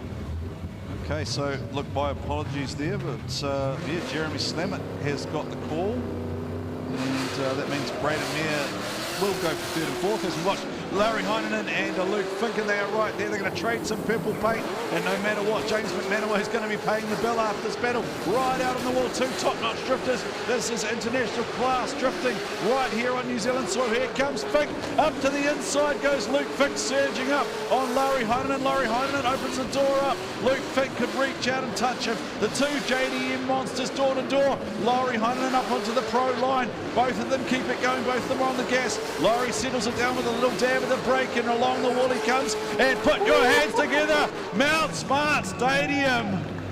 What a run. What a run from two very seasoned campaigners internationally. Lauri Heinonen, your Drift Masters champion, with Luke Fink, multi-time Australian champion. He's done quite a lot around the world. He's a BMX champion too, with X-Air coming up at Bay Park. What? I just blew myself apart. That is probably one of the best battles. That is hands down one of the best battles I've ever had the privilege of calling, Kenny. And I mean that with sincerity. I struggle to think when I've seen that sort of control and proximity from two pros at that speed. Lauri hasn't really made any major mistake since practice. Like, he has just done the same thing over and over and over. He's just on rails. We've got till 10:30, so we can just keep running. I could watch these guys all night. Like I would watch a one more time happily of these guys, and if the judges can't separate them, I would not blame them at all. That was just mental. This is not the final, by the way. This is the semi-final. And Kenny said it best before, that sometimes you see the best battles in the semi-finals as they go head-to-head. Now, what has Lauri Heinonen got as far as chase game? We haven't really... Oh, here comes Heinonen. Lauri Heinonen, a little wash at the front end there. Luke Fink looks to crank out the angle there. There is a bit of a distance difference here in terms of where Lauri is versus where Luke was on his chase run. But now they look to close up here. Lauri Heinenen's further along, Kenny closer to the A pillar, whereas Luke Fink was probably closer and then closer proximity-wise. But here they go out to the wall. Lauri Heinonen slides up, lets the car accelerate ahead, and then falls back into the chase position. What a battle! What a run from Lauri Heinonen and Luke Fink. Wow. Let's try and unpack it in the GT radio replay. Luke Fink right on that outside zone. How do you top that? That drone shot will live forever. The two purple monsters. I mean, Lauri stacked on a hell of a lot of angle and just sort of laterally slid the car and then picked up the throttle again. He was actually off throttle for a little bit, off on the entry there, so that was real interesting. And then just trying to hang in the pocket here. Very different through the transition out of the setup zone, but then it puts Lauri's car right there on the rear quarter. That could be, look, it's top 5 all time ever seen in D1NZ, right? Of 20 plus years, that is definitely top 5 ever seen.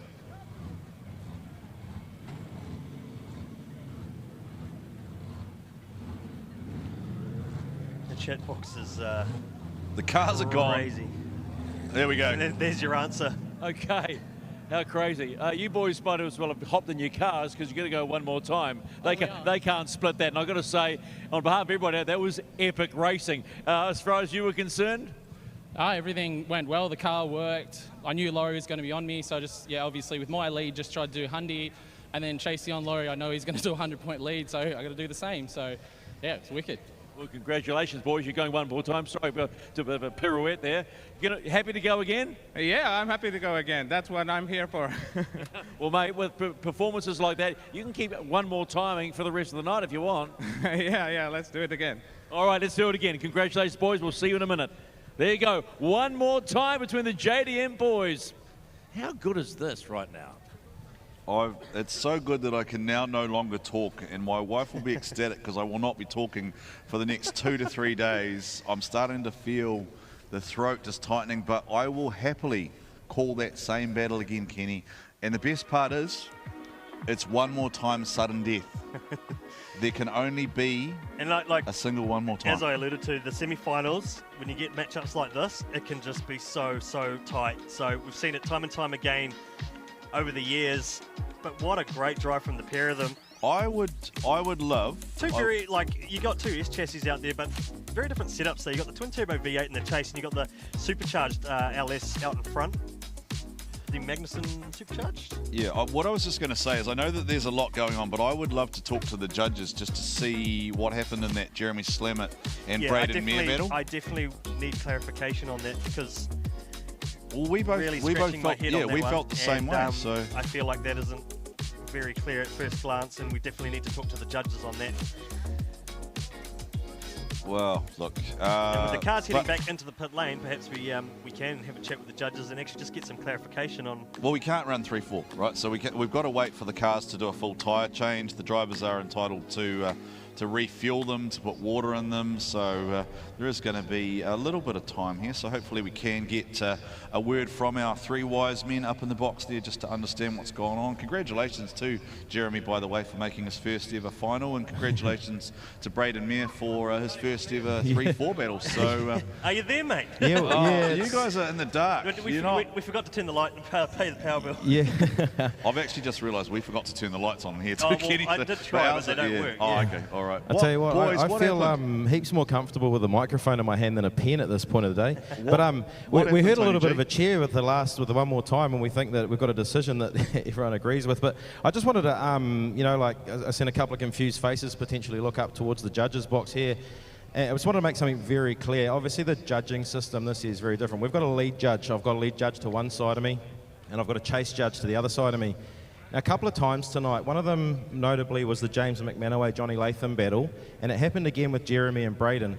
Now, in the past, you'd normally see a 0-0 from the two chase drivers. Now, what we've got, because we've got a lead-only judge, and I'll just say this nice and slowly and clear so everyone that doesn't know actually understands, and that the crew actually now understand, and the drivers remember from the rules and the judging criteria they were given, that Mac then is going to give a lead score based on 2 complete lead runs.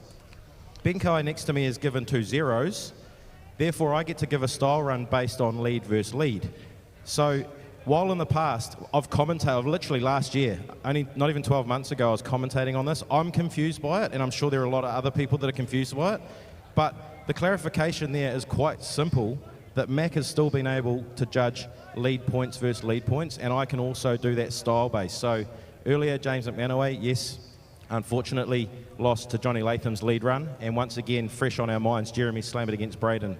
Yeah, well, I did wonder that. Yeah. That's why I was just querying the clarification, because I did wonder if there was that sort of 0-0 sort of setup. But yeah, lead for lead, chase for chase. That's all that was left on the table to be able to pull a score from. That's it, Kenny. Like, it's one of those things, and for me, I was very vocal last year, and Steve Daniels was saying we hate one more times. I just don't want to see them. We're trying to avoid them. Well, what this actually does by having a lead judge and a chase judge, and then myself as a style in the middle, is that we actually have eliminated some of these one more times, and literally of the scrappier ones that. Yeah. And I tell you what, I don't know if I'm allowed to say this, but the Pro Sport boys have they drove a whole lot better, and these Pro boys have actually been quite sloppy. Like maybe almost trying too hard, Tony. Is it maybe a fair assessment? The thing you can't, I do take that back to a point, because you can't take away from the aggression in the chase, but some of these guys need to be patient. It would give themselves a bit more room. They're just going 5% or even 2% too much, and we use that word greedy, and we've seen it a couple of times, and they're locking themselves out in that chase position, and then also, like a couple of drivers, we've seen them initiate so wide, so aggressive, so fast, and tonight they've been shallow on the initiation as well, which Yeah, is... I've noticed that with the pros, a lot of them are quite shallow through there. Yeah, that's it. So, that's probably enough words from you. You know I love talking. Once you give me a mic, I can't stop, and because I do feel more comfortable with this in my hand, it's given me a bit of fresh air dropping the pen and looking down here. Actually, Dave Steadman, he gave me a video earlier on yesterday, and it was a replay of me commentating last year as well, literally saying about how hard it is to be a judge and that I would never do this, and that why would anyone want to be a judge? And I tell you what, without swearing, I just really want to swear. I'm not saying I regret it, but yeah, and also I'm so freaking exhausted. I'm glad you guys can't see me because I look terrible right now. It's so do we. Trust, you can see us and we look terrible in here. So yeah, anyway, I hope that anyone out there that needs that clarification, like it was confusing for me. Like you see a 0-0 in the chase, you're like, well, that's 0-0, and they've got the chance to come back and it's one more time. Well, we don't want to see one more time. So we want to get on with the show. We want to finish this and see a winner. That's probably enough from me. Do you want to go left to Mac or right to BK? Look, I think you guys have given us a really fair and reasonable explanation that makes 100% sense in my mind. If that's how you guys have called it, you've basically gone lead for lead, and then you've made the style decision based on that singular lead for lead run.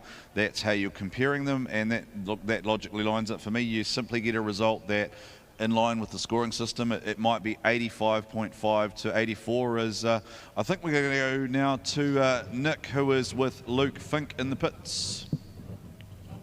Yeah, look, the guys down here are super busy. It's 6 tyres every time these cars go out. So, but I jumped on the stream very quickly there, Luke, and the fans are just going ape. Yeah, it's so cool to see everyone in the crowd jumping up and down. Like, I can see a million eyes on me as I'm coming back through, and yeah, it's super cool. And then in here, the camaraderie, the Mimico guys, we've run out of tyres, they've got tyres, so they're helping us out with tyres, and they're even fitting tyres for us because we got all of these cars here. It is so busy down here. Yeah. Now that battle, talk us through it, because it was just, I mean, I have to agree with the judge, it was too close to call. Well, it's just when you can absolutely trust without a doubt that, he's just going to go 100%. Not the other boys weren't, but he's a European champion. I've been there myself. I know he's going to send it. He has to. So, it's my job now. I invited him out here. It's my invite. I'm going to send him home.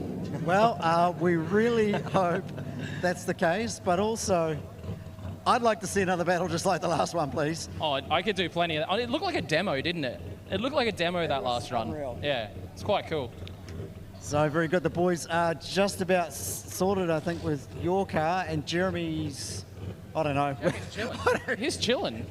He's relaxed from New Caledonia. He's used to being on the beach, chilling. He's just waiting. He knows he has to go against one of us, so he's probably pooping himself a bit. Well, it's so good to see him make it to the his first pro final. I know, especially after the last event, 2 blown engines. He had an absolute shocker of a weekend, and now here in the final already. So yeah, I'd love to meet him there, either me or him. It's been even at this point a great weekend for me from the championship perspective. Yeah, exactly. Well, look, we better get you into the car and get you out on the track, and we'll see you back out there. Thank you so much, Nick Hoyle down there in the pits, grabbing us all of the insight from the one and only Luke Fink, who is definitely one of the characters of the sport. Kenny, we've talked a lot about the fact that Luke has felt quite different this season as a competitor. He's sort of, maybe in the past I've seen it from outwardly as he's almost embraced being the villain, but this year he's definitely taken on more of what I'd call a mentor, or almost like a father-like figure to a lot of the drivers in the pits. He's certainly taking an active role in encouraging the drivers to pursue their social media platforms, to pursue branding, to just carry themselves differently, right, and grow the sport. Yeah, sharing that experience. I mean, there's only a handful of guys in each country that have had the experience of like Luke Fink. I mean, he's competed many years ago on a BMX bike, and then translated into things like drifting and traveling the world and driving against all these other international competitors in different series, because each series has its own set of rules. There's a lot of middle ground across the different series around the world, but a lot of them have different rules, different regs, different judging styles, and he's got a lot of experience in those series and in those categories, so he can actually bring some of that knowledge to the table and share some of that advice down pit lane. Yeah, I think one of the interesting comments I heard Luke make today, and it was completely in jest, but it was a valid point, is I don't wear hats for free, because he has invested in himself and he trusts and he believes in his brand, and that is Luke Fink. It's Fink & Co. It's all the things he does globally. It's the Drift Falcon in Japan. It's the FD thing. It's the competing at World Time Attack Challenge. It's all the different stuff he's done back over the years. I mean, I think back to Luke Fink in the Holfords car, right? The green S14, way back in the day when he basically won everything. You're throwing me back there, but well, I mean, Luke basically came onto the scene, right, and he beat everyone for 2 years. No one could get near him. Gaz Wider went over World Time Attack one year and couldn't get close to him. That was how good he was when he was sort of running through everyone at that point, and I think he's just gone on to get better. And this year he's here. Probably feels a little bit less like a driving holiday and more to, I think, bring that title home to JDM. I think that's what he wants. I think he wants to be DK number 12 in New Zealand in the pro class, and then we move on. I mean, it is only round 3 though, and who's going to stop him? Well, if he was to win this, I think it would get quite hard. I think with Adam and Brody having gone out, and then I think maybe Kurt and a couple of others were sort of next in line, Kurt and Fangadan. This is going to give Luke a big advantage, right? So if he can continue his form. The other thing we have to remember is the wild card entry scores points. Yes. Currently, so it's taking away points. So you think about how much points are being taken away. When you looked at when we got out of round 1 and 2, the American Jeff Jones was actually in P7 overall. Yes. And that just goes to show just how much it shakes up the points table, having these wild cards come and drive here as well. So you have to put that into a bit of a factor when we head to the grand final at Bay Park. Yeah, so it is debated a lot though, because the wildcard thing, it does only take away 1 point spot. So the rest of the drivers are all full timers. Although this round we've had a couple of others come. So we've got the Jenkins back. We've got Keisuke Nagashima was here. We've got Stocky was back in the field. So those guys are all actually having a bearing on the table, so to speak, with 4 to 5 different. Matty J, of course, performing as well, and he went quite deep into the field as well in terms of the 16. So semi-final. Let's see it one more time. It is sudden death. There's a part of me that wants to talk, and then there's a part of me that just wants to watch this. So I think out of the scrub box first, and then see what Lauri does here. Sledge in the front, just trying to clean up the fronts and get some heat into the rears. One of the more peculiar scrub boxes we've had in the series. I keep thinking they're going to hit the gate at the top, to be honest. I've seen someone hit the rock wall before. The rock there? Yeah. Oh, because you used to run the grid. Yeah, you used to run the grid as sort of the driver official or whatever it used to be. So let's see how that plays. I still have some hats to wear once I finish commentating here, because I'll have to go and have a nosy and do some investigating myself on a few things. But it is kick the ball. Do you reckon the boys are just yelling kick the ball at each other in different languages? Like there'll be a Finnish version and an Aussie version and a New Caledonian version. So here we go. Off the line they go. Lauri Heinonen will lead away from Luke Fink.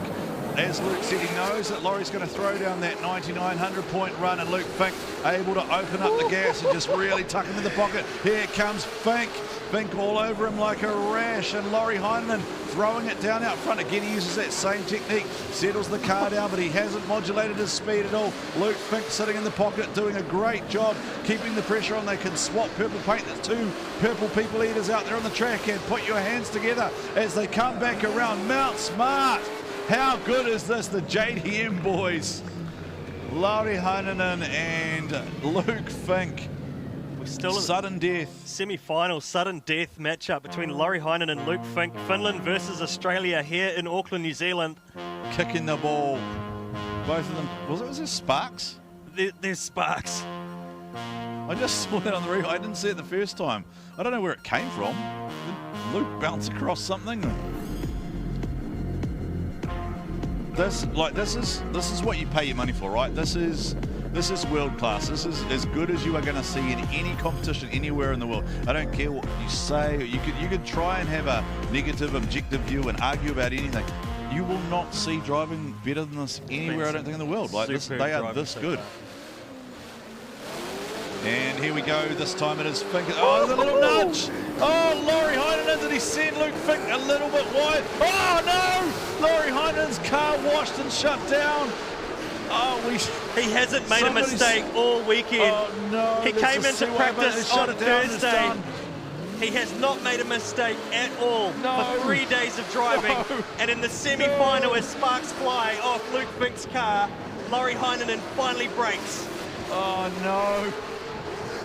Oh, that is terrible. Has an Australian just taken the victory and gone through to versus the young fella? Somebody said to me the only thing that will beat Lauri Heinonen is a car. The only thing that will beat Lauri Heinonen is a car failing, and that is exactly what has happened, and that has just shut down and gone straight ahead. And then he's tried to have a go again, and he's obviously just decided to shut it down, Kenny. And they were so close the first time. It's a one more time, and it's pretty obvious what's going to happen now. It's going to be an all JDM final. Which means Braden Mayer is going to get Well, Lauri Heinonen third and fourth playoff. Well, the question is Steering. going to be, is the car healthy enough to come back? Going down to...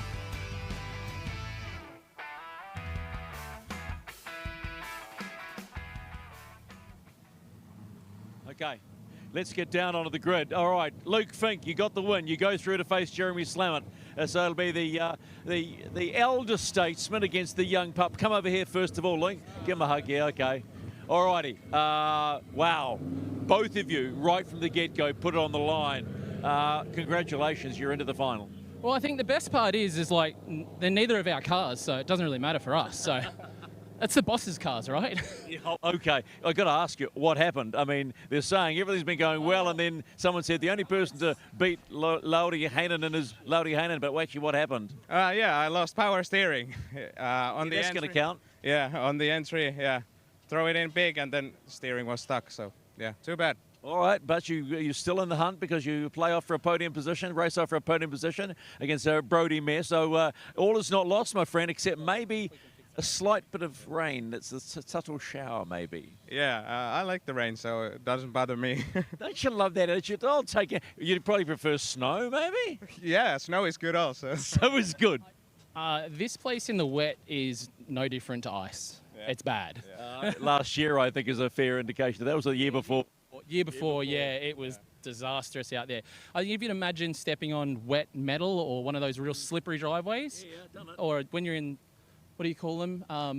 We call them thongs. What do you guys call them again? Yeah, jandals. Jandals, that's the one. You step on wet tiles with jandals. That's what this place is like in the wet. So. All right, gentlemen, you've still got work to do. We're going to do some monster trucks and come back for the battle for third and fourth and the battle for first and second. Congratulations, gents. So that's what we're doing. But we've got to also go do some monster trucks. So I'm going to wander. You can cut off me and look at those wonderful monster trucks, and we'll get ready to see Taurus and the Reaper out there because that's what they are going to do. I can tell you that, and I'm sure the folks that are in the stands know, the rain is starting to fall, which is not that cool, right? No. But if you want anyone to throw something into the spanner in the works, they say, well, Mother Nature here in Auckland, Tamaki Mikado has delivered. So I just trying to check out where the Reaper is and the Taurus is. I just might pop back up to Kenny and also Warren to give their thoughts on that result as we get ready for the monster trucks. Gents? Well, it kind of played out exactly how we thought it was going to, Kenny. The only person that was going to beat Lauri Heinonen was going to be a car or Lauri Heinonen, and that's how it's played out. Luke Fink said he was going to send him packing, and he did so with a big smile on his face. And now we take a look at a 5-ton monster truck on a painted surface that he can't even control it. So now we've got monster truck drifting on the track, and this is... I feel like there's a promoter somewhere on the premise shaking in his boots because I don't know that thing is going to... So, as long as he stays off the... this is on ice. This is ice skating monster trucks. We've got some liquid out on the track, so perhaps we're going to see some monster truck drifting for the first time here tonight. But the steering is bound up on it, is it? This is the four-wheel steer one, isn't it? So it can do that. This is the four-wheel steer one. I think that. Oh no, is that the Oversteer TV custom camber? A little bit of negative. No, that's not. No, that's facing the wrong way. That's like your cross-eyed cousin from a bar somewhere with playing a banjo. I don't know. A little bit positive camera, maybe some toe in.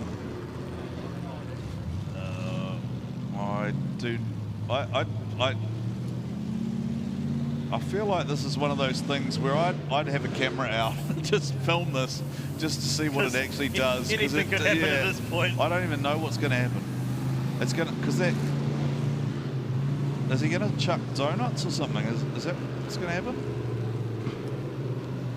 How do you, this is like, I've driven a speedway car I think I have to start on wet mud, right? And it is like ice skating, and it's just, yeah. Oh, the Reaper's back. And he's just run taking over, out the cones. He's just completely annihilated a cone. Oh, Monster Truck's doing crushing stuff. Taurus just finishing off those cars. So we think this is just something to entertain the crowd while the drivers in the third and fourth. They will go until you second change the light battles. colours, okay? So if you see them do 2 jumps each, then go to so red. They're just basically covering the space where our drivers are changing tyres, refueling, etc. So that's Reaper, the custom Sylvia-bodied monster truck, and Taurus is the Taurus is actually the one you can pay to go for a ride on. What's going on now? Now they're lining up at each other. This is like monster truck. Are they playing monster truck chicken? Is that? Well, that's dragging that. That's dragging that car onto that rolling strip too. Oh, this is fun.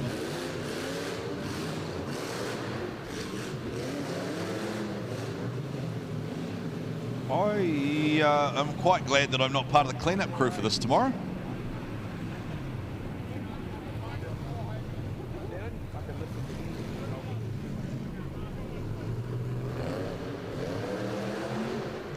Oh, it's two-wheeling. Do that again, that was fun. Do that again, that was fun. Put it up on 2. I want to see one of those cyclone things.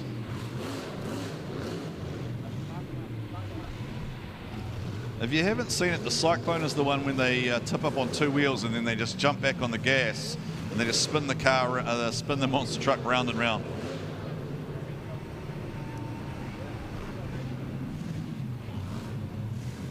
So I think what's happening here is that these guys are basically putting on a show until the lights go red. So as long as they leave the lights green, I think these guys will keep going. So maybe he's just going to park it up now.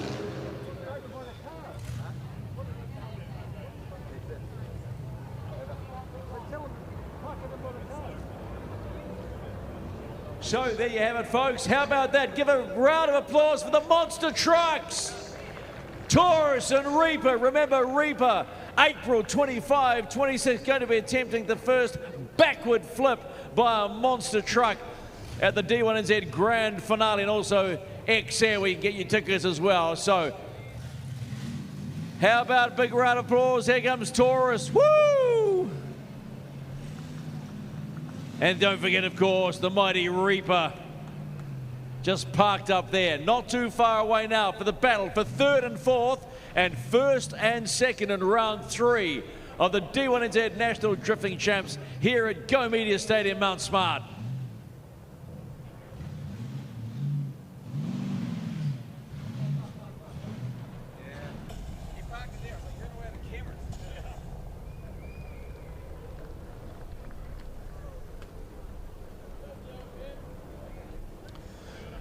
Alrighty, so this is how monster trucks play out. This is nice and fun, and now the cars are trying to be cooled down for the 3rd and 4th place battle, and the, of course, all-important final. Jeremy Slammett in the final for the first time. Here's the grinder that we made infamous last time. We're not cutting trophies at this point in time, and I have to be honest. I think if we try and cut one of those 10 toolboxes in half with a plasma cutter, then yeah, who knows, we might break the internet. I think we had 8 million views on the video of the trophy cutting from Taupo. That was, of course, Connor Halligan and Dave Steedman. Round of applause for the driver of Taurus as well. Put your hands together, ladies and gentlemen. Having a bit of fun, still got a big smile on the face. Thanks to Zebra Car Company, by the way, for providing those high-quality vehicles. Those will be for sale, I imagine, on Trade Me tomorrow for $1 reserve. Come and pick them up yourself. And I think we're going to go down to Nick in the pits for a quick word. All right. I've got the two lads that are going through to the final here. They're very, very busy trying to get that car ready for 3 and 4. But Jeremy, you're into your final against your teammate.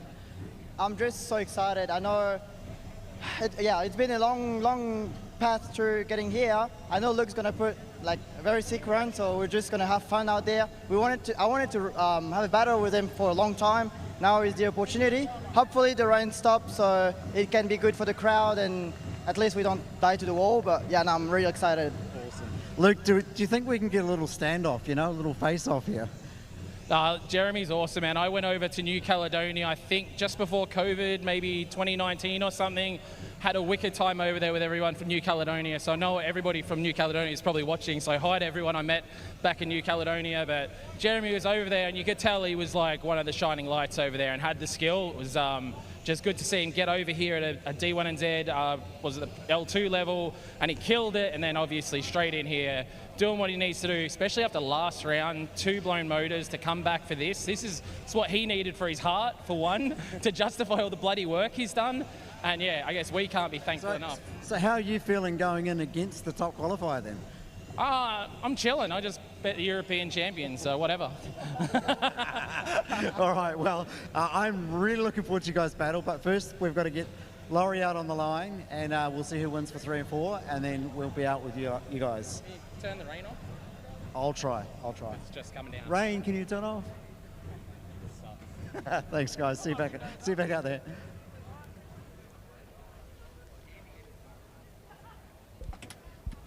Alrighty, so changes in the surface. Kenny just jumped outside just to see how wet it actually was, and nobody knows what's going to happen now, Kenny, because we're into the 3rd and 4th and 1st and 2nd place battle, and there is water on the track, and you guys are still having a good time. You're still here. Nice to see so many of you still here. Is there someone hiding in the bush behind you? I don't know. There is someone in the bush seeking shelter behind you. That's kind of weird. Where is it? Where is it? Just there somewhere. Oh, there's always one. There's always one. Oh no, romantic outing there in the. Are we too late in the evening for a kiss cam?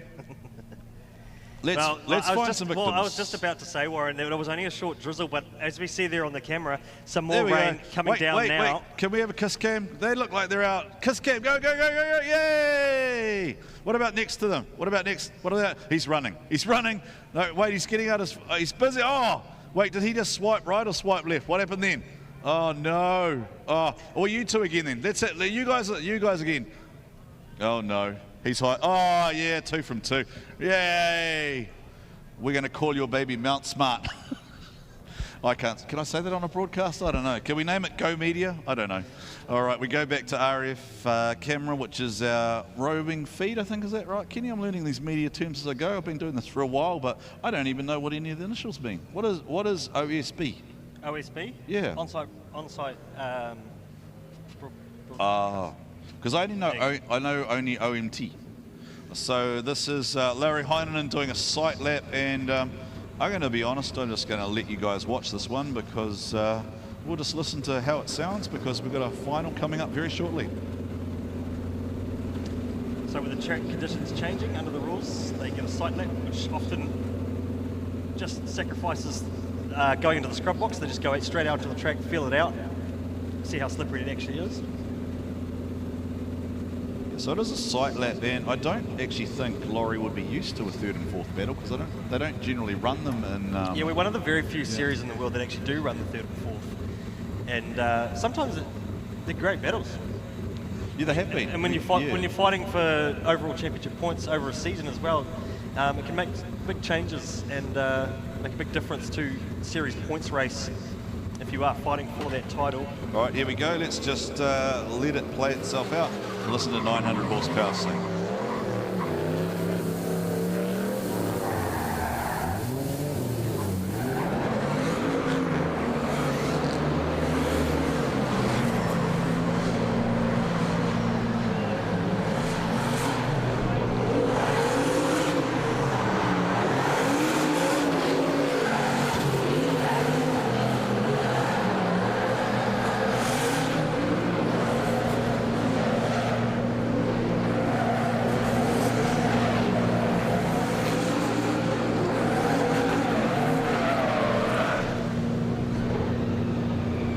a sight lap there for Lauri Heinonen, and it doesn't look that wet, Kenny. Still a little bit of tyre smoke there, so didn't seem to upset Lauri too much.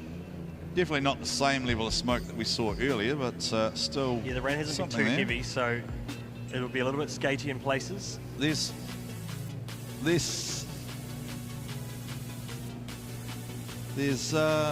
some reports coming in, I think, Kenny, from around the venue that some parts are actually still dry.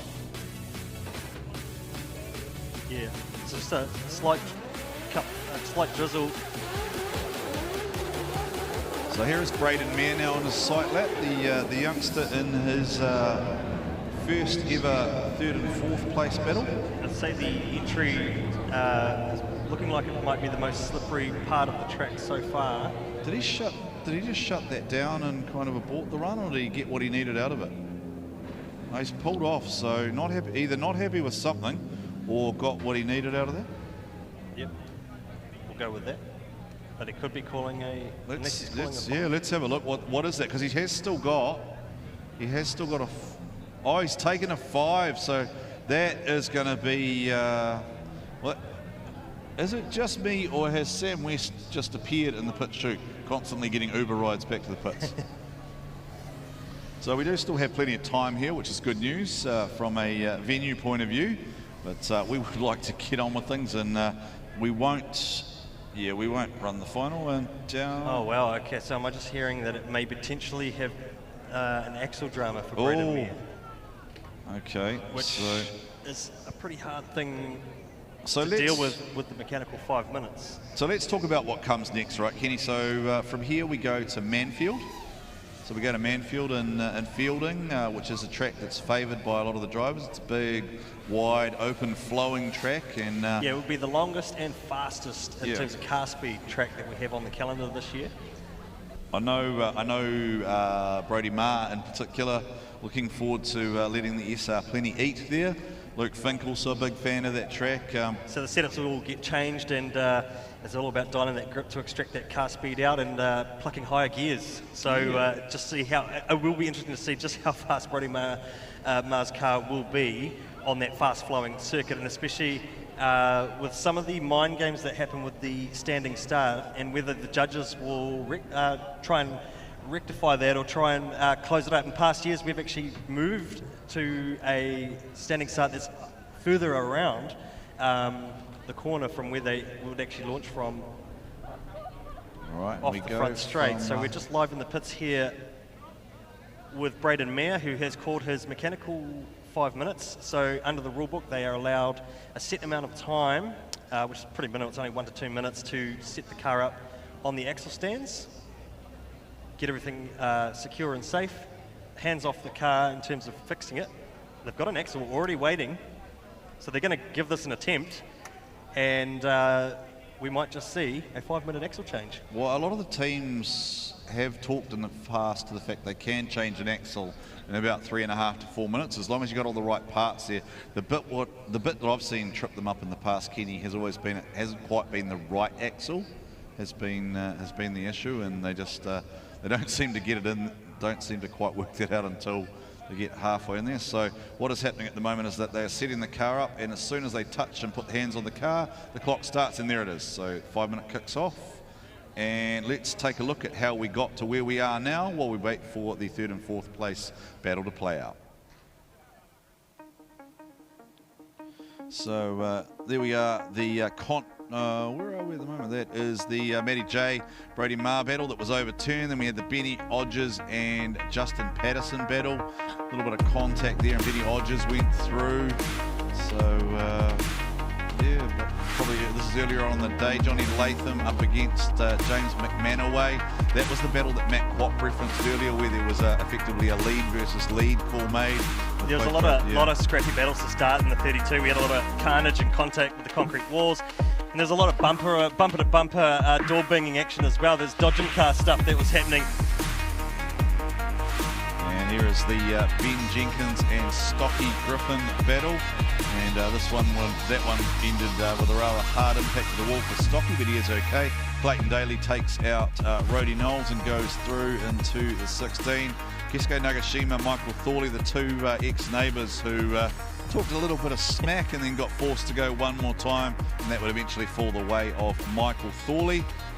Wasn't there a TV show about that? Yeah, here's the one more time battle, and I think this is the one that ends up with Stocky in the wall, just moving that concrete block out the way. That's a slightly smaller block, so that one's probably only 2 tonne, Kenny. Fangadan and Adam Whitehead, and Adam Whitehead getting the win there after parking it right on the door of Fangadan, and then Fangadan expressing his displeasure by a 1-2-3 tap there, and then a little bit of car chicken there. Jeremy Slammett would take care of Michael Thorley as they battle in the top 16. Slammett coming off that Q1 position, winning the $500 of cash from UDC. And he locked himself in, and he is still yet to finish his evening here. Connor Halligan, 919, and Braden Meir, a controversial battle, Kenny, that I imagine we'll hear more about that from, what is it called? Post-event. Yeah, post-event. There's Ben Kai's breakdown tends to come out. Sean Potros, Dave Steedman. Sean Potros, unfortunately not able to quite put together the run he wanted. Lauri Heinonen taking care of Matty Jones.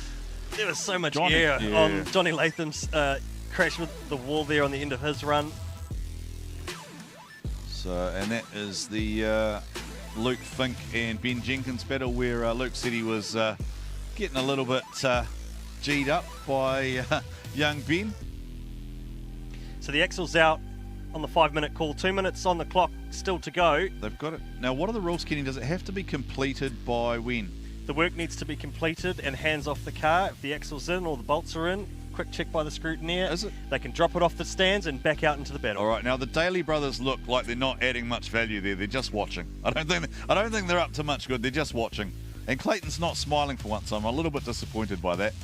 And Aiden's moustache is still definitely better. I think we'll go down to Nick very shortly for an update with about 90 seconds to go still. Let's wait for Nick to be able to talk to us. He can't talk to obviously any of the crew. Is the axle in, Kenny? Yeah, they're going back up. No, you just got to get it bolted up. You just got to get it bolted up. So they're getting it. Yeah, so I think Nick is talking them through the rules as they go. That is Sam West there. I think that'll be, I think that's Braden's dad potentially who's fitting the axle. So at the completion, they've got a minute on the clock left to go. Looks like they're trying to get the final bolts in, and they might have just got away with this, perhaps, and they'll be able to send it into battle for 3rd and 4th against Lauri Heinonen. So we wait eagerly to see if those boys can actually get that done in pit lane. All right, so well, we're gone. We can't watch the last 40 seconds, so we'll have to wait for an update over the race radio channel. Still a decent crowd here at Go Media Mount Smart Stadium. Again, a huge thank you to all of our supporting partners here at the Repco Power Night. So a big thank you to Repco, of course, for supporting the Power Night. Ting Tools, sponsors of our podium. TTI, who sponsored the Scrub Box. Ting for the Initiation Zone. The Repco Wall Ride. Link ECU, sponsoring the Back Straight. Drift Japan Wall Ride. UDC Corner and the NZKW midsection. So this is all leading us, Kenny, towards the Drift Japan Tour major prize. And 3, 2, and 1. What is happening, Nick? What is happening, Nick? They have got that car done with 3 seconds to spare. That was freaking exciting. But all the boys just dug in and they ripped that axle out and got it done. And here he comes. He's coming out to battle. So let's go. All right, look at that. Quick wipe of the windscreen and away we go. Well, let's go. One way to build the tension, isn't it, Kenny? I don't think Nick can hear us because I think he's fucking good, boys. Well done. All right, so I think Lauri Heinonen, I think, is on the line, isn't he? Lauri Heinenen's sitting waiting. Now, with the time delay, he may be entitled to go out and have another sight lap or a scrub. Well, I imagine, yeah, and I imagine Braden's still got a scrub to do, right? So Braden will Braden go straight to a scrub and then? Or is he keen to just send it? Here's a question for you, Kenny, just under the technical regulations. Given they replaced an axle, do they have to put the same rear tyre back onto the car that was used for the first run? They would, wouldn't they? Because Well, they haven't had a run yet. Have they? No. Oh, that's right. Sorry, Yeah, he did but not. you're right. In that instance, they would Yes. have to do that. Yeah. My apologies. Good Sorry, question. it was It a- is, it was a it slight is a there, good yeah. question. Yeah, just because we did debate some of the technical regulations at Taupo, and it's a good way to keep our audience informed as well of some of the various things that happen. What's happened now? Now it does have to start and move to the line under its own power too, doesn't it? Yeah, we no longer can do the push starts off the line, and he will be gutted if he can't get that car going after the. Has it shut down? Fantastic work from the boys in pit lane to get that axle change. They're trying to start that, aren't they? That's not running. Trying to get it started. It's a pity we can't. Yeah, it's a pity we can't pick up the. Oh, there we go. It's got it fired. Of course, the time would start ticking there too when he couldn't get it fired. Then race control clock starts ticking over, and he's only got a set amount of time to pull up to the line under his own steam. So we haven't yet even seen a single pass at this battle. So yeah, this is building the tension in a different way, Kenny. Coming off the high of the Fink and Heinonen battle. All right, here we go. Third and fourth place on the line. Is it the youngster Braden Meir? Is it the international visitor Lauri Heinonen? The green lights come back on. Heinonen comes off the line and he rockets away. Braden Meir, he's fallen back here. He needs to close up that distance. And Meir looks like he's having some problems. Kenny, he wasn't able to rotate out to angle. Lauri Heinonen, however, has taken a shallower line than we saw before, but then Braden Meir has shortcutted that corner. He is trying to close up that proximity. Now he's diving to an inside line here, trying to run up the inside of Lauri Heinonen. Lauri Heinonen delivering a nice chaseable run. Braden Meir comes back at him, but he has made a couple of mistakes, and the judges will mark him down for that. So Lauri Heinonen closes out for his final laps here on New Zealand soil. And how good is Lauri Heinonen as a driver, as a talent? He is behind the wheel. We haven't stressed this enough, Kenny. He is behind the wheel of a car he had never even seen until Thursday, let alone driven in anger, and he is out here putting on an absolute show for our New Zealand fans and our international audience on Sky TV, on KO and on Pacific Direct. Lauri Heinonen showing why he is the Drift Masters Grand Prix champion here on the GT Radial replay. And Braden Meir with some work to do if he wants his first ever podium here at D1NZ for round number 3.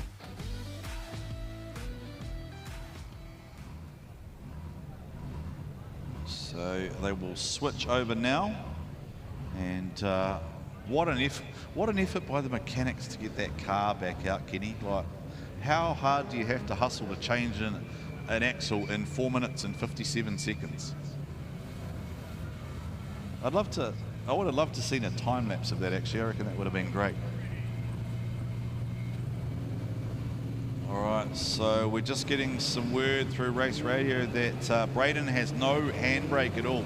So we're being told Braden has no handbrake, so it's all going to be throttle, brake, clutch inputs here along with steering. And how does he manage this against one of the best in the world who is putting some pressure on the young man? If you want to make a name for yourself, Braden Meir, you're in the place to do it, leading the Drift Masters Grand Prix champion.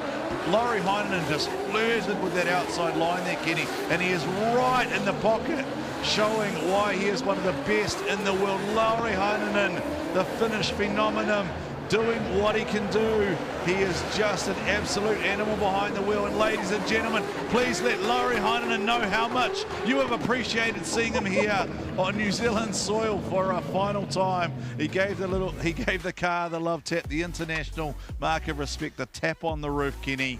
Lauri Heinonen, how good is he? That good. That good. That damn good. I couldn't believe, I mean, just how solid he's been driving all weekend, and then we saw that semi-final matchup with Luke Fink, and just getting that one mistake wrong against Luke Fink, and that put him into the battle for third and fourth. All right, so it does sound like we have a result locking in here, and Stephen McIver is going to let us know who goes home with third place. So I can do it now, all right? I can tell you who goes through. Well, picks up third place. Third place, and D1NZ goes to Lauri Heinonen. Gets third place. Congratulations. Stay there, Braden, man. Congratulations. Well, your trip down under has borne fruit. Not the top of the tree, but you'll take the podium. Nice to hear. Yeah, I was the power steering only worked on the high RPM, so I had to keep revs up to have power steering. So it was hairy. Just briefly, your short experience with D1NZ, worthwhile. Yeah, really worthwhile. It's good to have you. Congratulations. We'll see you on the podium. Thank you. Let's just quickly run across, have a cat to Braden Mayer. Now, we had some word. Did you actually have a handbrake in that final run, or was it actually just a piece of it broken off? Well, it's more of a slowing down object now. It doesn't lock any brakes. It's pretty much just a front brake now, so yeah, that's all I could do. But no, it's pretty much. Mate, talk us through. You made the player for third and fourth. That's a big deal for someone like you, right? I mean, has it been worthwhile tonight? Oh, it has definitely. It's been pretty good. It's been stressful, but no, it's been good. I've felt good. Who would you like to thank?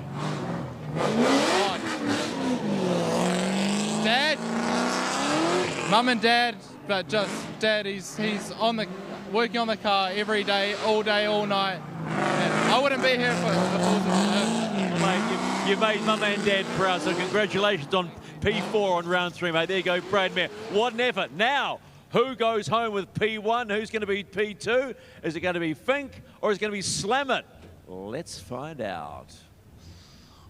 One to run, Kenny. We are finally here after 3 days of driving, and we're finally here, Warren. I want to say it one final time. Jumalata. Lauri Heinonen, Jumalata. Hopefully I got that right for our Finnish fans tuned in on the live stream. And it has been an absolute pleasure to watch the best in your business come to our soil and do a fantastic job here behind the wheel of a borrowed car. And who knows, maybe one day we will see the Dodge-powered Lauri Heinonen, the Heinonen Drift Team car here on New Zealand soil. So here we go. This is how we got to where we are. Jeremy Slam It took out Adam Whitehead. Braden Mayer took out Dave Steedman. Lauri Heinonen took out Ben Odgers, and Luke Fink took out Kurt Blackie. That leaves us with a Jeremy Slam It in the final for the very first time.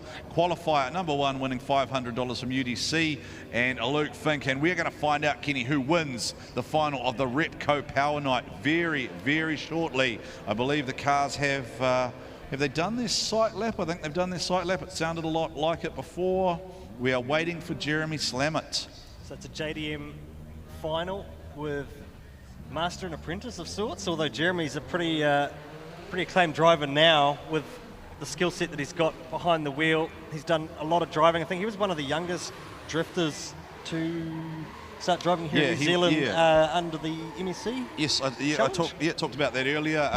Jeremy Slam It, the youngest driver to ever win a drift competition in New Zealand at 13 years of age. So he competed at MSC Challenge, which is a development series run at the Drift Academy track down at Merry. So if you're interested in that, you can check that out. I'm going to give them a free plug right now, Drift Academy International. I call it Give the Gift of Drift. You can actually buy a half day or a full day voucher to learn to do basics, figure eights, donuts, etc. And a lot of our drivers that are actually in pro sport and even pro now have come out of the Drift Academy system. So well worthwhile. So here we go, Kenny. The lights are on. The lights are on. Here they go. 3, 2, 1, and we're off. It is Slam It leading off the line. As you see, Kenny, this is the apprentice, the master in the chase position. And Jeremy shut that, and Luke Fink slams into him. What is this? What has gone on? Every final so far this season has ended in some kind of drama. What is it with Luke Fink in finals? And has he got a collection of voodoo dolls or is something? Is that all she wrote for the Supra? Well, I think the Supra shut down. Or will we see one more run out of this? Luke Fink stoked with that one. Although it almost looked like he's a bit of a bully on the teammate there. Well, he sat a long way back, right? So knowing Luke, I'm 100% sure that Luke would have been in the ear of Jeremy just It's just not. It's but like before, there's No, smoke. this is the thing, wheel-to-wheel contact. So had he already lost power and shut down? I don't think that's spinning the rear. That smoke only came from the left-hand side tyre. That's not spinning both wheels. Yeah. Has he got axle dramas or axle or diff maybe? Differential dramas as well. So we'll have to wait and see what the call is there from Jeremy Slammett. But Luke Fink certainly up in there with wheel-to-wheel contact on the entry. All right, let's see if Jeremy wants to give it one more shot, but it definitely didn't look like that car was healthy. So, so we've just had news. Jeremy Slammett withdraws. No, wait, sorry, I won't complete that sentence. Just chatter via race control.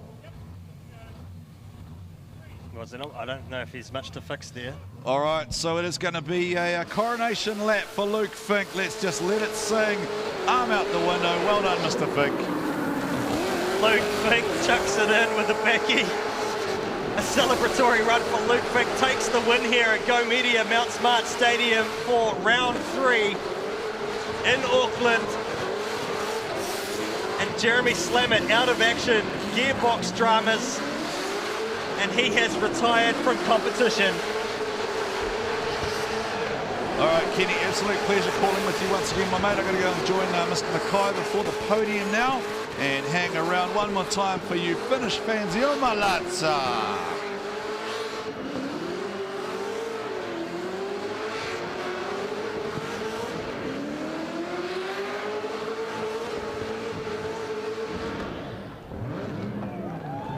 Put your hands together for Luke Fink, JDM Racing, based out of Australia, and has just put on one hell of a victory lap. He is on fire down there.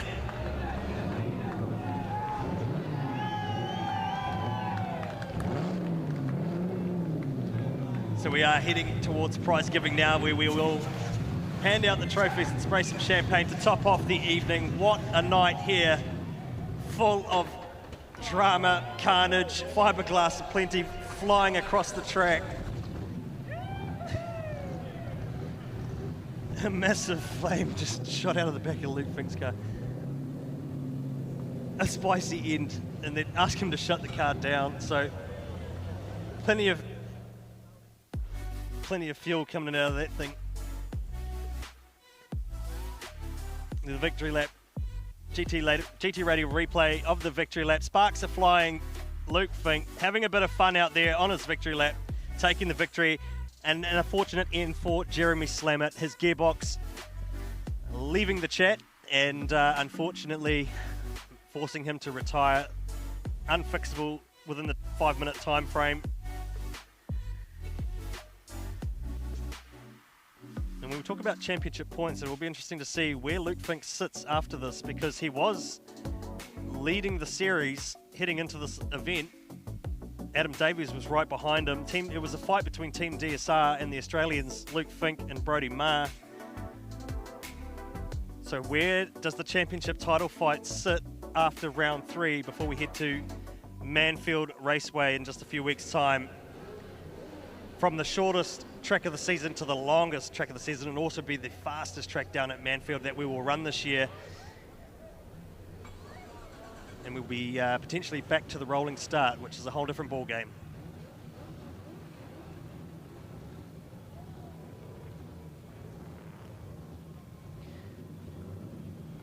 So as the cars arrive down there at the podium finish, a big thank you to everyone here at the venue enjoying themselves tonight. The entertainment from the Pro Sport 235 class, the monster trucks, and the Pro Championship as well. It's been an awesome night, a roller coaster night of action all the way through, and drama aplenty. There'll also be a little bit of politics in the game after this as well, no doubt, as everyone tries to unpack everything.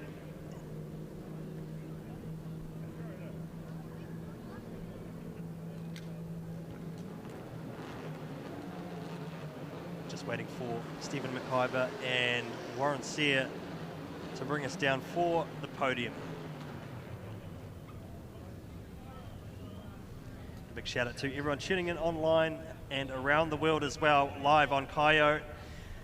Sky TV, Sky Sport New Zealand, and Oversteer TV as well. A big shout out to all the Finnish fans who were glued in this morning, or this evening here in New Zealand, but this morning over in Finland. And wherever you're watching from around the world, we hope you have enjoyed the action so far.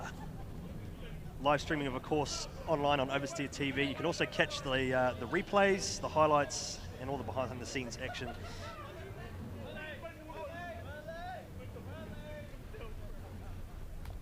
You can also watch action from the MSC Drift Challenge, the Pro Sport Drift Series, as well as Drift South,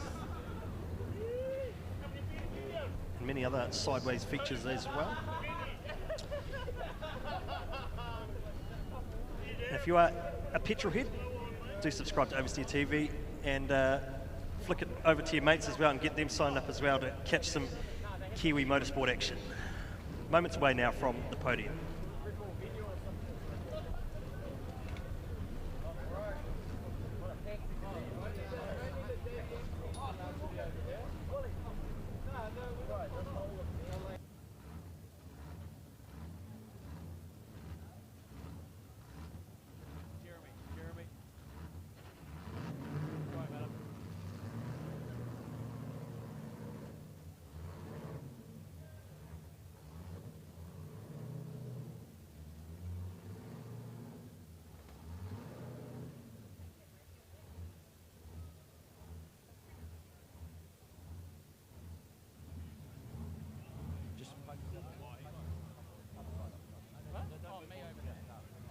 I just want to walk along to chat.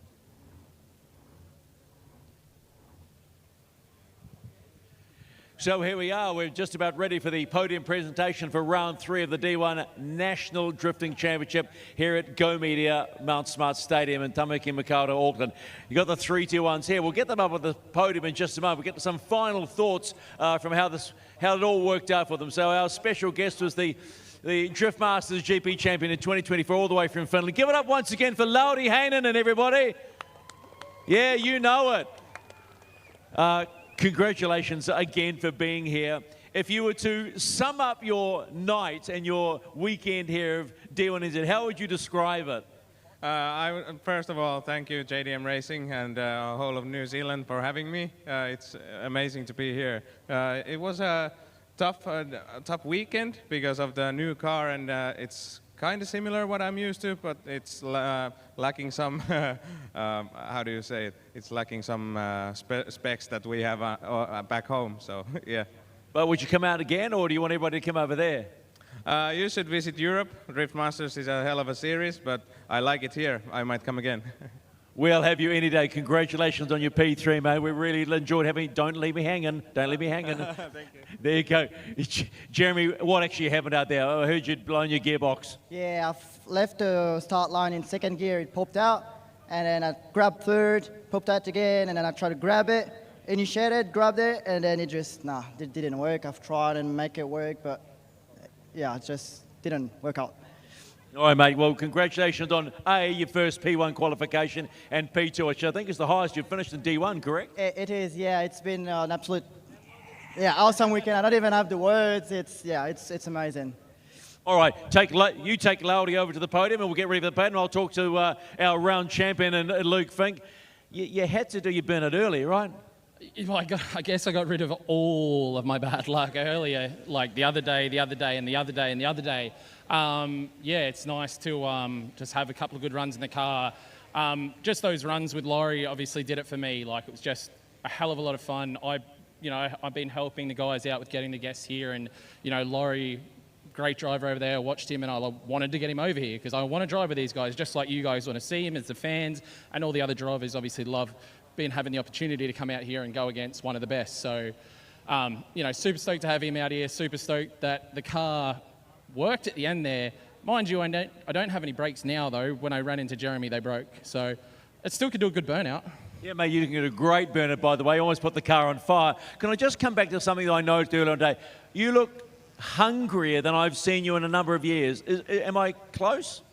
Sometimes you just want to settle down a little bit with it from a perspective of, like, I tend to get lost in just trying to do cool shit and forget that you sort of want to be consistent and get a win as well. But I still get definitely in the wanting to do cool stuff. And again, I'll come back to Lauri because I knew he was going to be absolutely 100% in front of me, and it just allowed me to do cool shit but still do well. So yeah, no, it was just an amazing time, and just keep trying to drive smart but still put on a good show for everyone. And extend your lead in the D1NZ Championship. Mate, congratulations on another one. Go across the podium and get ready to collect your spoils and spray some champagne. So it is time to do the official podium for round 3 of D1NZ, and it's a JDM 1, 2, 3. But we'll start the other way around. We'll go 3, 2, 1, and Keith Lewis and Lance Hasty will present the trophies. So in third position for round 3 of D1NZ in the JDM 180S, Lauri Heinonen.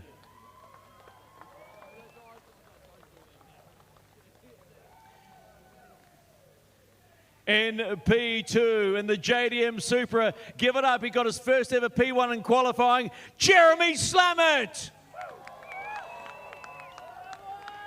And your round 3 champion, he'll continue to stretch his lead in the D1NZ Championship. And driving the JDM S15, you know him, you love him, he might be Australian, but he's one of ours really. Here he is, Luke Fink.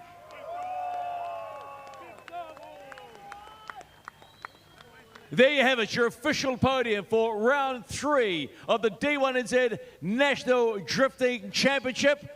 And gentlemen, you are all okay. I apologise, but you, by all means, spray some champagne on whoever you want. Oh, okay, hang on. I've been called out, excuse me. We're running out of broadcast time, mate. Be very careful, make it short. Very short, but I've just won a big toolbox that I'm giving to second place. I'm giving it to Jeremy, so congrats, Jeremy.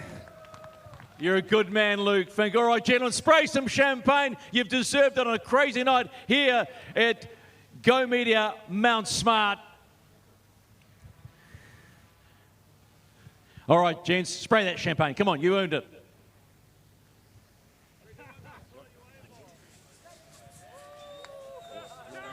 So Warren Sears joins us right now to wrap up round number 3 of the D1NZ Drifting Championship. Warren, well, JDM 1, 2, 3, pretty cool, huh? Well, they say the script went according to plan. The JDM boys come to the cream has risen to the top. What a fantastic effort. Luke Fink extends that championship lead again. But how ecstatic is everyone for Jeremy Slammett? How good is he?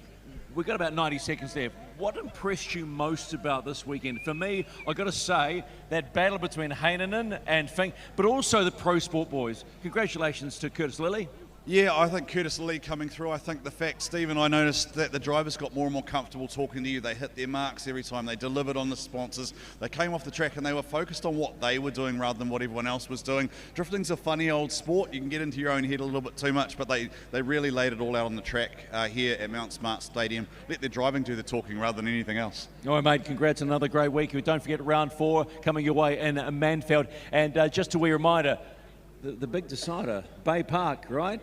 Mount Maunganui, April 25, 26, of course, is XL. I expect to see you out on your skateboard throwing yourself around the ramps. Don't forget your tickets for that one. We've got the Reaper attempting a backflip. We talked about that before. You wouldn't want to do a backflip in that rather large 1,500 horsepower thing behind us. Well, that's got an LS in it now, so it's not as powerful. And, of course, it's the final round of D1NZ National Drifting Championship, where in the Pro Division right now, the man behind us, Luke Fink, has taken a very strong lead. I keep coming back to this. He looks even stronger than I've seen him in many years. Just there's a real attitude about it, right? Yeah, he's relaxed. He's here to win a title. He's got over being kind of the villain and the bad guy. Now he's here to be a champion. He wants that DK crown. Yeah, it's a JDM 1, 2, 3 here at Go Media Stadium, Mount Smart, for round number 3 of the D1 National Drifting Championship. It's been a cracking night. It's been a long day, but it's been a whole heap of fun. And the smoke show, yes, has once again delivered. To all the fans in our sellout stadium,